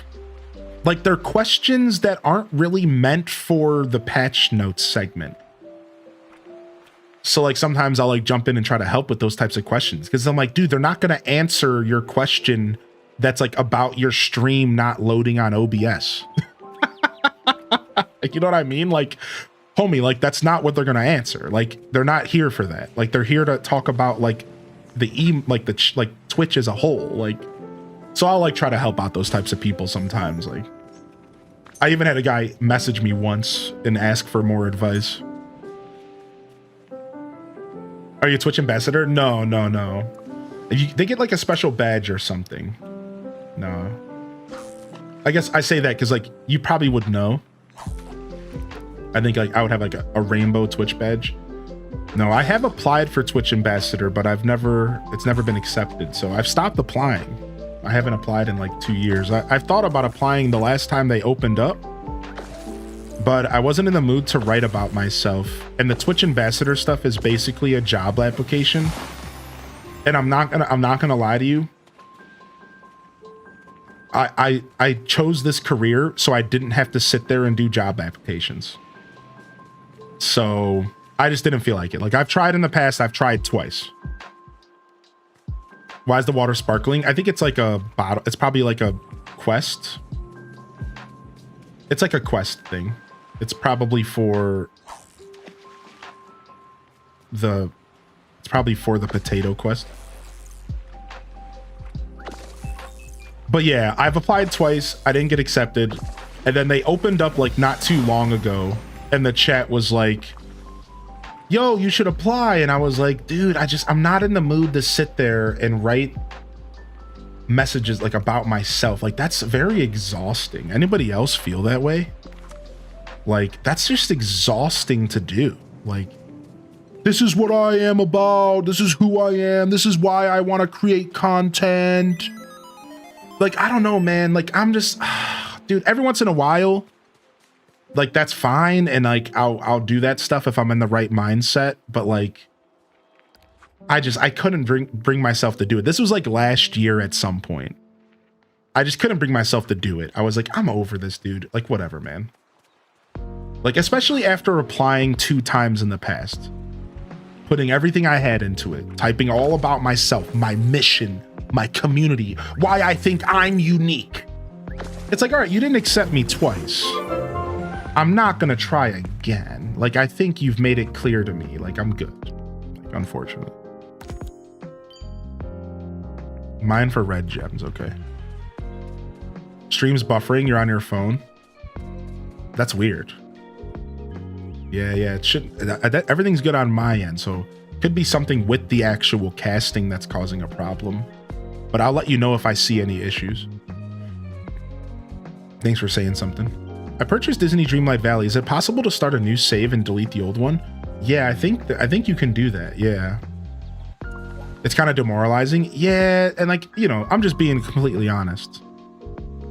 Yeah, Alice can change sizes apparently. Isn't that cute? She can be as small as Buzz and Woody, but she can be as big as this. Isn't that so cute, dude? She changes sizes. What a cutie, man.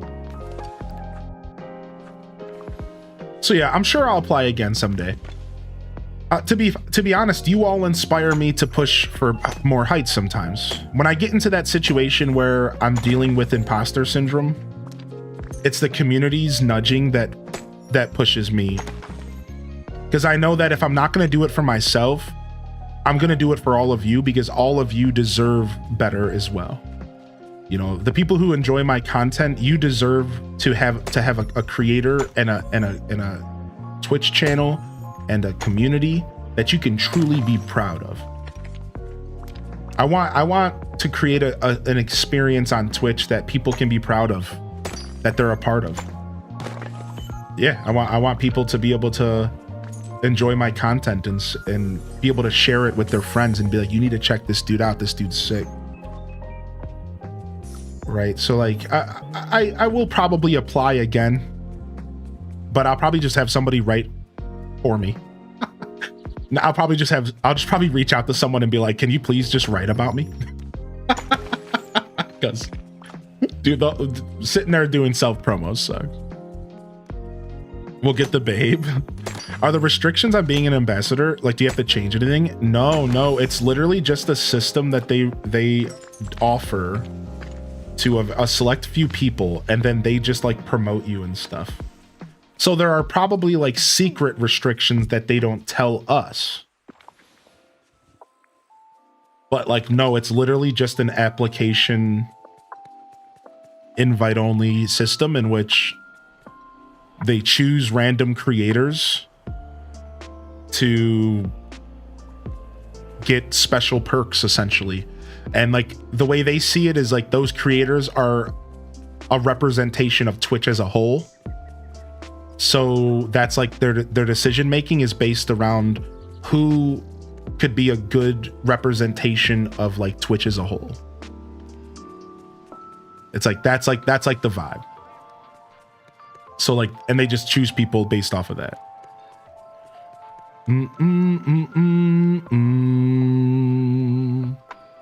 I ask for bios kind of regularly. I usually send them to someone else wrote about me. Yeah, the bio stuff.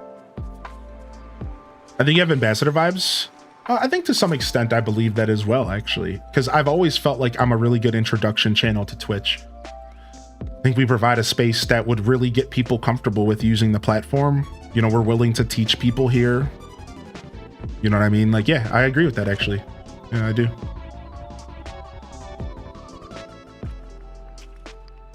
But, you know, I'm neither here nor there about it.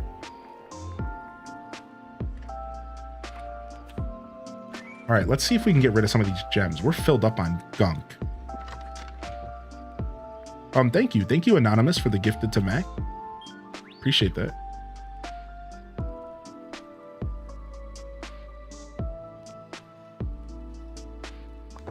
Boom. Now we're cleaned up.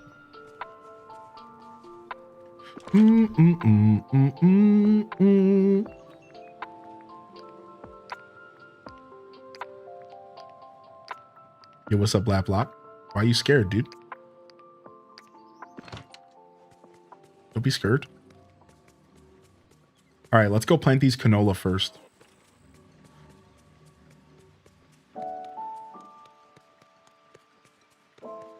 You don't need to be an ambassador to make this community proud. I'm sure we already are. Oh, thank you, dude. Like I said, I think for me, it's just wanting to make sure that y'all are getting the best. That's why the value exchange as a creator is I'm going to give my 100%. That's the exchange, you know? I'll keep doing my best by all of you and by myself. Thank you for saying that, though. I appreciate that.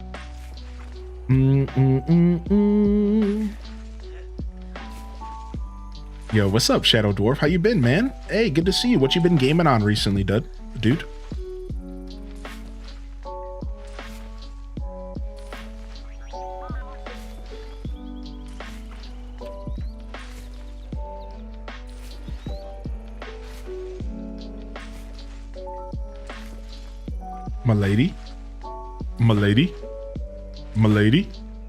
My lady. All right, we need to plant 50 of these cannolis and harvest them. Given the DDV vibes, I open up my vault. The Cheshire Cat scared the bejesus out of me when I was younger. Really? No way, dude. I was a scaredy cat, but I never got scared by the Cheshire Cat. That's pretty cool. I think that's neat, actually. We shouldn't have to pay with real money for moonstones. I wish we could pay with in-game money. Yeah, now there is a good amount of ways to earn the moonstones in-game. However, you do need to play the game pretty regularly to make it like a pretty worthwhile system. Oh yeah, I don't think it was a bad thing that you asked at all. Yeah, not at all. Yeah, thank you though. Thank you for being so considerate. But no, it wasn't a bad thing at all. Not even a little bit. Yeah, I don't mind talking about it.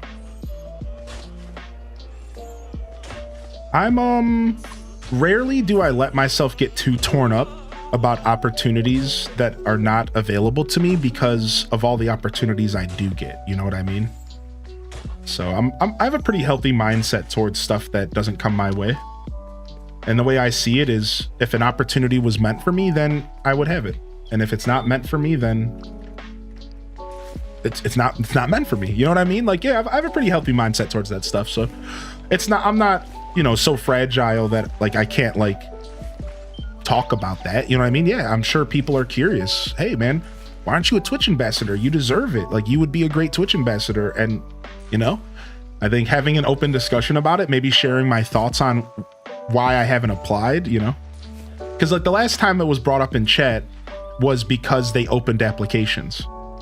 And I remember at the time I said the same thing. I was like, yeah, I don't know if I want to apply this time. The chat talked me into it, and then I never ended up doing it anyways. Because again, I didn't feel like writing about myself. So let me tell you this, chat room. Did you forget something? You miss 100% of the opportunities that you don't take. So I couldn't be mad about not getting an opportunity that I literally didn't apply for. The first 2 times it didn't work out. That's cool, you know, but you know,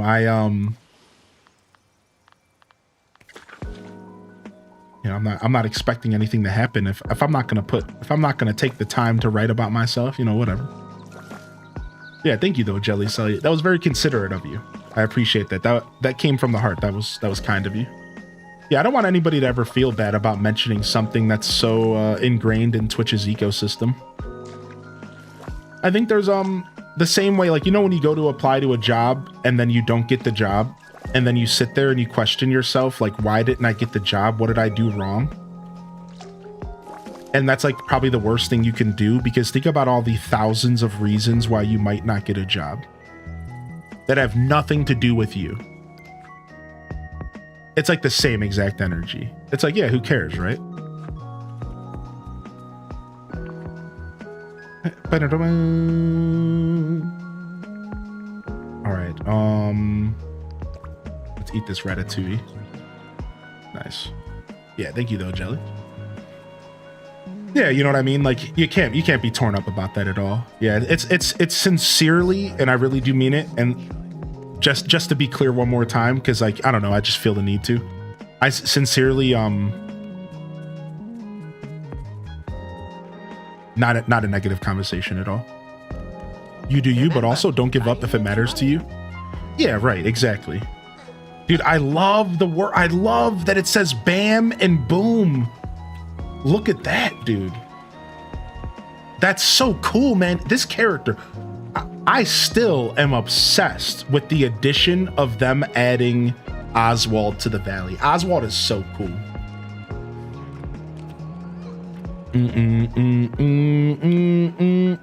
Yo, what's up, Spencer? Yeah, we took a big break from this game, dude. Yeah, that's why. Yeah, you've been following me for a while, dude. Sorry about your fever. Yeah. Yeah, so Spencer, just to give you a little bit of my history. So about a month after the game came out, I picked it up and I fell in love for like 300 straight hours of gameplay. I have about 40 to 50 episodes of this game getting ready to be released on YouTube. If you'd like to check out some of my past content, there's already a couple episodes waiting for you. Hit that subscription button. But I brought this game to a dead screeching halt. So you're not crazy. Like I 100% was like, I am done with the game for now. And I only played it last year around updates for sponsorships, and I was good. So yeah, you're not crazy at all. So I came back for the Alice in Wonderland update this year. This is our first time playing this year. And I told the community that I'd play for a couple days in a row, and we could sit back and relax and like really check this game out. So that's what we're here to do. Yeah, so if you're enjoying this, if you like this game, jump in the chat, join us, Spencer. We have a pretty decent Disney Dreamlight Valley community. And we also have a section in the Discord dedicated to DDV as well. Yeah, so don't feel crazy at all. No, I took a bit of a breather from DDV. I'm looking to play these next couple weeks and enjoy it alongside y'all.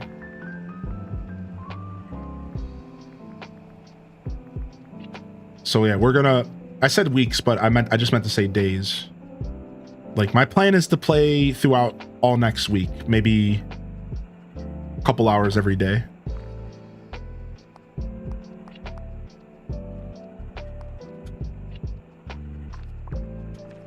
So yeah, essentially, I felt like taking care of the community, and I know we haven't played DDV a ton in this past like year, so I wanted to take care of the community and do some DDV with y'all. So here we are. You haven't played since Beauty and the Beast, yeah?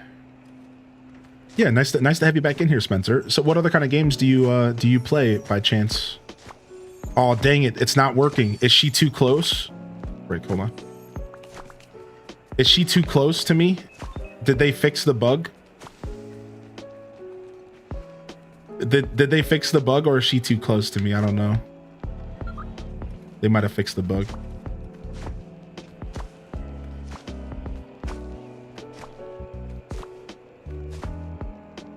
No, we were just a little too close, I think. Coral Island, Stardew, Fortnite, Variety. Nice, dude. We like a good variety king. I'm a pretty variety focused gamer as well. Like outside of stream and a little bit in stream. Bow, now, now. Meow, meow, meow.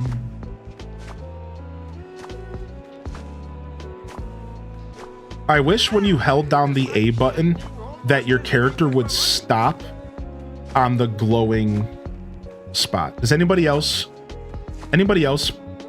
wish that, like when you're harvesting, if it turns gold, that it would stop and just sit there and pick it if you're holding the A button? It doesn't do that. It just goes right past it. It's kind of obnoxious. What other hobbies do you pursue in your days off? So I'm a diehard gamer, so when I find the time, I do pursue gaming. For the record, I do pursue playing some off-stream games, stuff that either just doesn't fit the stream, or I'm not in the mood to showcase, or something just really personal that I've had an itch that I cannot wait to scratch. Like Pokemon Gold for Game Boy. I've been playing Pokemon Gold, right? So I want to make it clear that I still game as a pretty heavy hobby. I do a little bit of cooking in my free time as well as a hobby.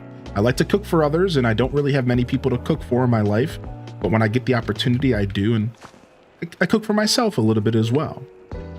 And my third biggest passion, so my three passions are gaming, music, and cooking. And music. I pursue music a good amount in my free time. Now, maybe not as much as I used to, but I love sitting down and listening to a record or just throwing an album on and going on a walk. And that takes me to my next hobby that I pursue is like nature. I've always been a nature buff, and I'm trying my hardest to get back into like being just a nature fiend, if you will. A nature boy, but don't call me Ric Flair. And that's actually kind of a part of my journey as well, is like I go on a lot of walks. I'm trying to get out of the house more. I'm gonna start hiking again now that I live in an area that is relatively close to what we call the Valley in Ohio. It's also known as the Emerald Necklace in Ohio. Now that I live, hold on, you guys ready for it? Hold on, wait. Is she not gonna do it? Wait, is she not gonna do it? There it is. What? Oh!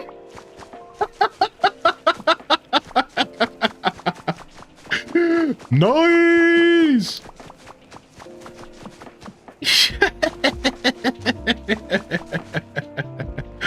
Anyways. So nature. So to answer your question, great question. I really appreciate you asking. That's cool. I don't talk about that stuff too often. Nature and hikes are something I'm really trying to focus on this year. And in my new living location. But otherwise, my hobbies are pretty much the same as they are on stream as they are in my personal life. I will say that I do watch stuff. I used to not really be much of a watcher, but I've been watching more movies and more TV than ever in my life because I'm just being introduced to really cool movies and stuff because my partner's a movie buff. So they get me hip to really cool stuff. So I will like spend months at a time watching The Office over and over again. I will spend months at a time watching Seinfeld over and over again, but usually that stuff is just like in the background while I'm doing other things like maybe gaming. One hobby I haven't mentioned that's honestly a pretty big part of my life is Magic the Gathering. And I put it down not too long ago. I stopped pursuing cardboard Magic and only playing what's called Magic Arena, which is like an online version. But I'm thinking about getting back into cardboard Magic. Some people around me are playing, and I kind of want to start participating again. Speaking of, would you consider the Pokemon Pocket TCG a hobby all in itself? Because I don't even think that's gaming. I think my addiction to Pokemon Pocket TCG is its own hobby. Because I'm playing that game like all day sometimes. You've missed like an hour of this game, about maybe an hour and a half. Not too much. So yeah, that's it. That's pretty much it. I think if I go any further, then I'm gonna have to offer you my credit card number and social security number as well. A little bit of biking, card games, Magic, Pokemon, the app though, Magic kind of the app as well. Yeah, that pretty much sums me up. I like going mall ratting and going poking around the malls if I have somebody to do it with. Just kind of window shopping. That's kind of a fun little hobby of mine.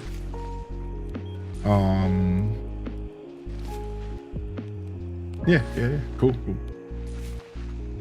Proceed.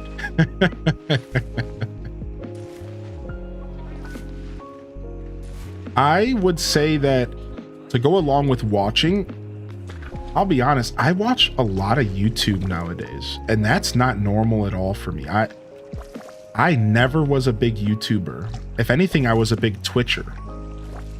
But I watch a lot of YouTube nowadays. A ton. SSN please H-Day clap. What started off was me doing market research, ended up turning me into a fiend for YouTube.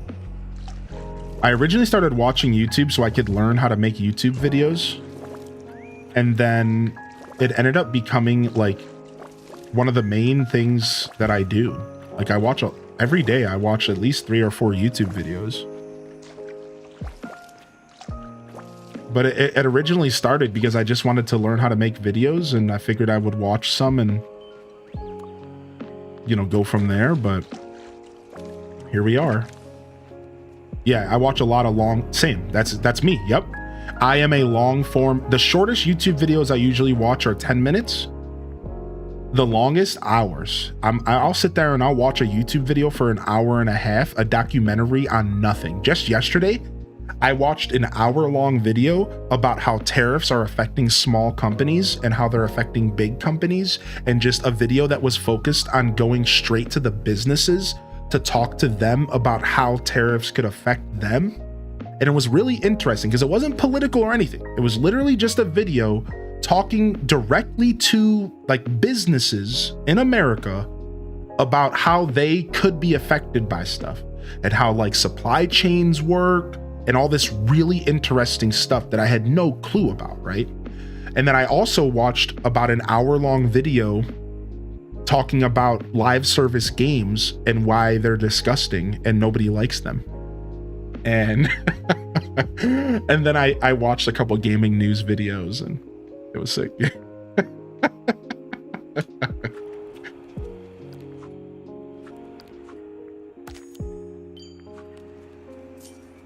What's a live service game? Like a game that is constantly updated and it's only online. So like a good example of that is like an MMORPG, right? But you know, the conversation isn't that all live service games are bad. It's just that live service games have turned into a business model that is like ruining business, like companies, because they're trying so hard to like be the next Fortnite and to like,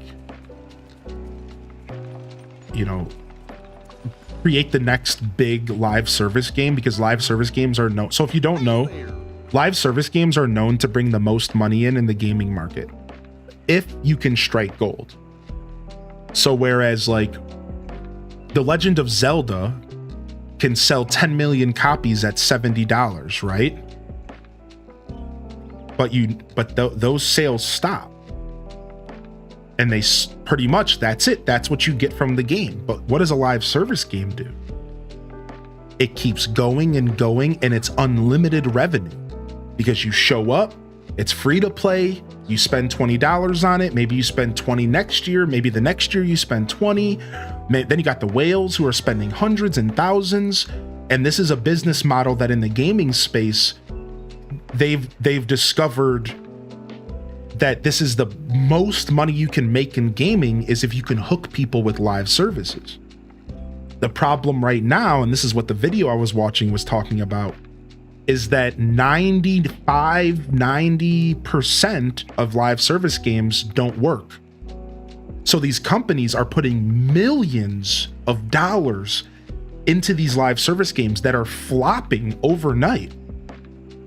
And then the companies are going under, developers are being fired, IPs are being sold, and it's because instead of going to the tried and true, make a game, sell a game, Everyone is chasing the bag, this imaginary Fortnite, World of Warcraft, Final Fantasy Online mystical bag that only like 1% of the developers figured out how to perfect.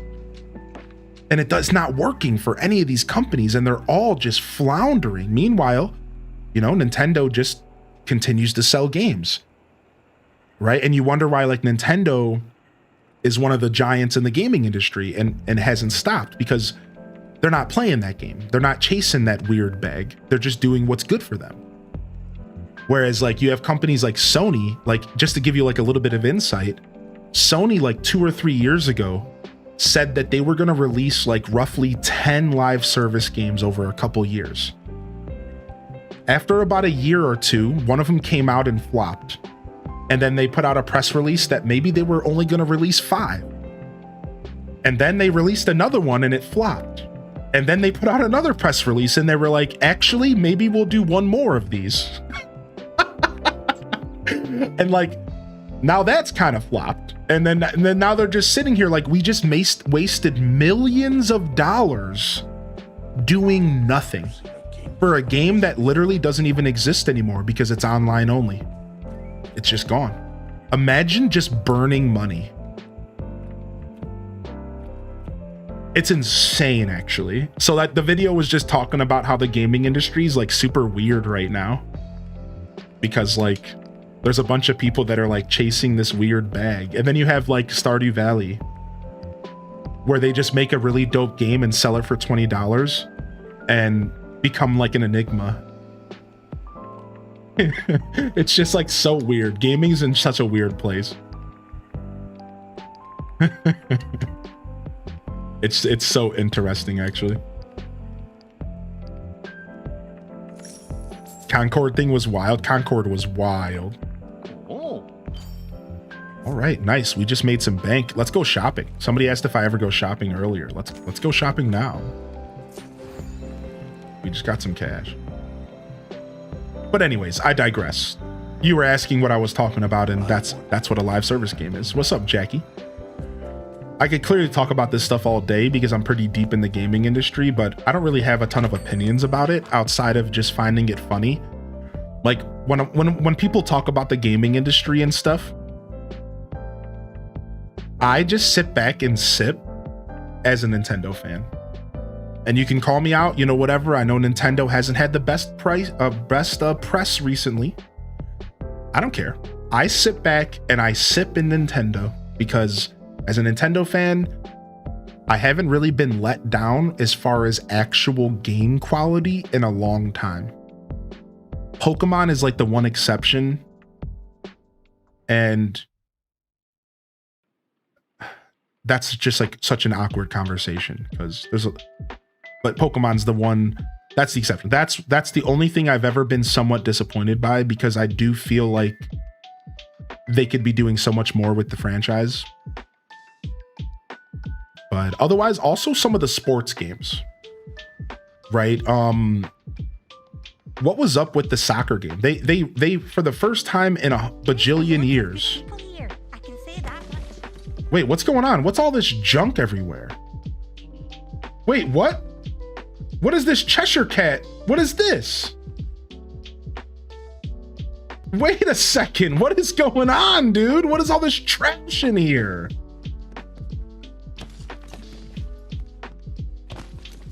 Mannequin madness. Why is there so much trash everywhere? Clean up Scrooge's McDuck's general store. Okay. This feels like a day where everything can happen. Cool. It's the Chaos Cat. Nintendo may be getting bad press, but the pre-sale says fans are feeling differently. Yeah, exactly. But yeah, the point I was saying was like, I don't know. I think that I think the money that I spend on gaming is pretty well spent personally. And I say that as a pretty confident Nintendo fan, even if, Greetings, neighbor. you know, they make some mistakes sometimes. Goodbye now. Toodaloo. Yeah, that's fair, Mac. I think budget gaming gaming on a budget sucks, and you have to make some decisions that it can be tough. I think that the Switch 1 is going to be supported for a long time, and I don't think you're going to be missing out on a ton. The valley is coming along nicely. Hopefully what you can do is save money, and by the time they release a new Animal Crossing or something, you can get down. You know what I mean? Like for anybody out there who, whether you weren't able to get a Switch or you just can't afford one, we're talking about the Switch 2. I think, yeah, I would just sit back and relax and maybe try to save for now and just chill, because there's really not a ton going to the Switch 2 anyways. Like, I'll be honest, the launch lineup is mostly just old games. It's like stuff that you could have already played over the past 2 years. Like, let's be real. And then it's just like a couple games. So.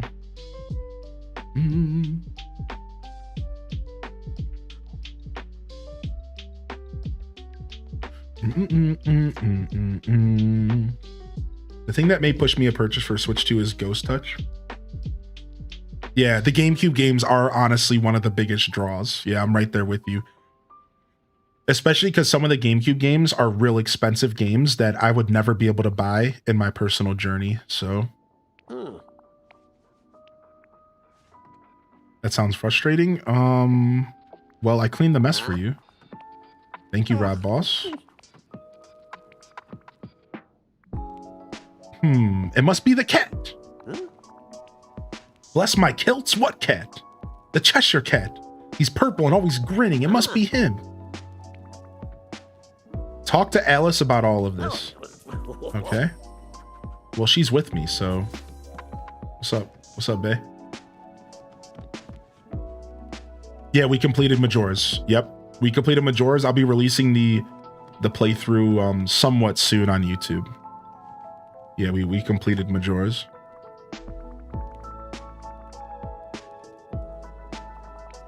I'd be happy to help. Something strange is happening to a mannequin in Mr. McDuck's store. I'm not sure how to help him. Well, it's a good thing I'm no stranger to strangeness. I love that. Go look at that mannequin together. All right, nice. I'm the Cheshire Cat's lawyer. Get out of here.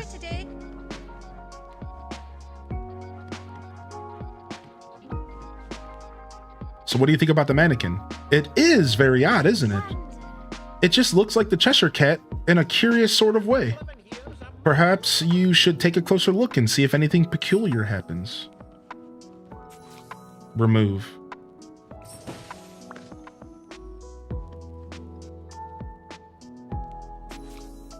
A new mannequin? Interact with it too. Wait, another one appeared? What the heck?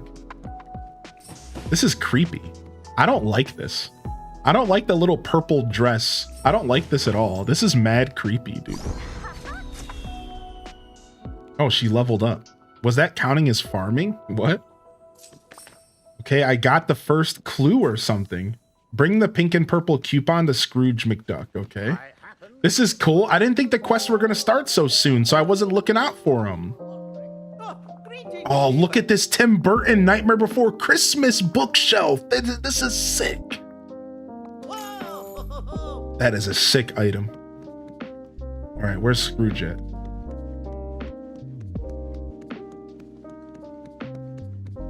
There he is.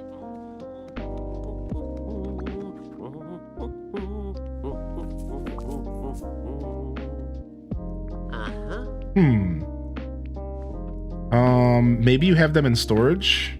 I think so. Well, it has to be for something, unless it doesn't. As I live and breathe, there are some new things in my inventory. How strange. I don't remember these items at all, but, well, they're available. If you have a coupon and business is business, I can order these for you right away. I think living here is a marvelous opportunity. Purchase items from Scrooge's delivery system. Purple cat ears and what else? Cheshire Cat slippers. Oh my lord.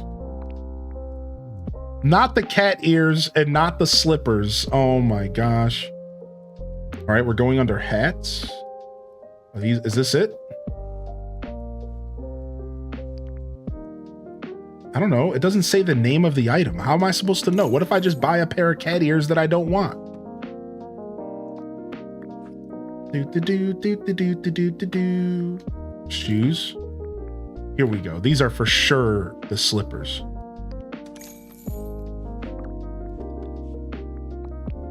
Remember, time is money. Put on your new items. I knew they were gonna make me wear this.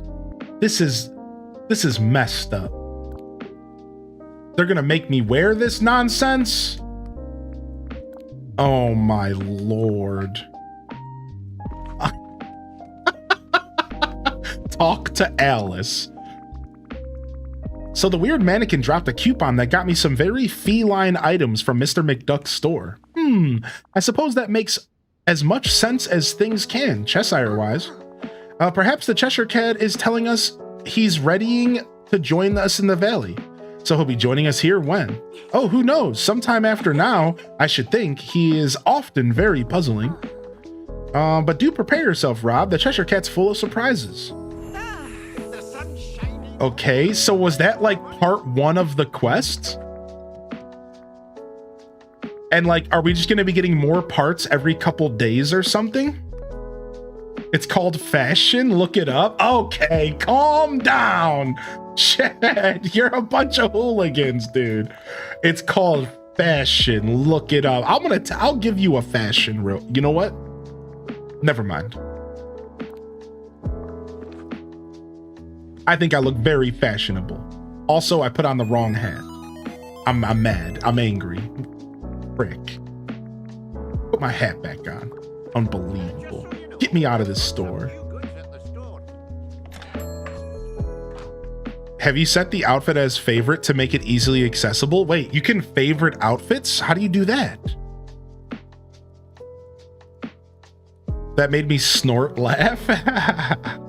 Up to 4? Ooh, that's like the wand in Animal Crossing. Yo, thank you again, Shepard, for 38 months. I might have missed that, Shepard. How you doing today, dude? Hey there. Good to see you, Shepard. So go to wardrobe. Favorites.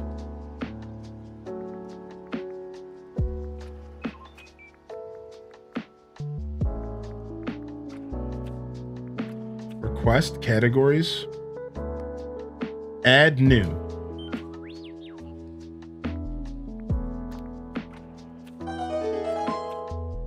I got it working again. Party hat. I'm doing my sub celebration a little early, so I won't forgot. So here is fun fact of April. Did you know it's illegal in Japan to put ice cream in someone's mailbox? That's the first thing I'm gonna do when I go to Japan. Dude, you can't tell me what to do.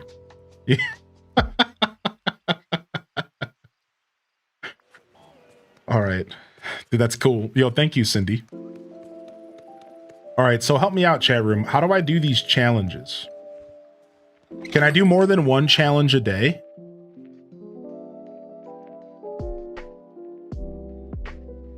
Only one a day, so this is time gated. I should have did one yesterday. So I'm assuming I talked to Daisy about this. Oh, it's you!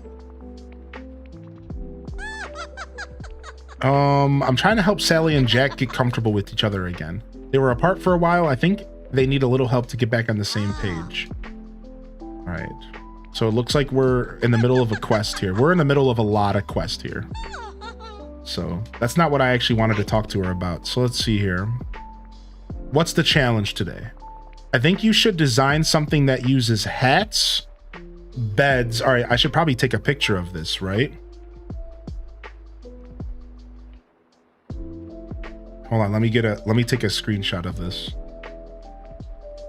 It tells you? Okay, good. Goodbye. So is this where I do the challenge?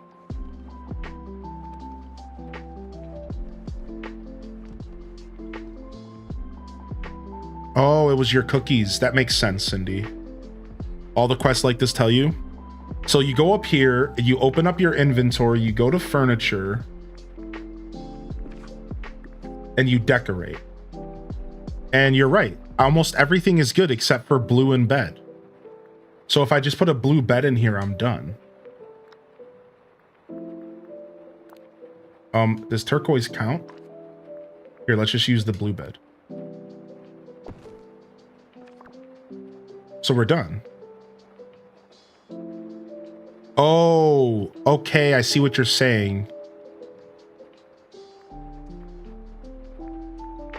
There's two different blues. So I think, so if I click on the mannequin, it's checked out. Okay, so maybe these purple pants count as blue, so we're good. Oh, there was another mannequin in the corner. Oh, maybe that's where the blue came from. Armor Rob. Sick. So then do I just talk to her and say, did I complete the challenge? Squirtle, don't be a stranger. Okay, I'll cool. have a whole new baby by the time this expires. Time is fake. Nugs, what's up, Nugs? Okay, so once a day. So we have to come back and do that again tomorrow and we're good. Okay, cool. All right, thank you, chat room. Thanks for helping so much. Thank you, Nugs, for the 26 Prime, dude.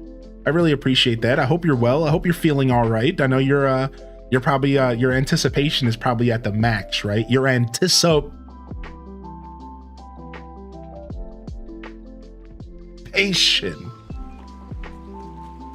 I was actually holding my breath like a weirdo.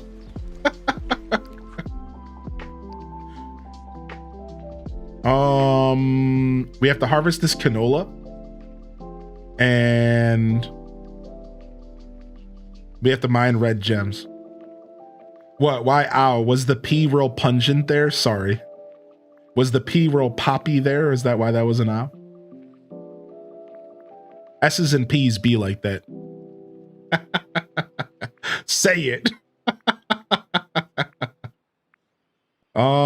We're almost fully time gated here. We only have 2 missions we can do. Sam, we can only do 2. We're almost fully time gated, which is honestly probably the best case scenario for the star path, because then it kind of just allows me to do other stuff for the day, you know? All right, so let's go check the canola.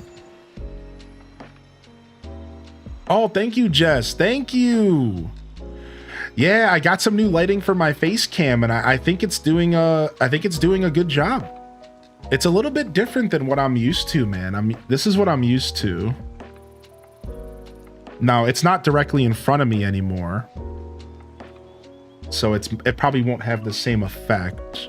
Yeah, it's not going to have the same effect, but either way, I scooted it over, so it's not directly in front of me, but I switched over to I had this ring light sitting around the house for scuffed deets, and I was like, why don't I give the ring light a try, because it'll give me light directly to my face, and that's what I was needing. And turns out this $30 whatever dollar ring light is actually super good. It's actually like a fired little device. So this will be like a nice stopgap until I maybe pick up something a little bit more professional. And mostly when I say that, I just mean like I might pick up something that is maybe a little bit more, I don't know. This ring light on one hand is clearly doing a great job, but on the other hand, it kind of feels like a toy. It doesn't really feel like high end. Like it feels like a toy. Like I could pick this up at Five Below. But sometimes the cheapest stuff works the best. You learn that as a creator. We've had that talk about the green screen. So it's a weird conversation topic. I don't know, man. But I'm gonna still be evolving the lighting. We're not quite at our final form yet. I might end up sucking it up and pulling another light over here, because I have like a shadow. I'm creating a shadow because I have a light over here, but I don't have one above me over here. So we'll see. I might make some more adjustments, but thank you for saying something, because the ring light is actually doing a gorgeous job. I wasn't expecting the ring light to be this good. Like, I don't know, man. Sometimes cheaper technology will surprise you. And I think that's such a cool thing, you know? I don't know how much the ring light was. It was a gift, so, but I think it's pretty cheap, so. If it looks good, does it matter? Bingo. It doesn't. Correct. It does not matter. All right. The last thing we have to do is mine for red gems. So where can we find red gems? The peaceful meadow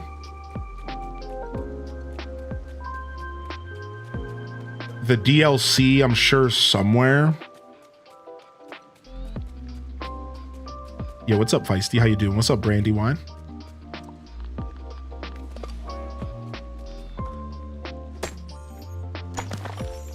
This isn't even my final four.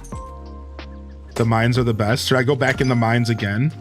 Earlier, I got nothing but rubies in the mines. I bet you I go in there and I get nothing but sapphires. Knowing my luck,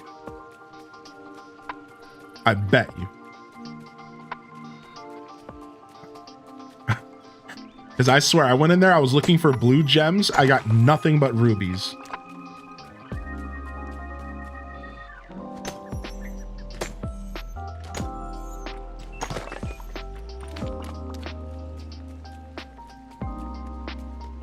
Alice is huge. Apparently she can change sizes. It's actually really cool.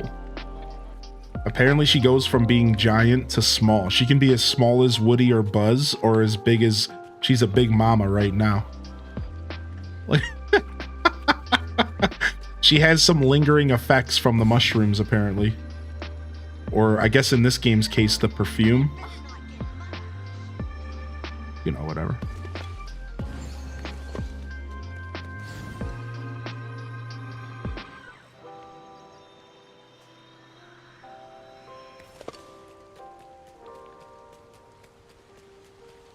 All right, back into the mines we go. Let's see if we can find some loot in here.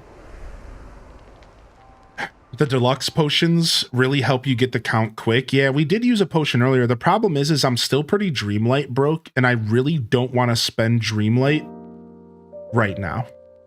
So until I get a little bit more Dreamlight in my life, I'm kind of avoiding spending Dreamlight because I want to unlock Aladdin. So otherwise, I did use a potion earlier, but I'm just gonna hold off for now.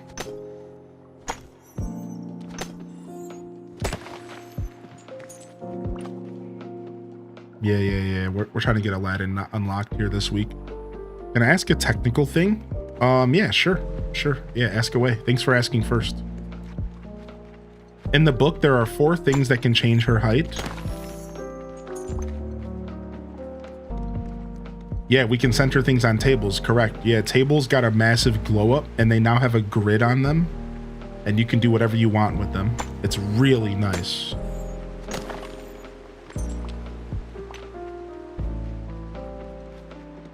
Probably one of my favorite features of this update. Oh yeah, I'm so behind. I still don't have Mike or Sully here as well.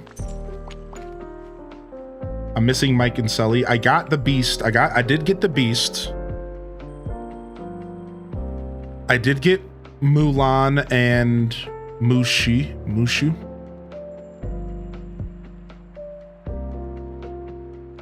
I don't have all the DLC characters unlocked either, I don't think. Maybe I do? I don't know.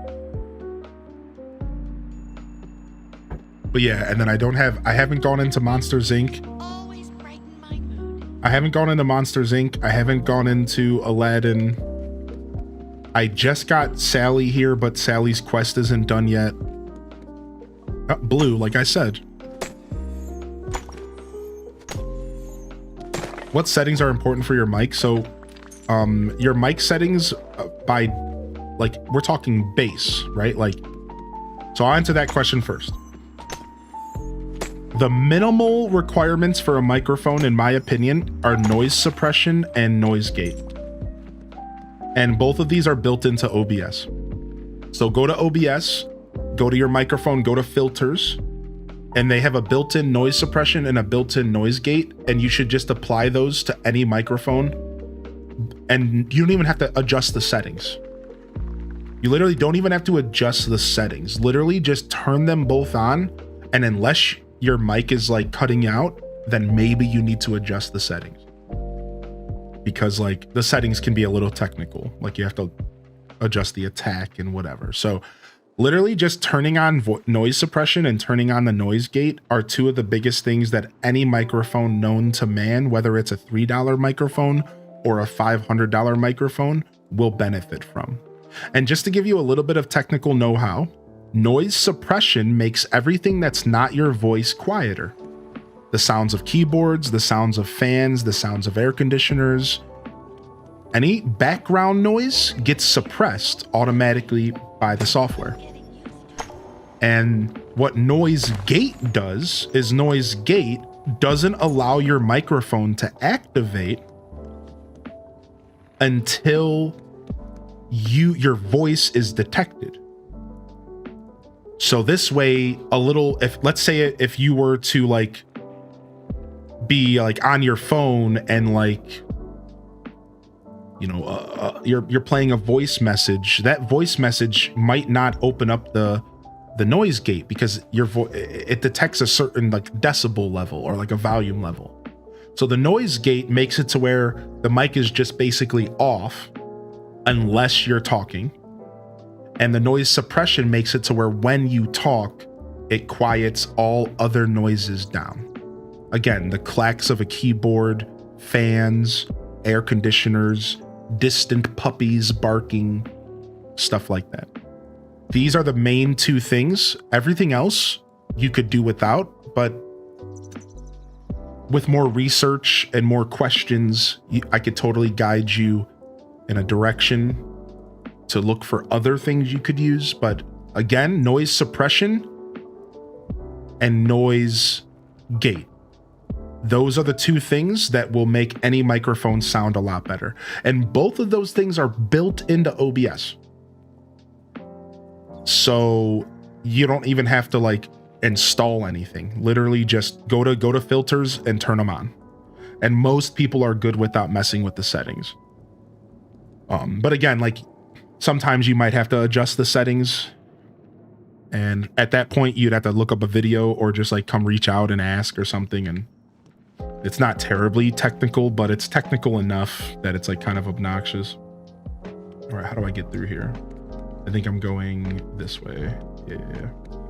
So the second question, once I was playing a game, this is Cinderella. And the game was fine, but when it came to the end boss, I was seeing everything normal, but if I looked up to my preview, I saw I was lagging. Eventually I gave in because I couldn't seem to fix it fully.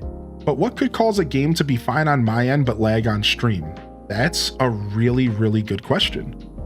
And the only answer I have for you without knowing your specs and stuff is, so the type of capture you're using for the game. So for example, you know how there's game capture, window capture, display capture, and all of those things in the back end, Cinderella, and you can choose which one that your game is going through. That could have been affecting what was going on OBS. OBS could have been having a problem with the type of game capture you were using. Now, here's like a little pro tip, and this might not be relevant, but let me just say it. Supposedly, you're never supposed to have a display capture and a game capture in the same scene. So you know how you have your scene, like this is my scene right now in OBS? You're never supposed to have a display capture and a game capture in the same scene. This is known for causing issues in OBS for like the past decade, apparently. And like, that's the first thing that comes to mind when you mention lagging on OBS, but the game itself wasn't lagging. That's the first thing that comes to mind, is your OBS was having some sort of issue with something like that. And it didn't like something was crossing wires and it was causing an issue. Now, again, this is just a wild assumption. I'm gonna be honest, I can't really give you a solid answer because there's so many technical moving parts, Cinderella. I just really can't help that much, but that's the first thing I would look into. And otherwise, you would want to make sure that you're taking a look at your resources. So even though the game was running fine for you, you could have maybe been asking too much of OBS for some reason. Now, I know your first thought is, Well, then why wasn't the game lagging? If I was asking too much of my computer, then why wasn't the game lagging, right? That's probably your first question. Well, sometimes that's just how that works, right? Like the game could be fine, but OBS is struggling to capture the image and ship it off to Twitch. So what you would want to do is make sure you pull up your task manager and make sure that your CPU usage is around 90% or lower, and that your GPU usage is about 90% or lower. If any of those things are higher than 90%, you're going to run into issues, again, while you're streaming. So, but again, this is probably not helping you because it's such a confusing world. The world of streaming is just so confusing. Nice. We got another red gem. Nice. All right, nice. I've been so slow going through the mines that everything reset and I can just keep going through the mines. Do you guys do this? What the heck? I didn't think these things came back so fast. By the time I got through the caves, everything reset. I can just do another loop. That's actually kind of cool. I thought it would take a lot longer for it to reset. Now I am yapping, but that's kind of cool. Let's go again. We're looking for red gems. Most of the time they respawn by the time you're done with the loop. That's cool. Yeah, we're going again. That's why I tried adjusting the graphic settings. Yeah, I can tell you this much, Cinderella. Another thing I've noticed with OBS is sometimes you just need to restart your computer or the OBS itself, which isn't ideal while you're streaming. But sometimes OBS, it's called a hang up. It's like sometimes OBS will just get hung up and like something happens that you're not expecting and it just gets confused and it won't fix itself until you restart your computer. Like straight up. Like if you ever have an issue like that again and you're okay with restarting your computer real quick, sometimes that will solve every issue with OBS. Because like for some reason just turning OBS off and on again doesn't work. And like you have to do a full blown out computer restart. So yeah, that's why like nowadays I actually restart my stream before my computer before every stream. Yeah, now I have to restart my whole computer before every single stream now. Now I know in some other countries, you guys probably just don't leave your computer on overnight, but I do. So this might not be relevant to you, but like I leave my computer on most of the time. So when I go to stream, I have to restart it. Does that make sense? Whereas like if you're turning your computer off every night before you go to bed, you don't have to worry about what I'm saying because you're already naturally doing that. So you're fine. So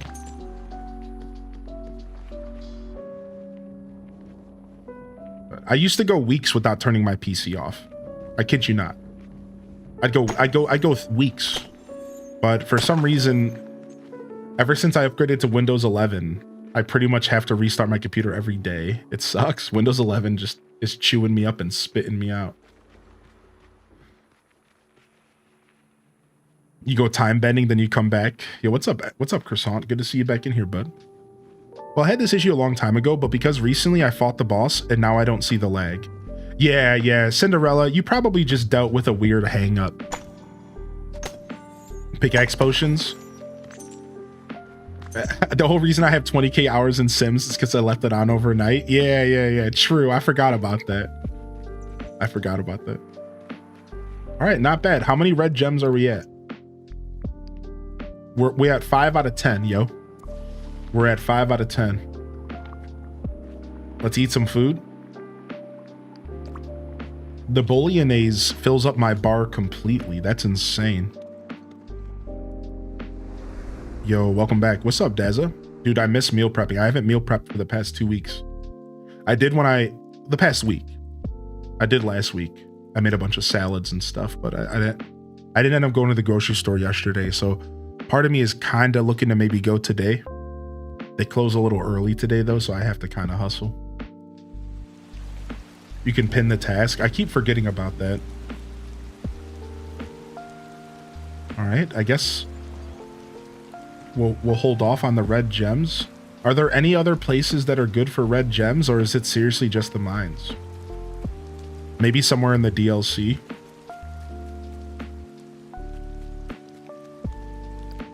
The plaza as well.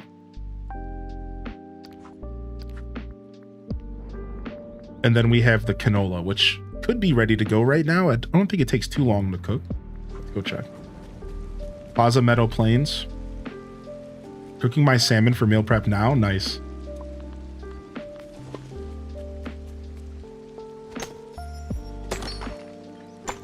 Hey, speaking of red gems. Nice. Very nice.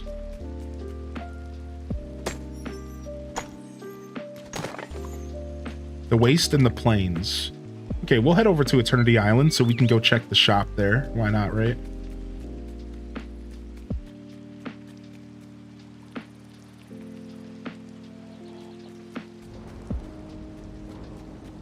The spinel's an option as well. I don't even know what that is. I mean, I know what that is, but I'm not sure. Wait, let's go check the canola real quick. Ever consider a career in design?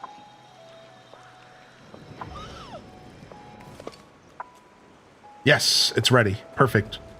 On to the next task.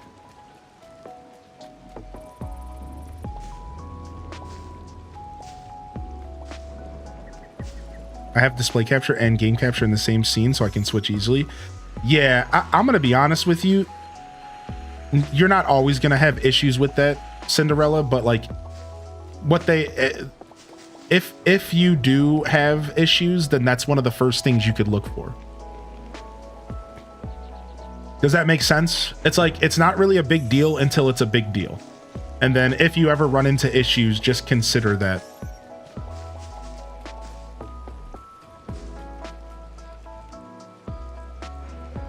Go to the collection tab and it tells you. Wait, why would I do that when I have Twitch chat? That's what you're supposed to do, Croissant. Answer my questions. What the heck, punk?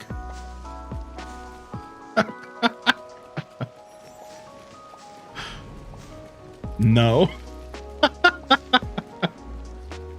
What do you mean, dude?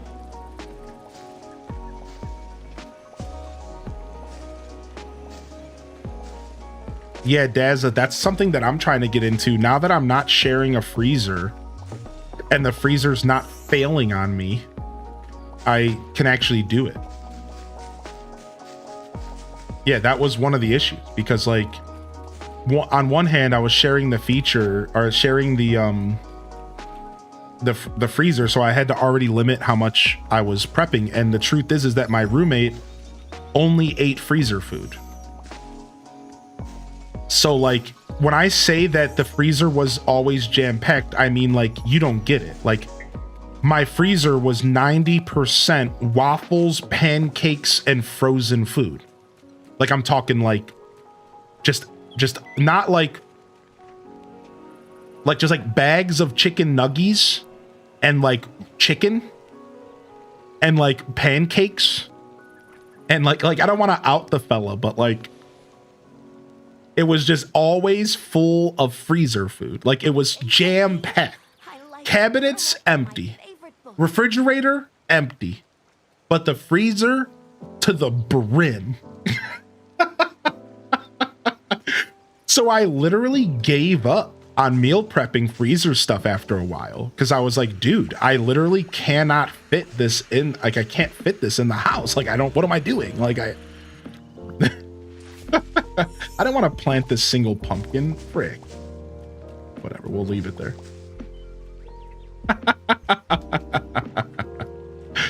So yeah, I would love to like go back to doing like long-term meal prep.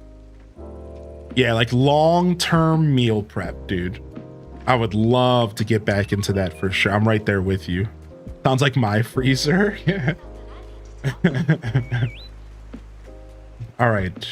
We were going to head to the DLC. We haven't gone there in a while, but first let's see what our next quest is. Tackle Royal Task.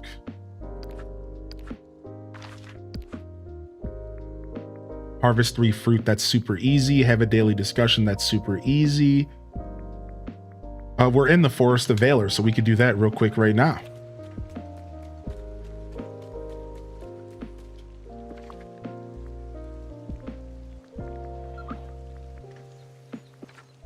Oh yeah, Scuffed Eats is possible. Yeah, I'm working on it now.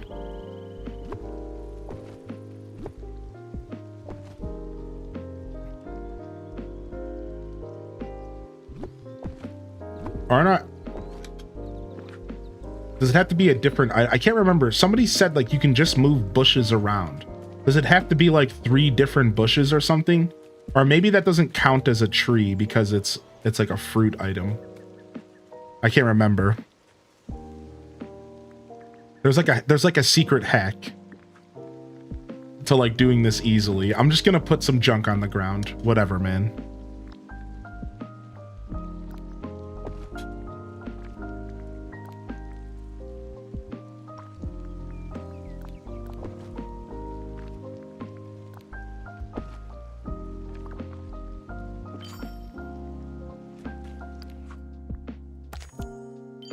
Sell 3 veggies. Ooh, nice. Easy peasy. So yeah. So my goal was to get Scuffed Eats going by the end of April or to return to the new house. Yep. And I'm still kind of on that schedule, but I might end up pushing it into May because I haven't really had time to think about it yet. Does that make sense? So for the first time ever as a streamer, and when I say this, like I'm not being hyperbolic, like I mean it, right? For the first time ever since I started streaming, I went and put myself ahead of my stream. And what I mean by this is that instead of moving into this house and focusing on my broadcast and like making everything based around my stream, I decided to decorate and do things for my personal life first. And that included the kitchen. So instead of like setting the kitchen up for like streams, I actually set my kitchen up for my personal life. And I went and like my kitchen, I haven't thought about like how I'm gonna stream Scuffed Eats at all. I've set my kitchen up for like my everyday life. And then now this week I'm going in there and I'm going to be looking at it and saying, okay, how can we make Scuffed Eats work now that I've laid a foundation down of my personal life? And like, I'm making this sound dramatic, but it's because it kind of is, because I've been a streamer first for 6 years, and I decided, you know what, like, I want to make sure I'm comfortable in my home, dude. And then I'll figure the streaming stuff out later. So you've only been pretty much waiting on Scuffed Eats because of that. And that's pretty much it. So I haven't really given it a lot of thought. So now this week I'm going to sit down and I'm going to see just how complicated it might be for me to get Scuffed Eats set up comfortably. The first couple episodes are gonna be pretty scuffed. It's in the name, so expect it to be a little weird. But I think, you know, by the time summer breaks, we should probably have it all down to a pretty good science, and we should have a pretty good system in place. So I can already tell you right now, I need a new table for that room because I don't really have a good table to put my computer and stuff on. So like I've already like seen a couple issues, and I'm like, okay, so we're gonna need a table. And then from there, we need to figure out how we're going to get cameras where they need to go. And then we also need to figure out lighting. So lighting, cameras, and where the PC and the monitor itself is going to go that I use for Twitch chat and stuff. So there's a little bit of figuring out to go. But yeah, Scuffed Eats will return. I can give you my word on that. I'm looking forward to it. And once we bring it back, we'll start to figure out and perfect it. But I'm kind of happy that I'm taking my time with it because I've been already kind of overwhelmed by my stream setup.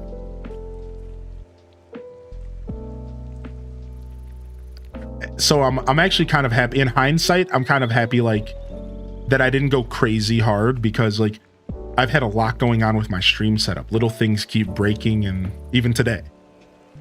So I'm kind of happy that I'm not trying to do too much at once, you know, just kind of taking it easy.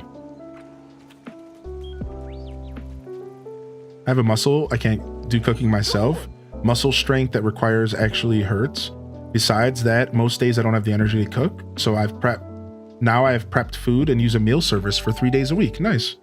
I was thinking about maybe trying out HelloFresh or something like that again to help supplement my personal meal prep. But we'll see. We'll see where things go.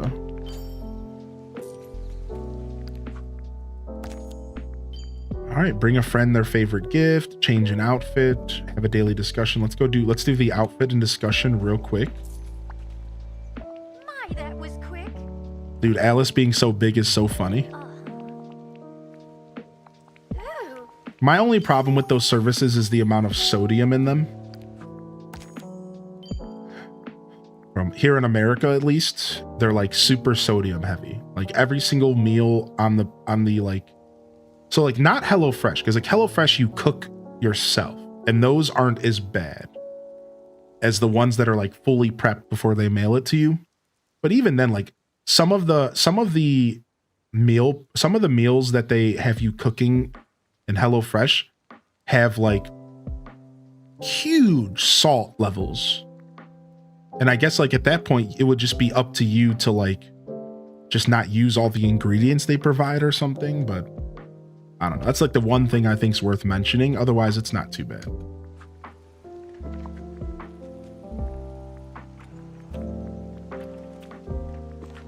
You like Factor? Yeah. Muscle issues, I feel so much right now. Oh, yeah, what's up, Toad? I hope you're okay, bud. Take it easy, man. Good to see you in the chat today. It's like HelloFresh, but instead of the ingredients, you get fully cooked meals and you just heat it up. Right. Stuff like salt and pepper, they don't supply it. They assume you season to your preference. Right, yeah. I think the salt thing I'm mostly thinking of is Factor, because those meals, again, are already prepared. Whereas HelloFresh, it's like different. You have to cook all that yourself, right? But anyways, it's been really tough, but I'm trying to be positive. I'll continue to reserve a space in my heart for you, dude. Just let you know that I'm rooting for you, and I believe you. I believe in you, rather. Words. I'm sure I believe you too, but you know, that's neither here nor there. I believe in you, dude, and you got this. All right.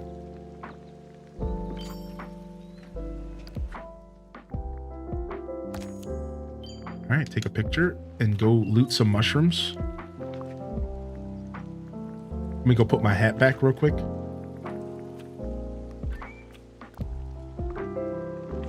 All right, let's go loot some mushrooms. And what else are we doing? Making a birthday cake, taking a picture, serving a meal in Chez Remy's. Okay. Yo, what's up, Strawberry Grass? What's up, Alt075, baby? Yeah, Alice is in big form, so she can change size, I think daily, I guess.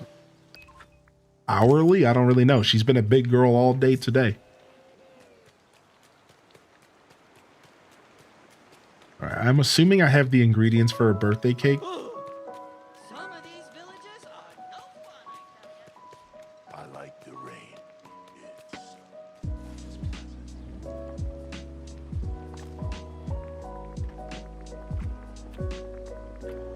I sure do.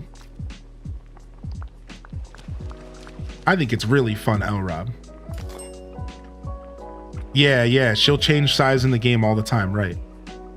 So I don't know exactly, again, like how often, but I can tell you yesterday she was normal sized and now she's big. And then some people said that she can be the size as of Woody or Buzz Lightyear sometimes. And she can run around as like a little tiny Alice. Isn't that so cool? Mushrooms and lemons. Yeah, isn't that so cool? I haven't seen the little one yet, but I think that's so neat. They do a good job in this game. There's some good update stuff they do a good job with. For those of you that are just tuning in, welcome to the show, by the way. Some of you are new out there. And I hope you're having a wonderful day so far, enjoying some DDV. If you're out there lurking on YouTube, make sure you consider hitting that like button and jump over to the Twitch channel if you'd like to come and chat with us. You'll find the link in the description below. And I do personally think that my Twitch experience is the best. So if you're new out there and you're savvy to Twitch, jump over, say hello. Otherwise, enjoy the show. And thank you for vibing with us. All right, let's go grab some lemons.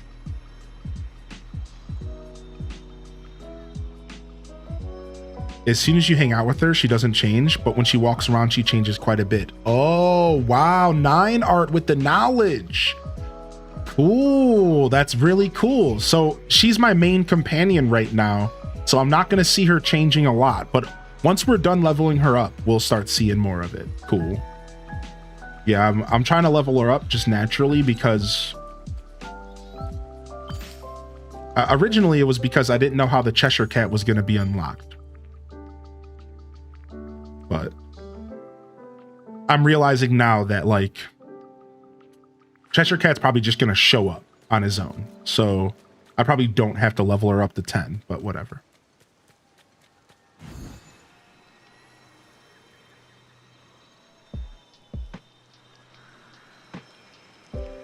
Yeah, you did miss the daily Knuckle. Sorry, Zane. We did it kind of early today, dude. You did miss the Knuckle. Go get your Knuckle on. Come back and let us know how you did. We got destroyed today. Wait, this is not what I wanted to do. I want to be decorating here. We got destroyed today. Our daily Knuckle, we got obliterated. All right, so chat says pathing is the easiest to remove and put down. So let's do path. Boom, done.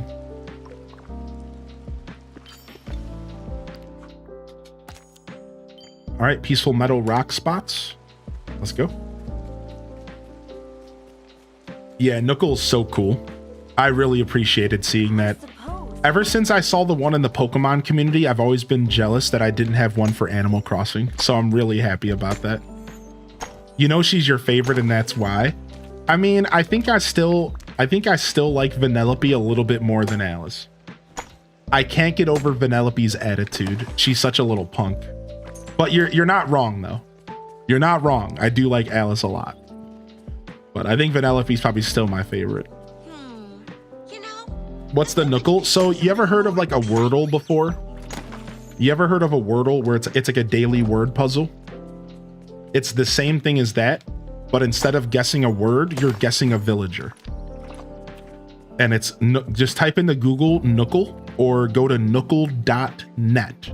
And you can do a daily puzzle trying to guess a villager, which is perfect for our community because we play villager guessing games all the time here. So if you really think about it, the Knuckle was made for us.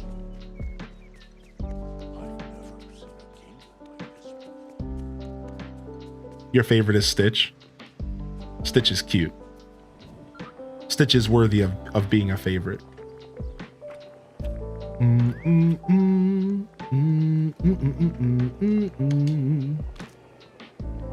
I never know the villager deets. I rely on those filters. Yeah, same. I'm thinking about as we progress in our Knuckle, we'll stop using filters as much.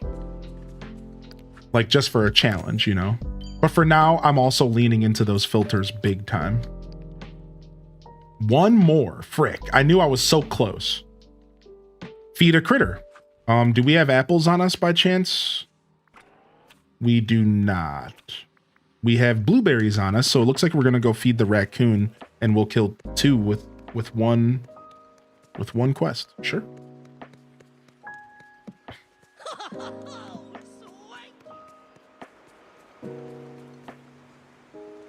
Okay, there's a raccoon. You see him running around. Kill, not kill, you know. That's not what I meant. Got it in 5 guesses, not too bad. It was like 8 for us.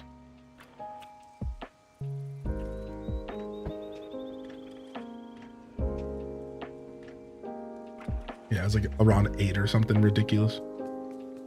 Where you at, little raccoon? I know you're over here. Please don't be in the mess of Oh, there he is.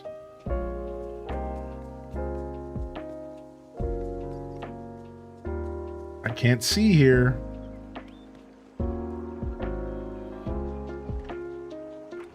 Okay, I see way over there.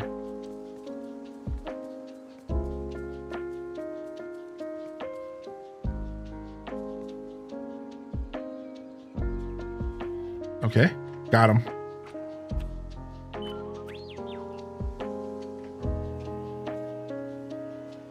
They added a little bit more animation to these critters, I think. Like, I think they made it like even easier to see what's going on.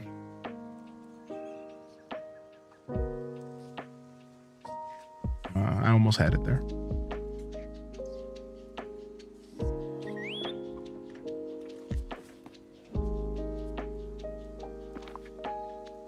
Yeah, no problem, Gers.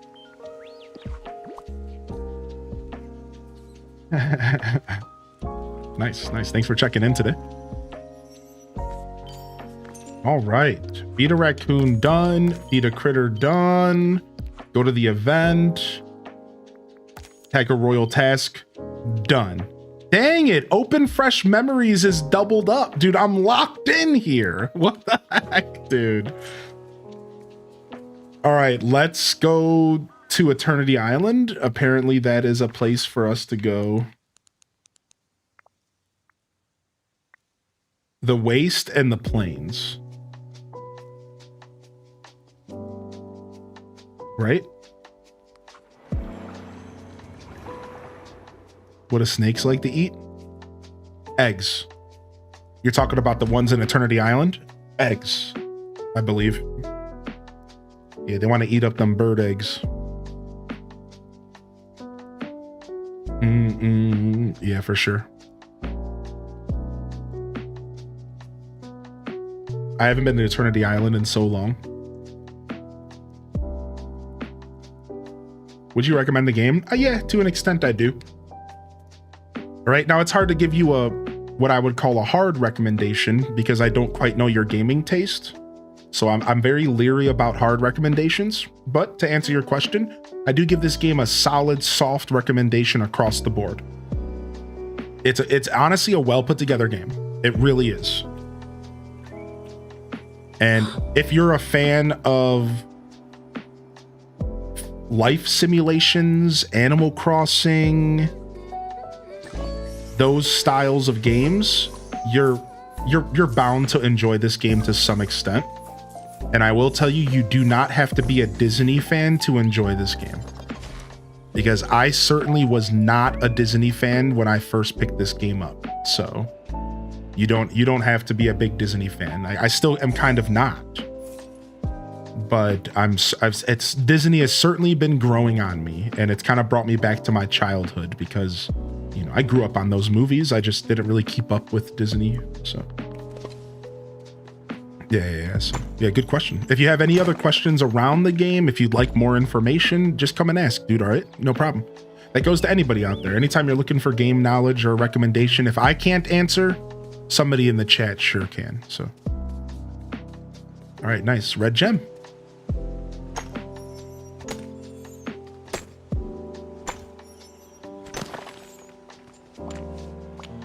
Our inventory's full. Let's go sell some stuff. I'm 67 and I love this game. I'm a Disney fan and an annual pass holder. Or you don't have to be a gamer. So Disney Dreamer, I know you jumped into the chat for the first time earlier. Welcome to the show, by the way. I don't think I got a chance to say that to you. Hearty welcomes in the chat. HDes waves if you got a free hand. So they're saying you don't also even have to be that big of a gamer to enjoy this game, which is a really cool kind of reverse perspective. I never considered that.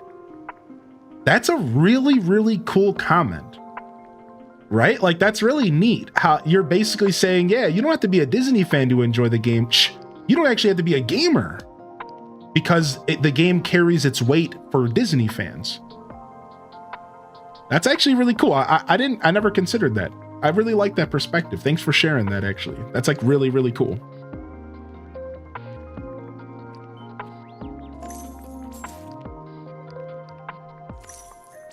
I love different perspectives on stuff. Like, that's neat, actually. Cool. Hey, welcome back, Alto Girl. Vibing with us on the weekend? What are you doing this weekend, dude? I know it's already Sunday, but... I've completed my patrol. Oh my gosh, stop screaming at me, Buzz. I love Buzz, but holy heck, man, what a punk.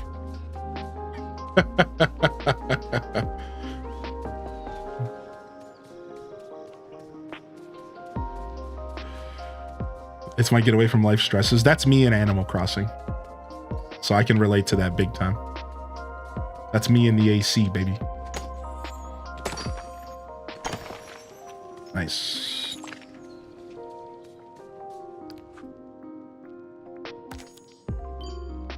Bum bum bum bum bum bum bum bum bum bum bum.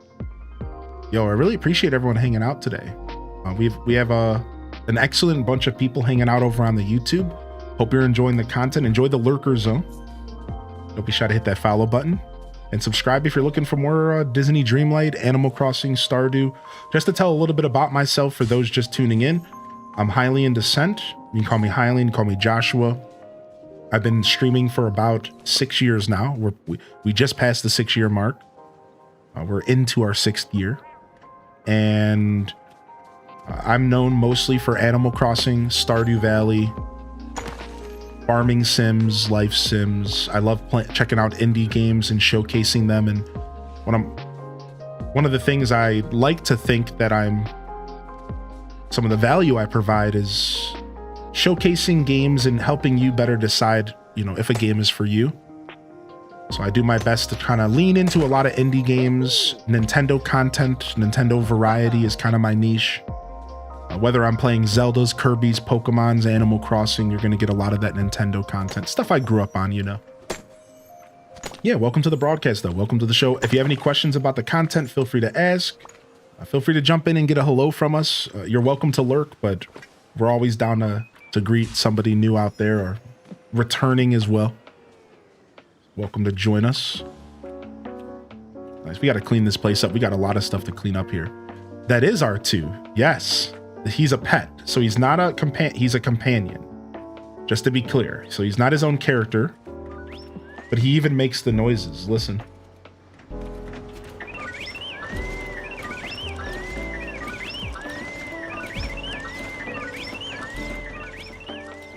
This game is becoming the Omega crossover, by the way.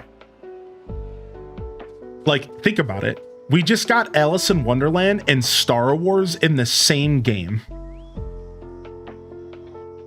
What's next? The Hulk?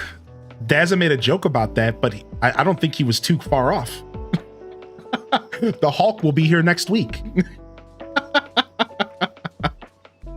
It's pretty cool, man. It's pretty cool. You really have to give this game some credit, dude. It's pretty interesting, dude.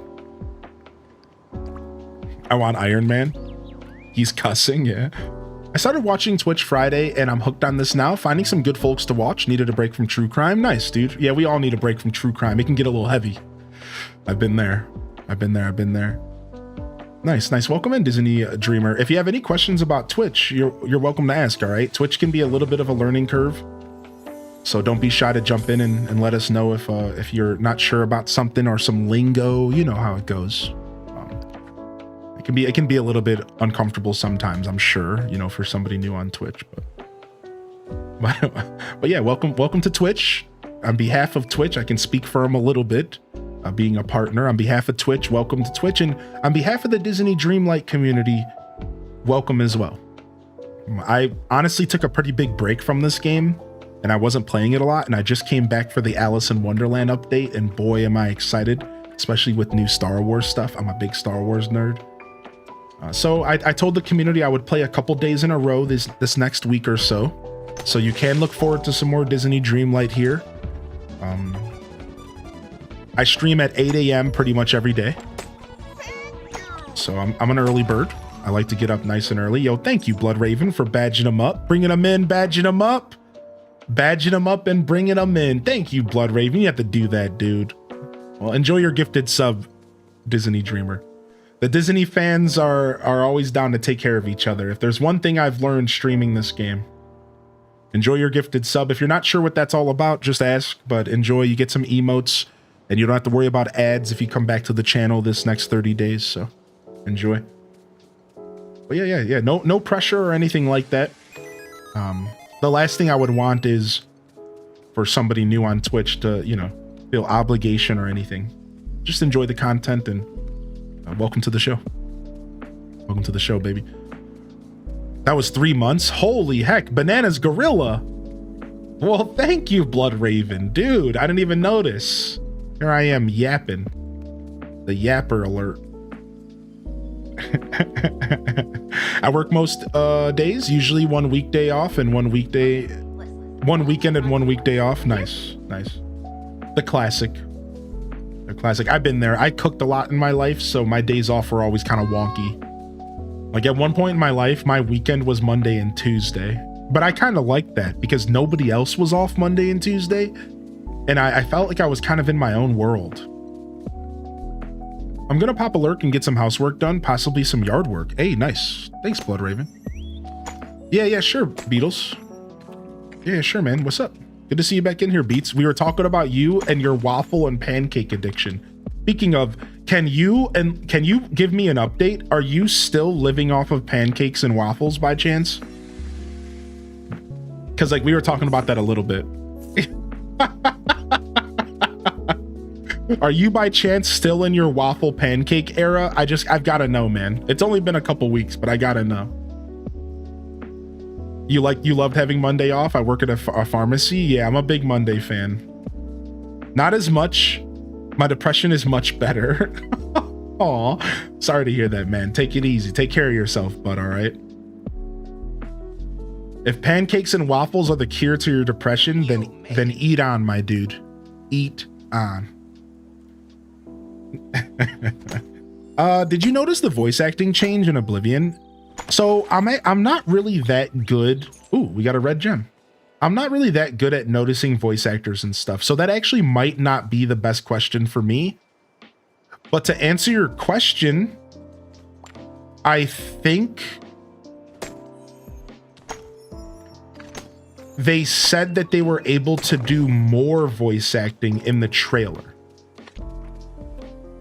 So I think if I remember when they announced the trailer, this is what they said, all right, Beatles? They said, in the past, we weren't able to give every character a separate voice, but now, similar to Skyrim, this is them, you know, we have given basically every NPC a unique voice actor, like kind of across the board. So they did say that, like they did talk about how compared to original Oblivion, they maybe had a handful of voice actors.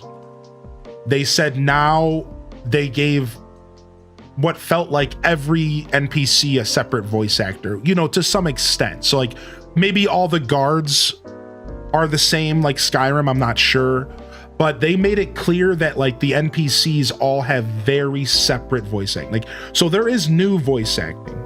I just don't know like how much. I heard a guard sound like an abused younger brother and I was so thrown off. Yeah. Yeah, they for sure added some stuff. Stay cozy, Sir HD. Yo, what's up, Taco, dude? King Taco in the house with 44. Excuse me. 44, legend. Tier 2, mind you. Thank you so much, dude. And Hollywood comes in with the raid. What's up? What's up, Hollywood? Yeah, so I don't think they changed. I think they just added more.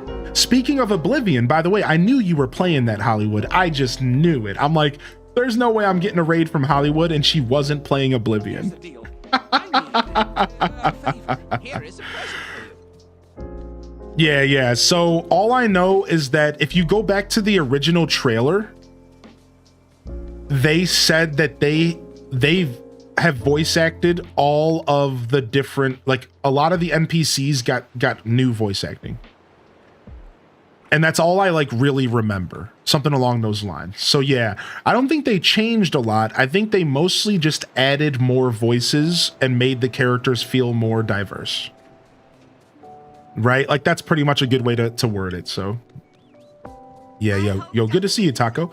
Oh, Taco with the gifted over to Tay Love. Here's a present for you. Wonderful. All right, let's head back to the mines. We're almost done with this quest, I think. We should probably pin it, huh? Yeah, 2 more. Track duty. All right, let's head back to the mainland and let's go to the mines and...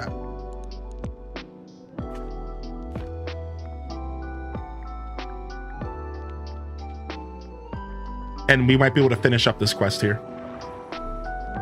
Original Oblivion only had like 10 voice actors. See, and that's what they were pretty much talking about. Whereas apparently the new one has like a substantial amount more. I don't know how much more, but yeah, they made it clear that they really upped their game with the voice acting. So they spent all their money on the 4 famous people, pretty much. Yeah, what's up? What's up? How you doing, Hollywood? It's so good though. Yeah, I've been enjoying it. We'll be playing a little bit more. We're gonna do another run of Oblivion, and if the computer says it's okay, then we'll keep going. We're gonna do one more test run here this next week. We'll do a night stream. Thank you, YouTube gang, for in that like, and thanks for enjoying the show, Lurker Squad. And welcome in, Raiders, and I hope everyone here is feeling good here on Twitch today. Happy Sunday, everybody. Ooh, red gem, or that's an orange gem. Yeah, that's orange. Hope everyone's feeling good today. What are we gaming on this weekend, chat room? Besides for Oblivion and Disney Dreamlight Valley, what are we gaming on this weekend? What's on the agenda?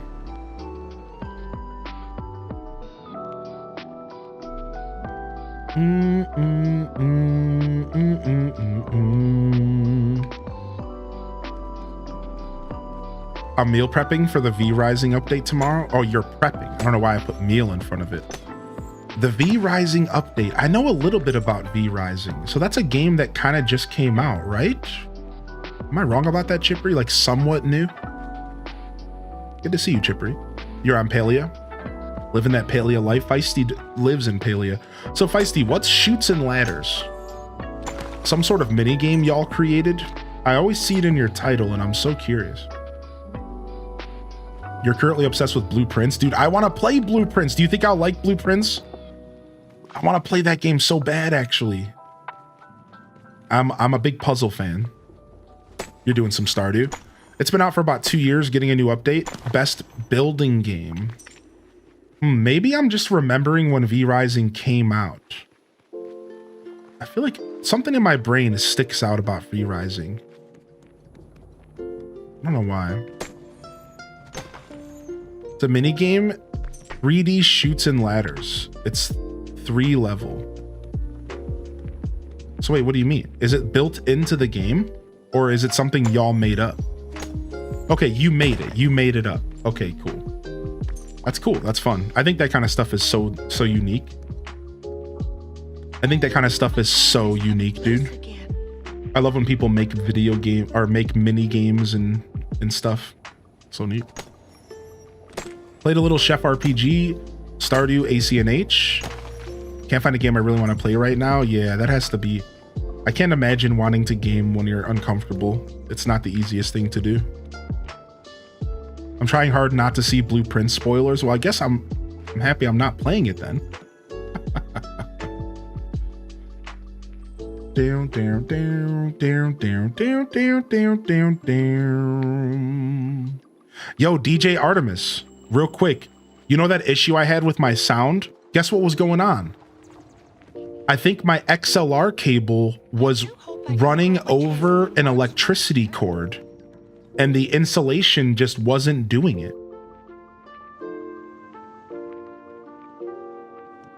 Yeah, because the sound came back today, right? And we spent the whole morning like figuring it out. The whole morning we were like, okay, what happened here? Like, so we were like hanging out for like 40 minutes, just like trying to figure out what was going on.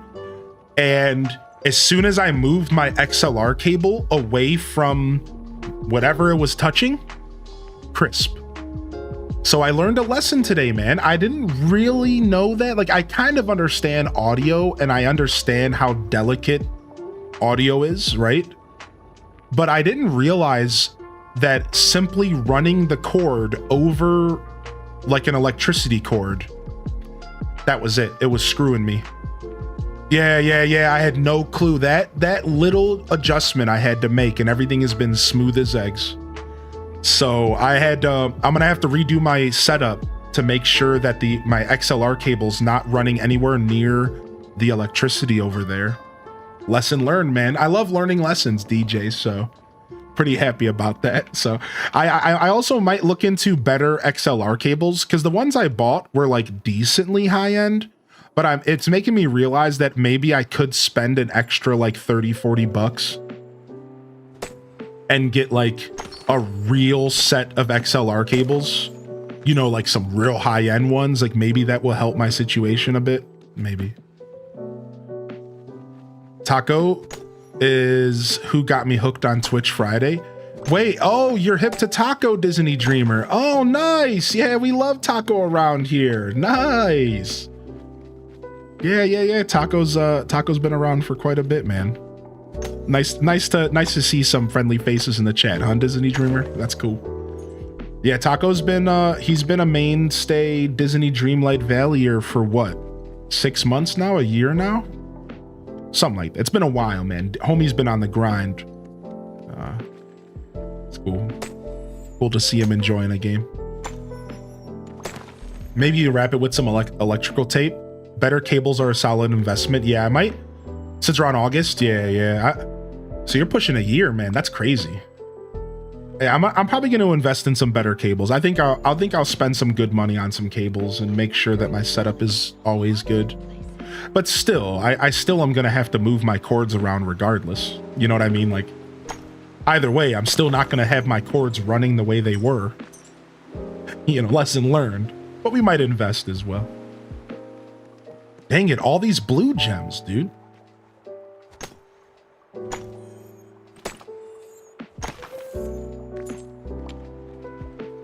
No bueno. I need red gems. Maybe some electrical tape can help. I think you want to focus on better shielding with the new cables, which is usually why they cost more. Yeah, okay. I'll look into that. Shielding. This may or may not be an issue for you, but the sound can decay over longer cables. The general rule is don't go over 20 feet. Okay. No, I actually really appreciate that, because you know it's the same for video. It's the same for video, DJ Artemis. Yeah, like an HDMI cable over 20 feet is like almost unheard of, I think, because it decays the video signal. Same thing with DisplayPort. So that's actually something I kind of understand because of that. So I'll keep it under 10. Honestly, I can handle a 10-foot cord. My microphone isn't too far from my mixer, so I can handle a shorter cord if I need to. Yeah, that's pretty cool. That's pretty cool. Nice, we're learning. Yo, good to see you, Cat Wisdom, by the way. Coming to share some of your wisdom with us. What's up, Nima New? Nima New getting that, backing it up in the chat. Yo, you better put that away, Nima. You better put that away, Nima.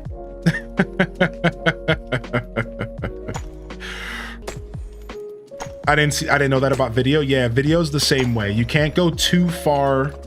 You can't go too far with video either, so.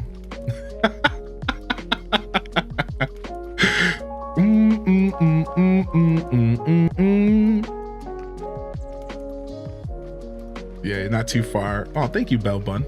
We have our days, you know. We have our days for sure.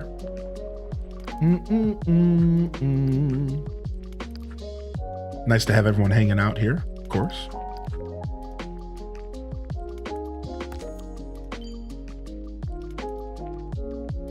Give Arundel's queen her favorites. So who's that, chat room? Is that... Hold on, wait. Don't tell me yet. I'm not going to look at chat. Arundel. That's Frozen. So that's the B-word sister. Not the cool sister that I actually like.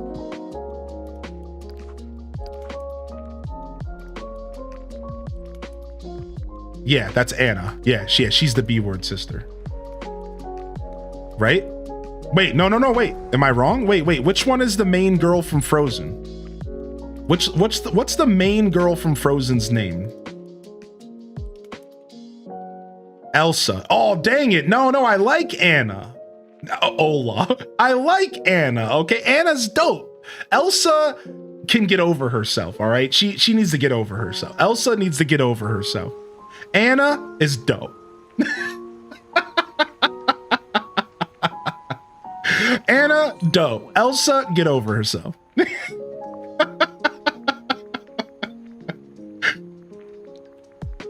I've never seen Frozen, by the way.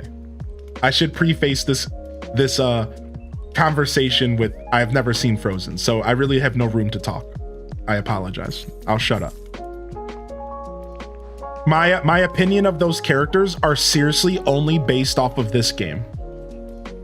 Like, for the record, like, my opinion of those characters is only based off of this game, and I've interacted with them both in this game, and I'm like, dude, Anna is way cooler.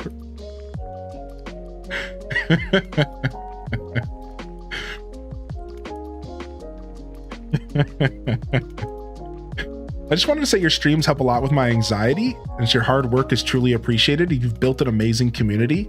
Hope everyone's having a good day. Aw, exclamation point blush, dude. Aw, thank you, man. What's up? It's a queen, dude. Thanks for taking the time to say that to me, man. I'm gonna keep doing my best.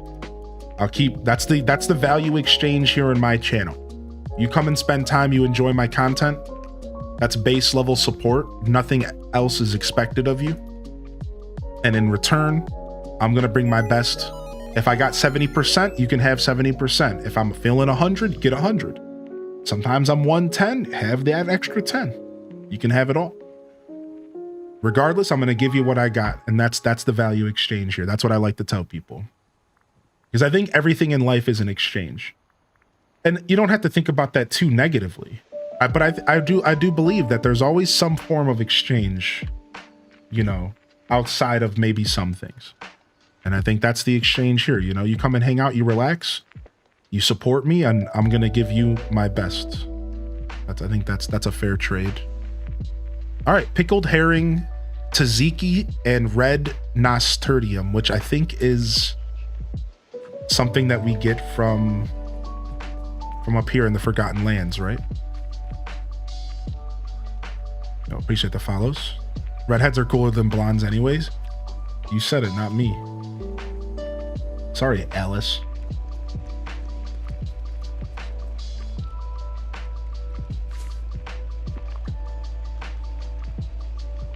All right, we got the first one. All right, we need to figure out how to make tzatziki and pickled herrings. I think we can do both.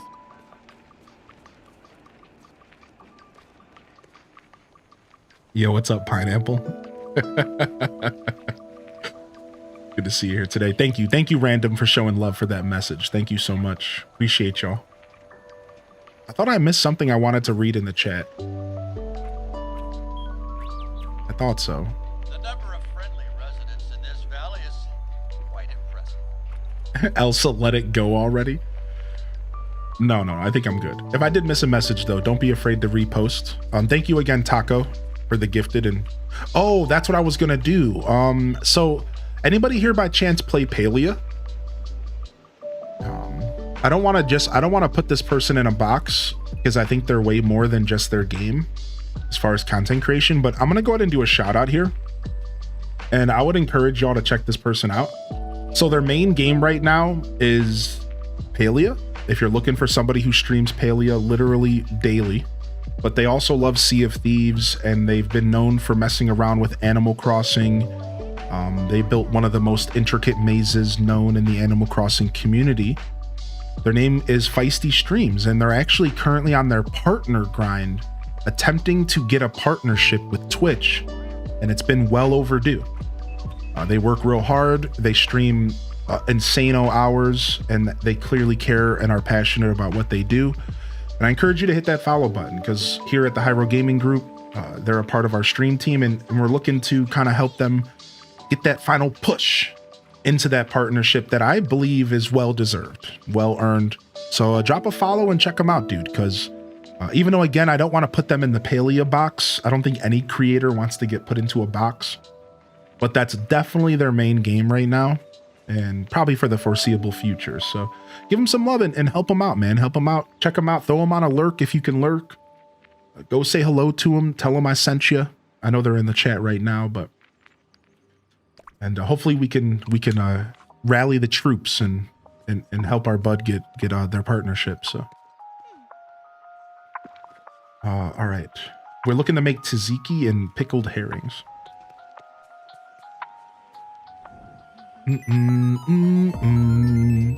I'll be in the paleo box for a few months for sure. Right, yeah.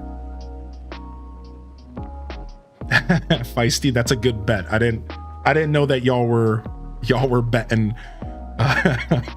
If you make partner, then you'll play Dinkum. That's pretty funny. Kells is a Dinkum fiend, man.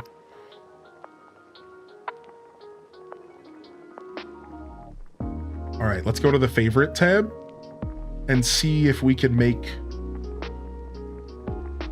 It doesn't look like we have the recipe for some of this stuff. Anybody know the recipe for pickled herring? I also need the recipe for tzatziki. So it's 3 ingredients. You usually have to look them up. Interesting. The last time I tried to guess on stream, making a tuna sandwich was the hardest thing I've ever done in my life. So I don't know if I'm gonna try to guess. So that was a pretty funny episode though, to be fair. Okay, herring. I gotta have a herring in here somewhere. So herring, lemon,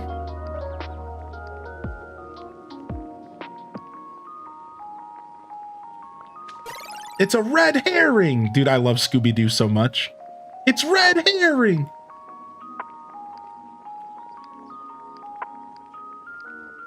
Where's my... I have onions in my inventory. Are they not counting them because they're not in the chat? Okay, here we go. Onion and then any spice. So like garlic? Lightning spice? Sick. Pickled herring sounds vile.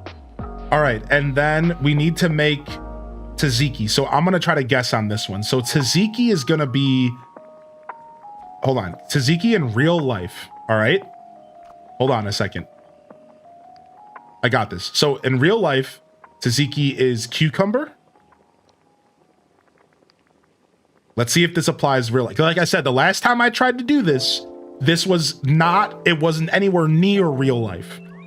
So cucumber. All right, apparently there's yogurt in the game. I just saw it on accident when I was scrolling through here. There it is. I don't even know where you get yogurt, but I have some.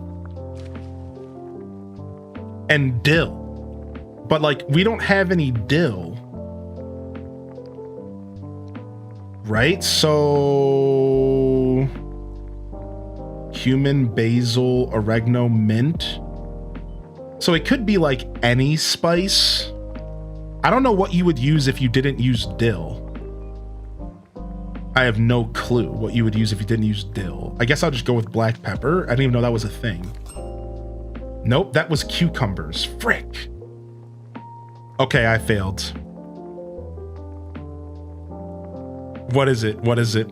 Oh, dude, garlic makes a ton of sense. Yeah, no, you guys are good. Thank you. Yeah, I just looked away from chat for a minute. Thank you, chat. Thank you so much, chat. You're good though. Garlic makes sense. Yeah, garlic is a normal recipe for tzatziki. Yeah, garlic's actually a part of it. Yeah, cucumber, garlic, dill, and yogurt. But the garlic is probably something that is optional. That's why I didn't think about it. I'm trying to think of the recipe I did from when I was cooking. I used to work in a deli. We used to make tzatziki all the time. Right, so we do yogurt again.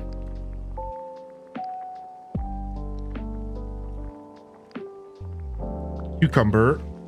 Oh, and lemon. Lemon makes sense as well. Lemon makes sense as well. Yes, dude. A little bit of acidity goes a long way for a good tzatziki. Did I get it? Oh, my inventory's full. Trash.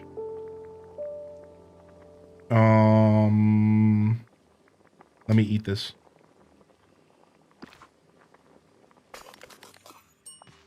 Got it. So the now, was the lemon required? That's the real question, right? Like, was the lemon required or was it just like a bonus? All right, let's try to put some stuff away. Probably. No, the lemon wasn't required. Yeah. See, I had a feeling that was the case. So really, it's just garlic, yogurt, and cucumber. That's the actual recipe. Yeah. Cool. I like that this game lets you kind of mod recipes, though.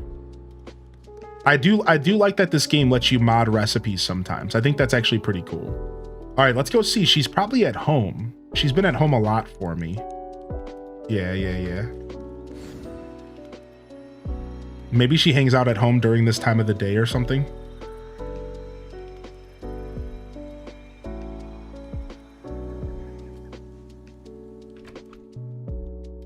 Frozen 2 is amazing. It got me emotional. The songs are so good. Thanks to Kristen Bell, Josh Gad, and John. Yeah, I'm not hip. I'm sure I'll sit down and watch Frozen at some point with the babe, because she's been the person I've been watching Disney movies with. So I'm sure at some point we're gonna sit down and watch Frozen. We watched Brave.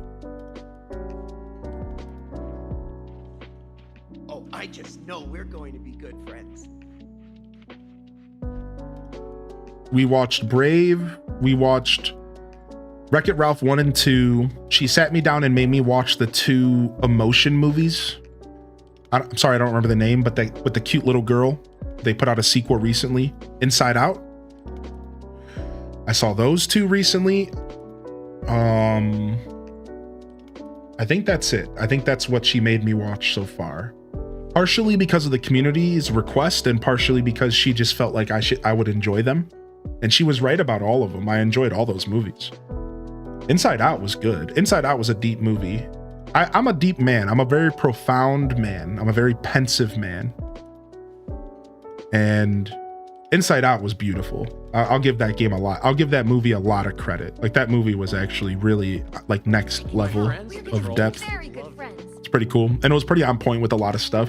Like, the second movie touched anxiety and stuff, and it did it perfectly. Like, it was actually insane how well they portrayed anxiety. A feeling that I think a lot of times is interpreted different per person. And they nailed it. Like, it was like, wow, like they really did put a lot of thought into this.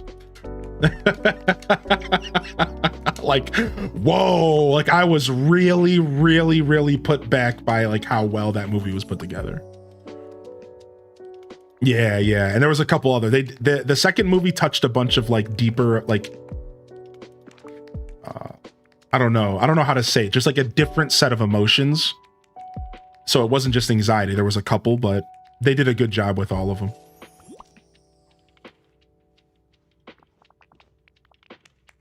If Elsa's here, then I'm here. All right, nice. All right, now we're gated.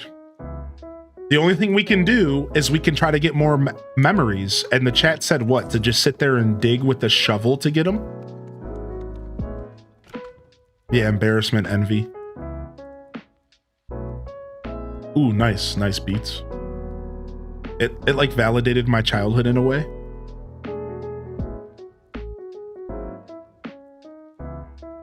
If Elsa's here, then I'm here. Yeah, apparently I need to get the Princess and the Frog Lady. Apparently I need to work on the Princess and the Frog Lady so I can get a slow cooker, apparently.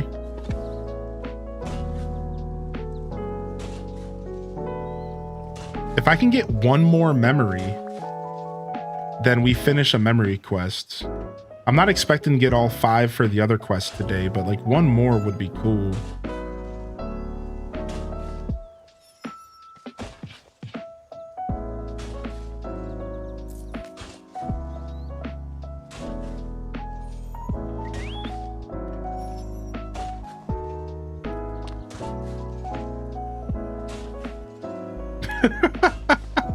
I'm just digging in a straight line.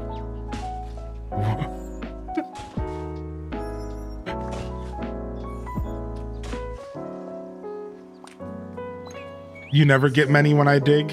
I don't know. Yeah, the memory stuff will just happen naturally. I'm okay with taking my time, you know? Like, I'm not really trying to force it. Why don't we go to the spell? Let's go to the Veil and let's go shopping. Because I forgot to do that while I was in Eternity Island. All right, my inventory's kind of slapped, but we're just going to let it be slapped for now. Okay with that. Yeah, Ratatouille is on the list for stuff to watch. I might even watch that next weekend. We'll see. We'll see how much free time I have.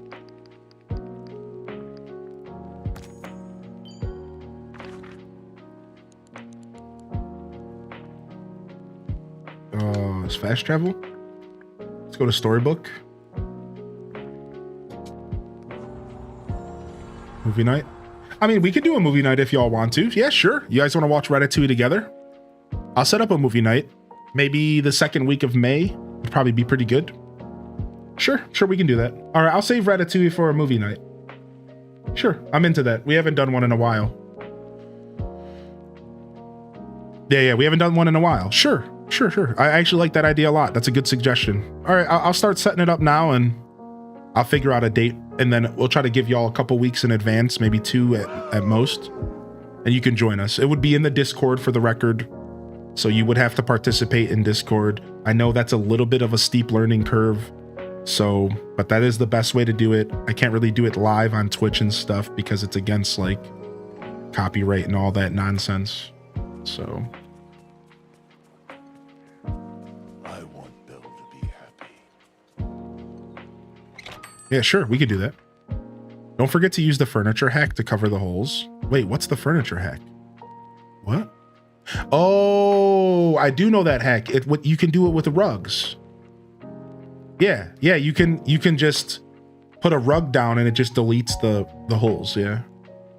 We're talking about watching Ratatouille. The chat has wanted me to watch Ratatouille for a while because I'm a chef. I've been a cook. I've been a chef for years of my life, 6-7 years. You know that I do a cooking show called Scuff Deeds. So chat is convinced that Ratatouille is like a must watch for me as a human, and they're probably right. So we'll set up a movie night. Sure.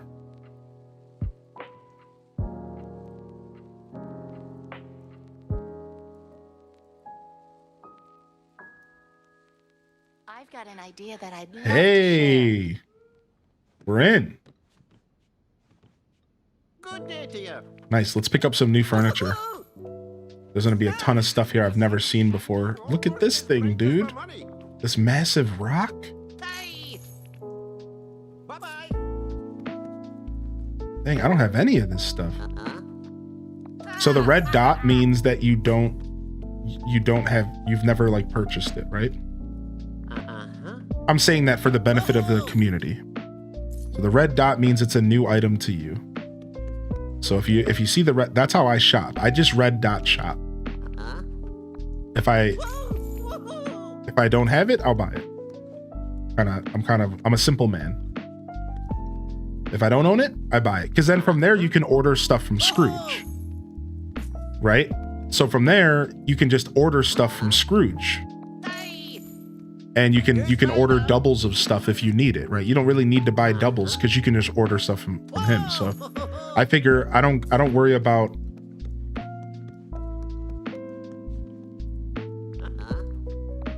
buying doubles. If I want a double of something, I can just go to the big man himself. Except for the couches, I don't buy those things. Get out of here. Not me thinking it was the opposite way. That's actually why I wanted to say something, because I've noticed that some people are not quite sure what that means. Yeah, I've had a couple people in the chat tell me that they didn't know that till I mentioned it, so.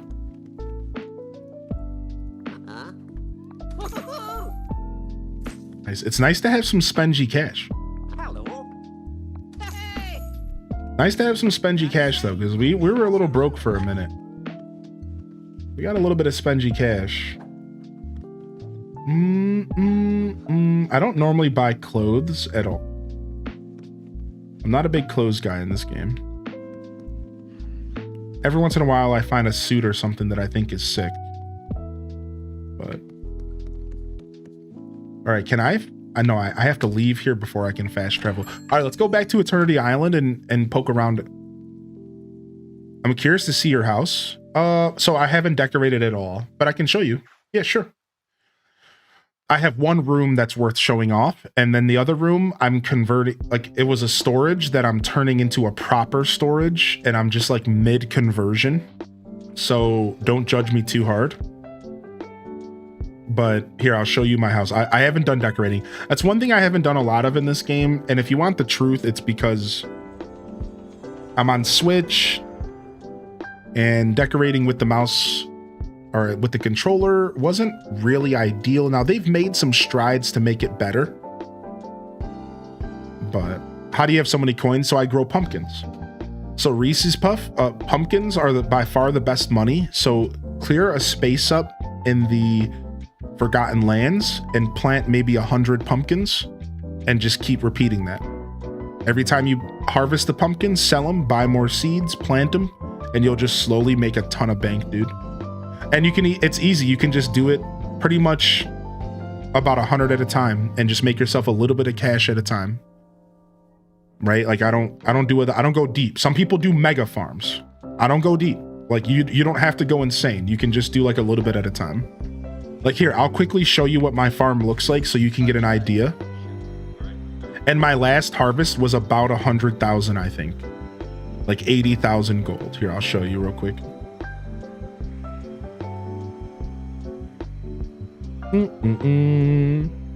Yeah, and I'll show you some of the decorations I've done. I'm pretty proud of some of the stuff I've done, actually.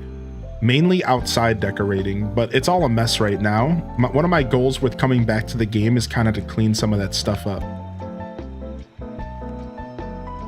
Yeah, so this is my farm.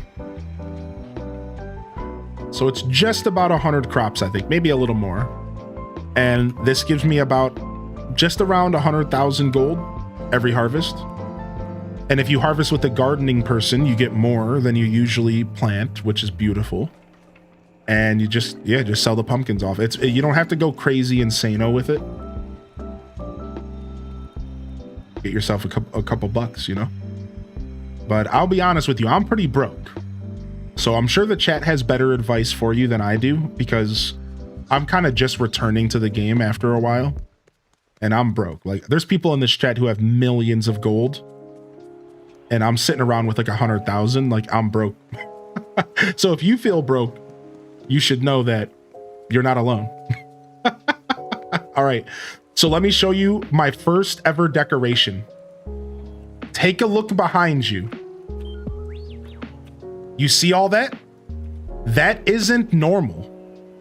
That is my frosted forest domain. So my goal with this game, and if you take a look in the distance real quick, you see the roof? You see that roof way in the back? That is that's my house. All right, it's super red, and I love the view from here. So now let me show you my classic forest. If you know me in Animal Crossing, so this is the entrance to the forest. Now it's a bit messy, but this is the entrance, and the camera gets really bad in here, which is one of the reasons why I stopped making the forest, because the camera is brutal, but whatever. So you go into the forest, and the first thing you see is my throne. Now, for some reason, I can no longer sit here. It's like been bugging out. Wait, did I just see the sit option? Wait a second. Nice. It wouldn't let me sit last time. So this is my beautiful frosted domain. And this is where I come and contemplate evil. If you don't know, my character Rob Boss is a villain. All right. So this is our throne, our frosted throne. And now as we go back through here, we have a little path we've created. All right, boom. See some of my decoration. So again, the forest is a little bit brutal. I know the camera's a little bit dirty, but so this is my house. And this is the entrance to my house. Now, the funny part about this is, as you can see, the house is pretty big. Look at that. Like, you can't even see the top of the house, right? Like, so it's, you can't really enjoy it because, like, we're like in the forest, right? So, like, you know, it is what it is. But this is my house. Yo, look how much fun we're having. And I just enter right here. Yo, thank you, Cindy Alice. Yo, 12? Look how much fun we're having, dude. All right, boom.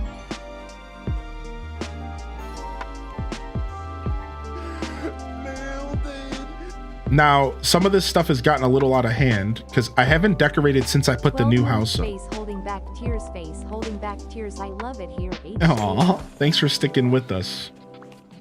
Thanks for sticking with us. So, now this wasn't my original house here. So I used to have like a gold pathing and stuff around it, but after I put this house here, I have it rearranged. And then there was supposed to be enough space to come back here and sit on this bench. When I originally set this up, I set this up to have this little spot here to sit on, but again, I need to kind of reapproach it. So otherwise, you follow the path and it takes you back through the forest, and then here's the other side of the forest. So there it is. Yep, I built all of this myself. I went and this was before there was a ton more content. Now there's so many more trees to choose from. I might as well just completely restart. Let's be real. But I got some really cool trees in here and I built this forest. This was all like base game before any DLC. And then like I said, I bought this house and replaced my house with it because I thought this frosted tower would be perfect for the Rob Boss vibes. And like, let me show you again from this angle. All right, let me show you what my forest looks like from here. And again, you can see the top of my house up there. You see that? So it's kind of cool. I really like that my mountain house, frosted kingdom, is above the trees. I think it really adds to like the kingdom, right? I think it's really cool. And this is my pad. So the plan was to make this forest super dense. And then out here was going to be another forest a little less dense. So we're not done yet. Out here is supposed to be a less dense forest, one that kind of leads into the dense. If you're here for my Animal Crossing content, you already know what I'm doing. I did the same thing in AC. The dense forest by my house, and then it slowly thins out. That's the same plan for the Frosted Heights. And that was the plan here, but I haven't finished it. Like I said, I kind of got a little just put off. The decorating was a little tough at first. The game was crashing a lot more often back then. It's a lot more manageable now than it used to be. And then this is going to be a storage room, and you can see I'm starting to actually organize the storage. But we're not there yet. And this is the only room I've decorated. It's my evil lair. So this room was kind of, oh my lord, Alice. She's so big. This is the only room that I've somewhat decorated, and it's my evil throne where I come and contemplate evil deeds. And we just put together this little shanty room.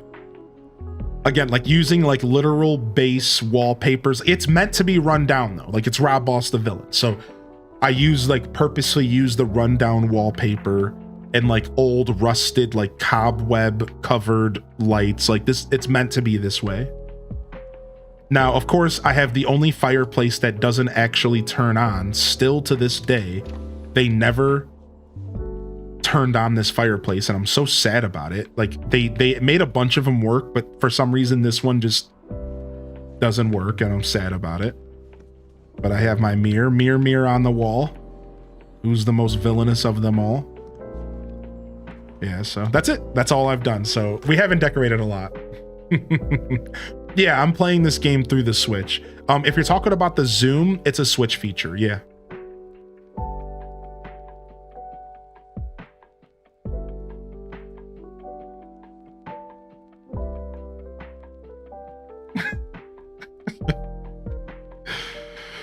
So yeah, there you go. Alex made an amazing blood orange mocktail. Ooh, nice. Dude, Alice is super cute though. I can't get over it. She's a little cutie pie. Even when, or she's a large cutie pie.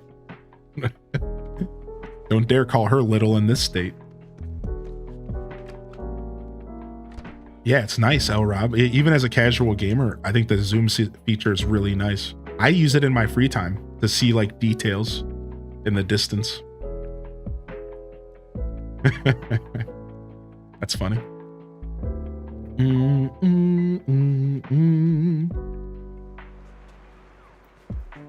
So yeah, that's my forest, and I wanted to flesh it out at some point, I'm sure.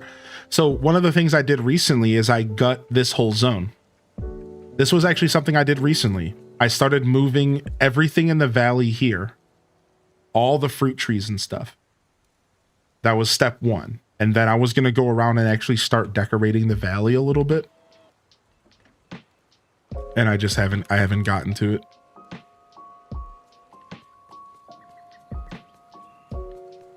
And I've just been shoving characters' houses here because every new character gets a new house. I need to take advantage of the realm. How do you get to the new islands? What I need to do is I need to start using the islands.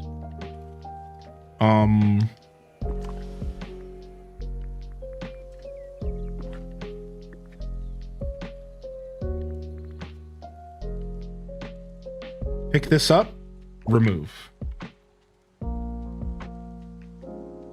Pick this up, remove. Oh, I can't. Why not? Because she's with me? Because she's my partner right now? Is that why? No, some of these can't be removed. You can't remove character houses? Oh, I thought you could, you have to just move them. Oh, I thought you had to remove them and package them up and then take them there. You could just take them and just throw them there? That's easy. Yeah, that's cool. Okay, I like that. I thought, for some reason, I thought I had to pick them up. All right, so then how do we do this? We press start. We go to map. We go to fast travel. We go to realms. No. Floating islands. Plaza Island. Perfect. Because they gave us one for free.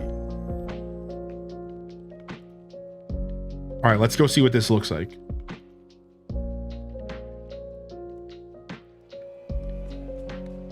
What? I forgot about this cloud. And what is that? Is that somebody's house or is that my house? Who lives at Pizza Planet? I don't remember this being up here. I don't remember any of this stuff. I think this is one of the player houses I purchased. Yeah. What is all this junk up here? What is going on up here? What is all this stuff? That's not a house, it's just decoration. I mean, the Pizza Planet decoration is sick. Buzz is in an RV. That's what I thought. Yeah. It was something you bought? I don't remember this. What is all this stuff? I must have been drunk. Drunk on that DDV sponsorship. Past Hylian was decorating. All right, remove this.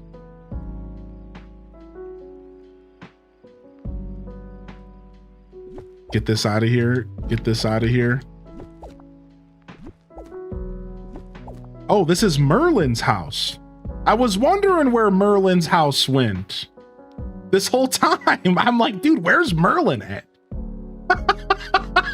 I was like, dude, how come Merlin's not on my island anymore? But I didn't say it out loud because I was like confused.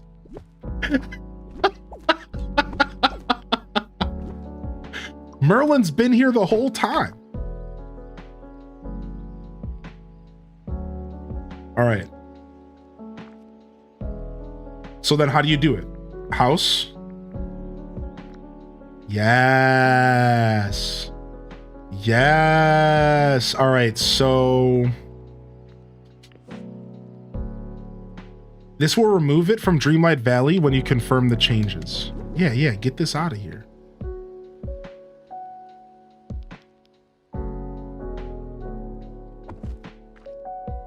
All right. Beast Castle.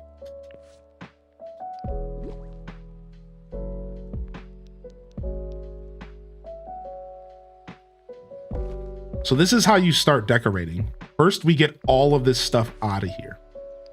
Get all this stuff out of the valley so we can start actually breathing again. Because like we just can't breathe. We're like surrounded by stuff. Where is... Wow, you can move Ursula's lair? Really? Anna's castle. Here we go.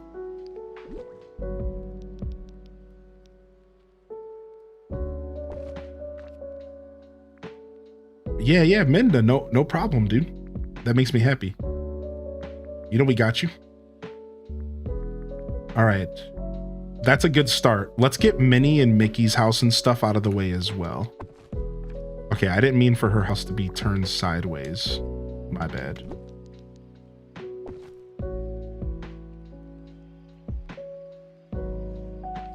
All right. Let's get Minnie. We got Daisy.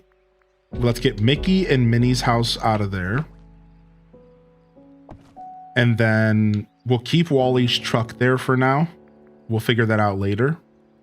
I'm gonna go ahead and move Vanellope, even though I kind of like her living nearby. But right now I'm trying to clear out the Frosted Heights.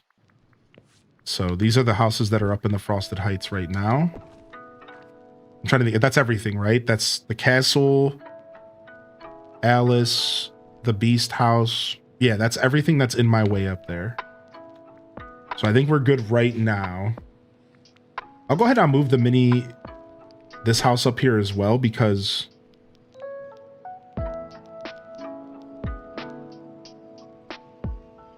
it's just it just kind of stands out like a sore thumb in my Forgotten Lands, and I think that's annoying.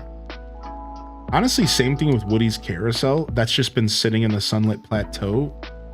And that's just kind of a sore thumb situation too. Ooh, Hades' lair looks sick. I forgot about that.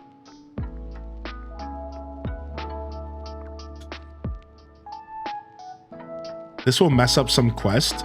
If you remove a villager or their house gets moved, I ran into this issue. Really? Dang. I think I understand. It's probably not a common bug, but there could be a bug. Yeah, I get it. I'll keep an eye out. Thank you. Thank you for letting me know. Like, if I run into an issue, consider the fact that I did this. Cool.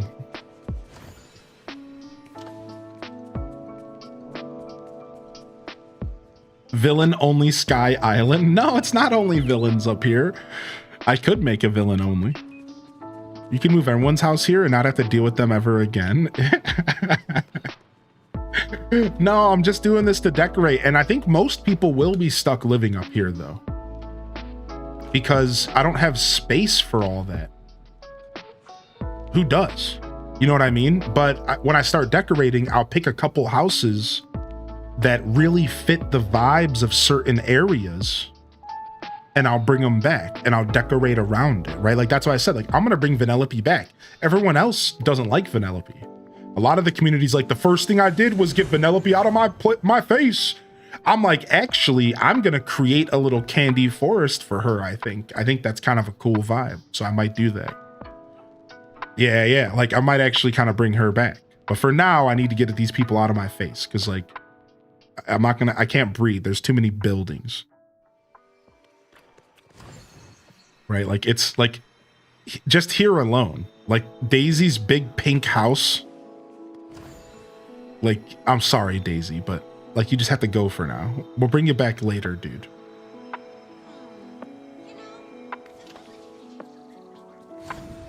Yeah, out of sight, please. Yeah, pretty nice stuff.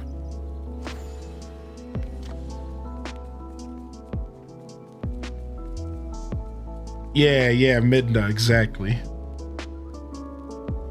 Move them there and decorated their spaces, but I'll be damned if their ugly houses will take up my island. Y'all are too funny, dude. Y'all are absolutely too funny.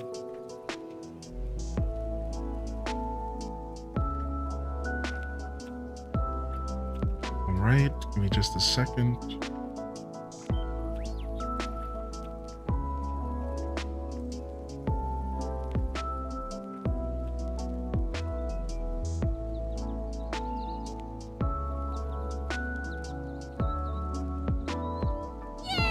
Yeah!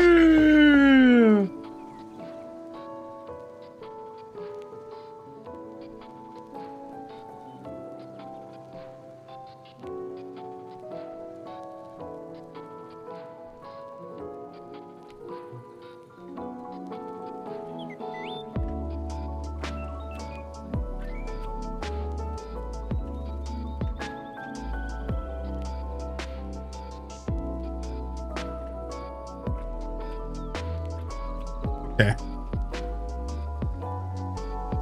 Saw Lily made Vanellope her own candy cane road. She posted in your DDV channel. Oh, nice. Dude, we forgot to take a look at that Animal Crossing picture in the Discord again, and I told myself I'd remember. Dang, we'll take a look at it tomorrow. We'll take a look at it tomorrow. All right,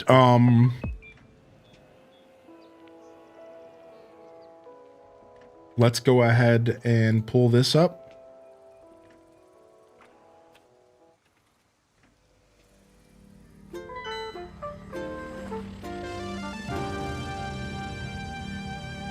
All right, fam, we're out of here. Thank you for coming and hanging out today. I hope you had a great Sunday, vibing with the broadcast and with the community.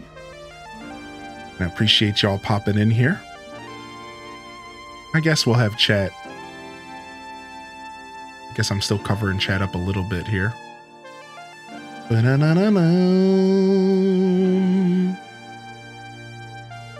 Just a little bit. I guess it's not too bad. Ah! All right, we'll have chat above us. All right, fam, we're out of here. Yeah, thank you for hanging out today. Beautiful Sunday. Nice solid broadcast today. Some Animal Crossing, some DDV. We'll be back here tomorrow for the Monday morning show. The best way to start your week right here, twitch.tv/HylianDescent. Don't miss it again. The best way to start your week right here, twitch.tv/HylianDescent. You're hanging over on YouTube, hit that subscribe for more content and that like button. And leave a comment if you're watching in the future as a VOD frog. Those of you hanging out here on Twitch, couldn't do it without you, baby. Good morning, good afternoon, happy time zone. And thank you sincerely for choosing my stream to hang out today. Had a lot of fun. Dude, I'm loving DDV right now. I'm having a lot of fun playing this, so we'll probably do some more of this tomorrow and some more ACGC Deluxe. Probably a little bit of both as we dive into our Monday broadcast. So come on by for that. Hopefully I see you there. And if not, no worries. I hope you have a great rest of your Sunday, of course. And we are going to go ahead and drop a raid off. We're going to go and visit two of our stream team members, actually, who are, looks like we got a collab going. We got some kind of collaboration going here. We're gonna go see what they're doing. All right, so if you want to join here for a raid, you're welcome to.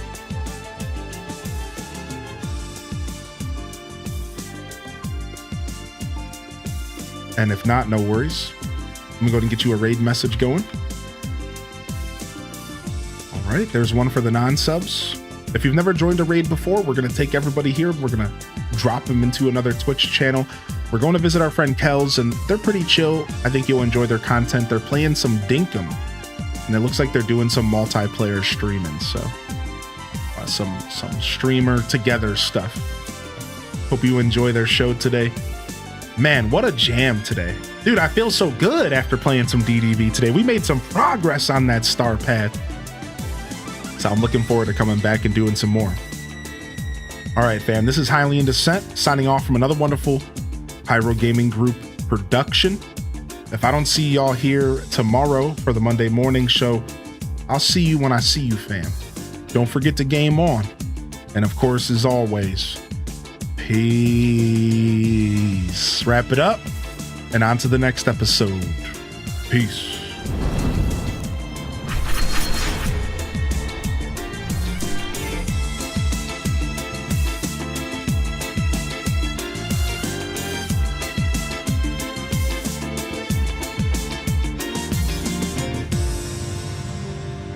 See if we can get big old Alice on the screen here. There she is. Yo, thank you everyone for hanging out, dude. Holy heck, what a beautiful broadcast. Coming at you live, direct to your streamer room or living room, kitchen, computer screen. I don't know, man. Whatever, dude. I love y'all and appreciate y'all. I'm honored to be a part of your daily routines, your weekend routines, and I'm certainly honored to have you as a part of mine. But until next time, this is Highly in Descent signing off. Have a great rest of your Sunday, and let me get them cat jams, baby. Peace.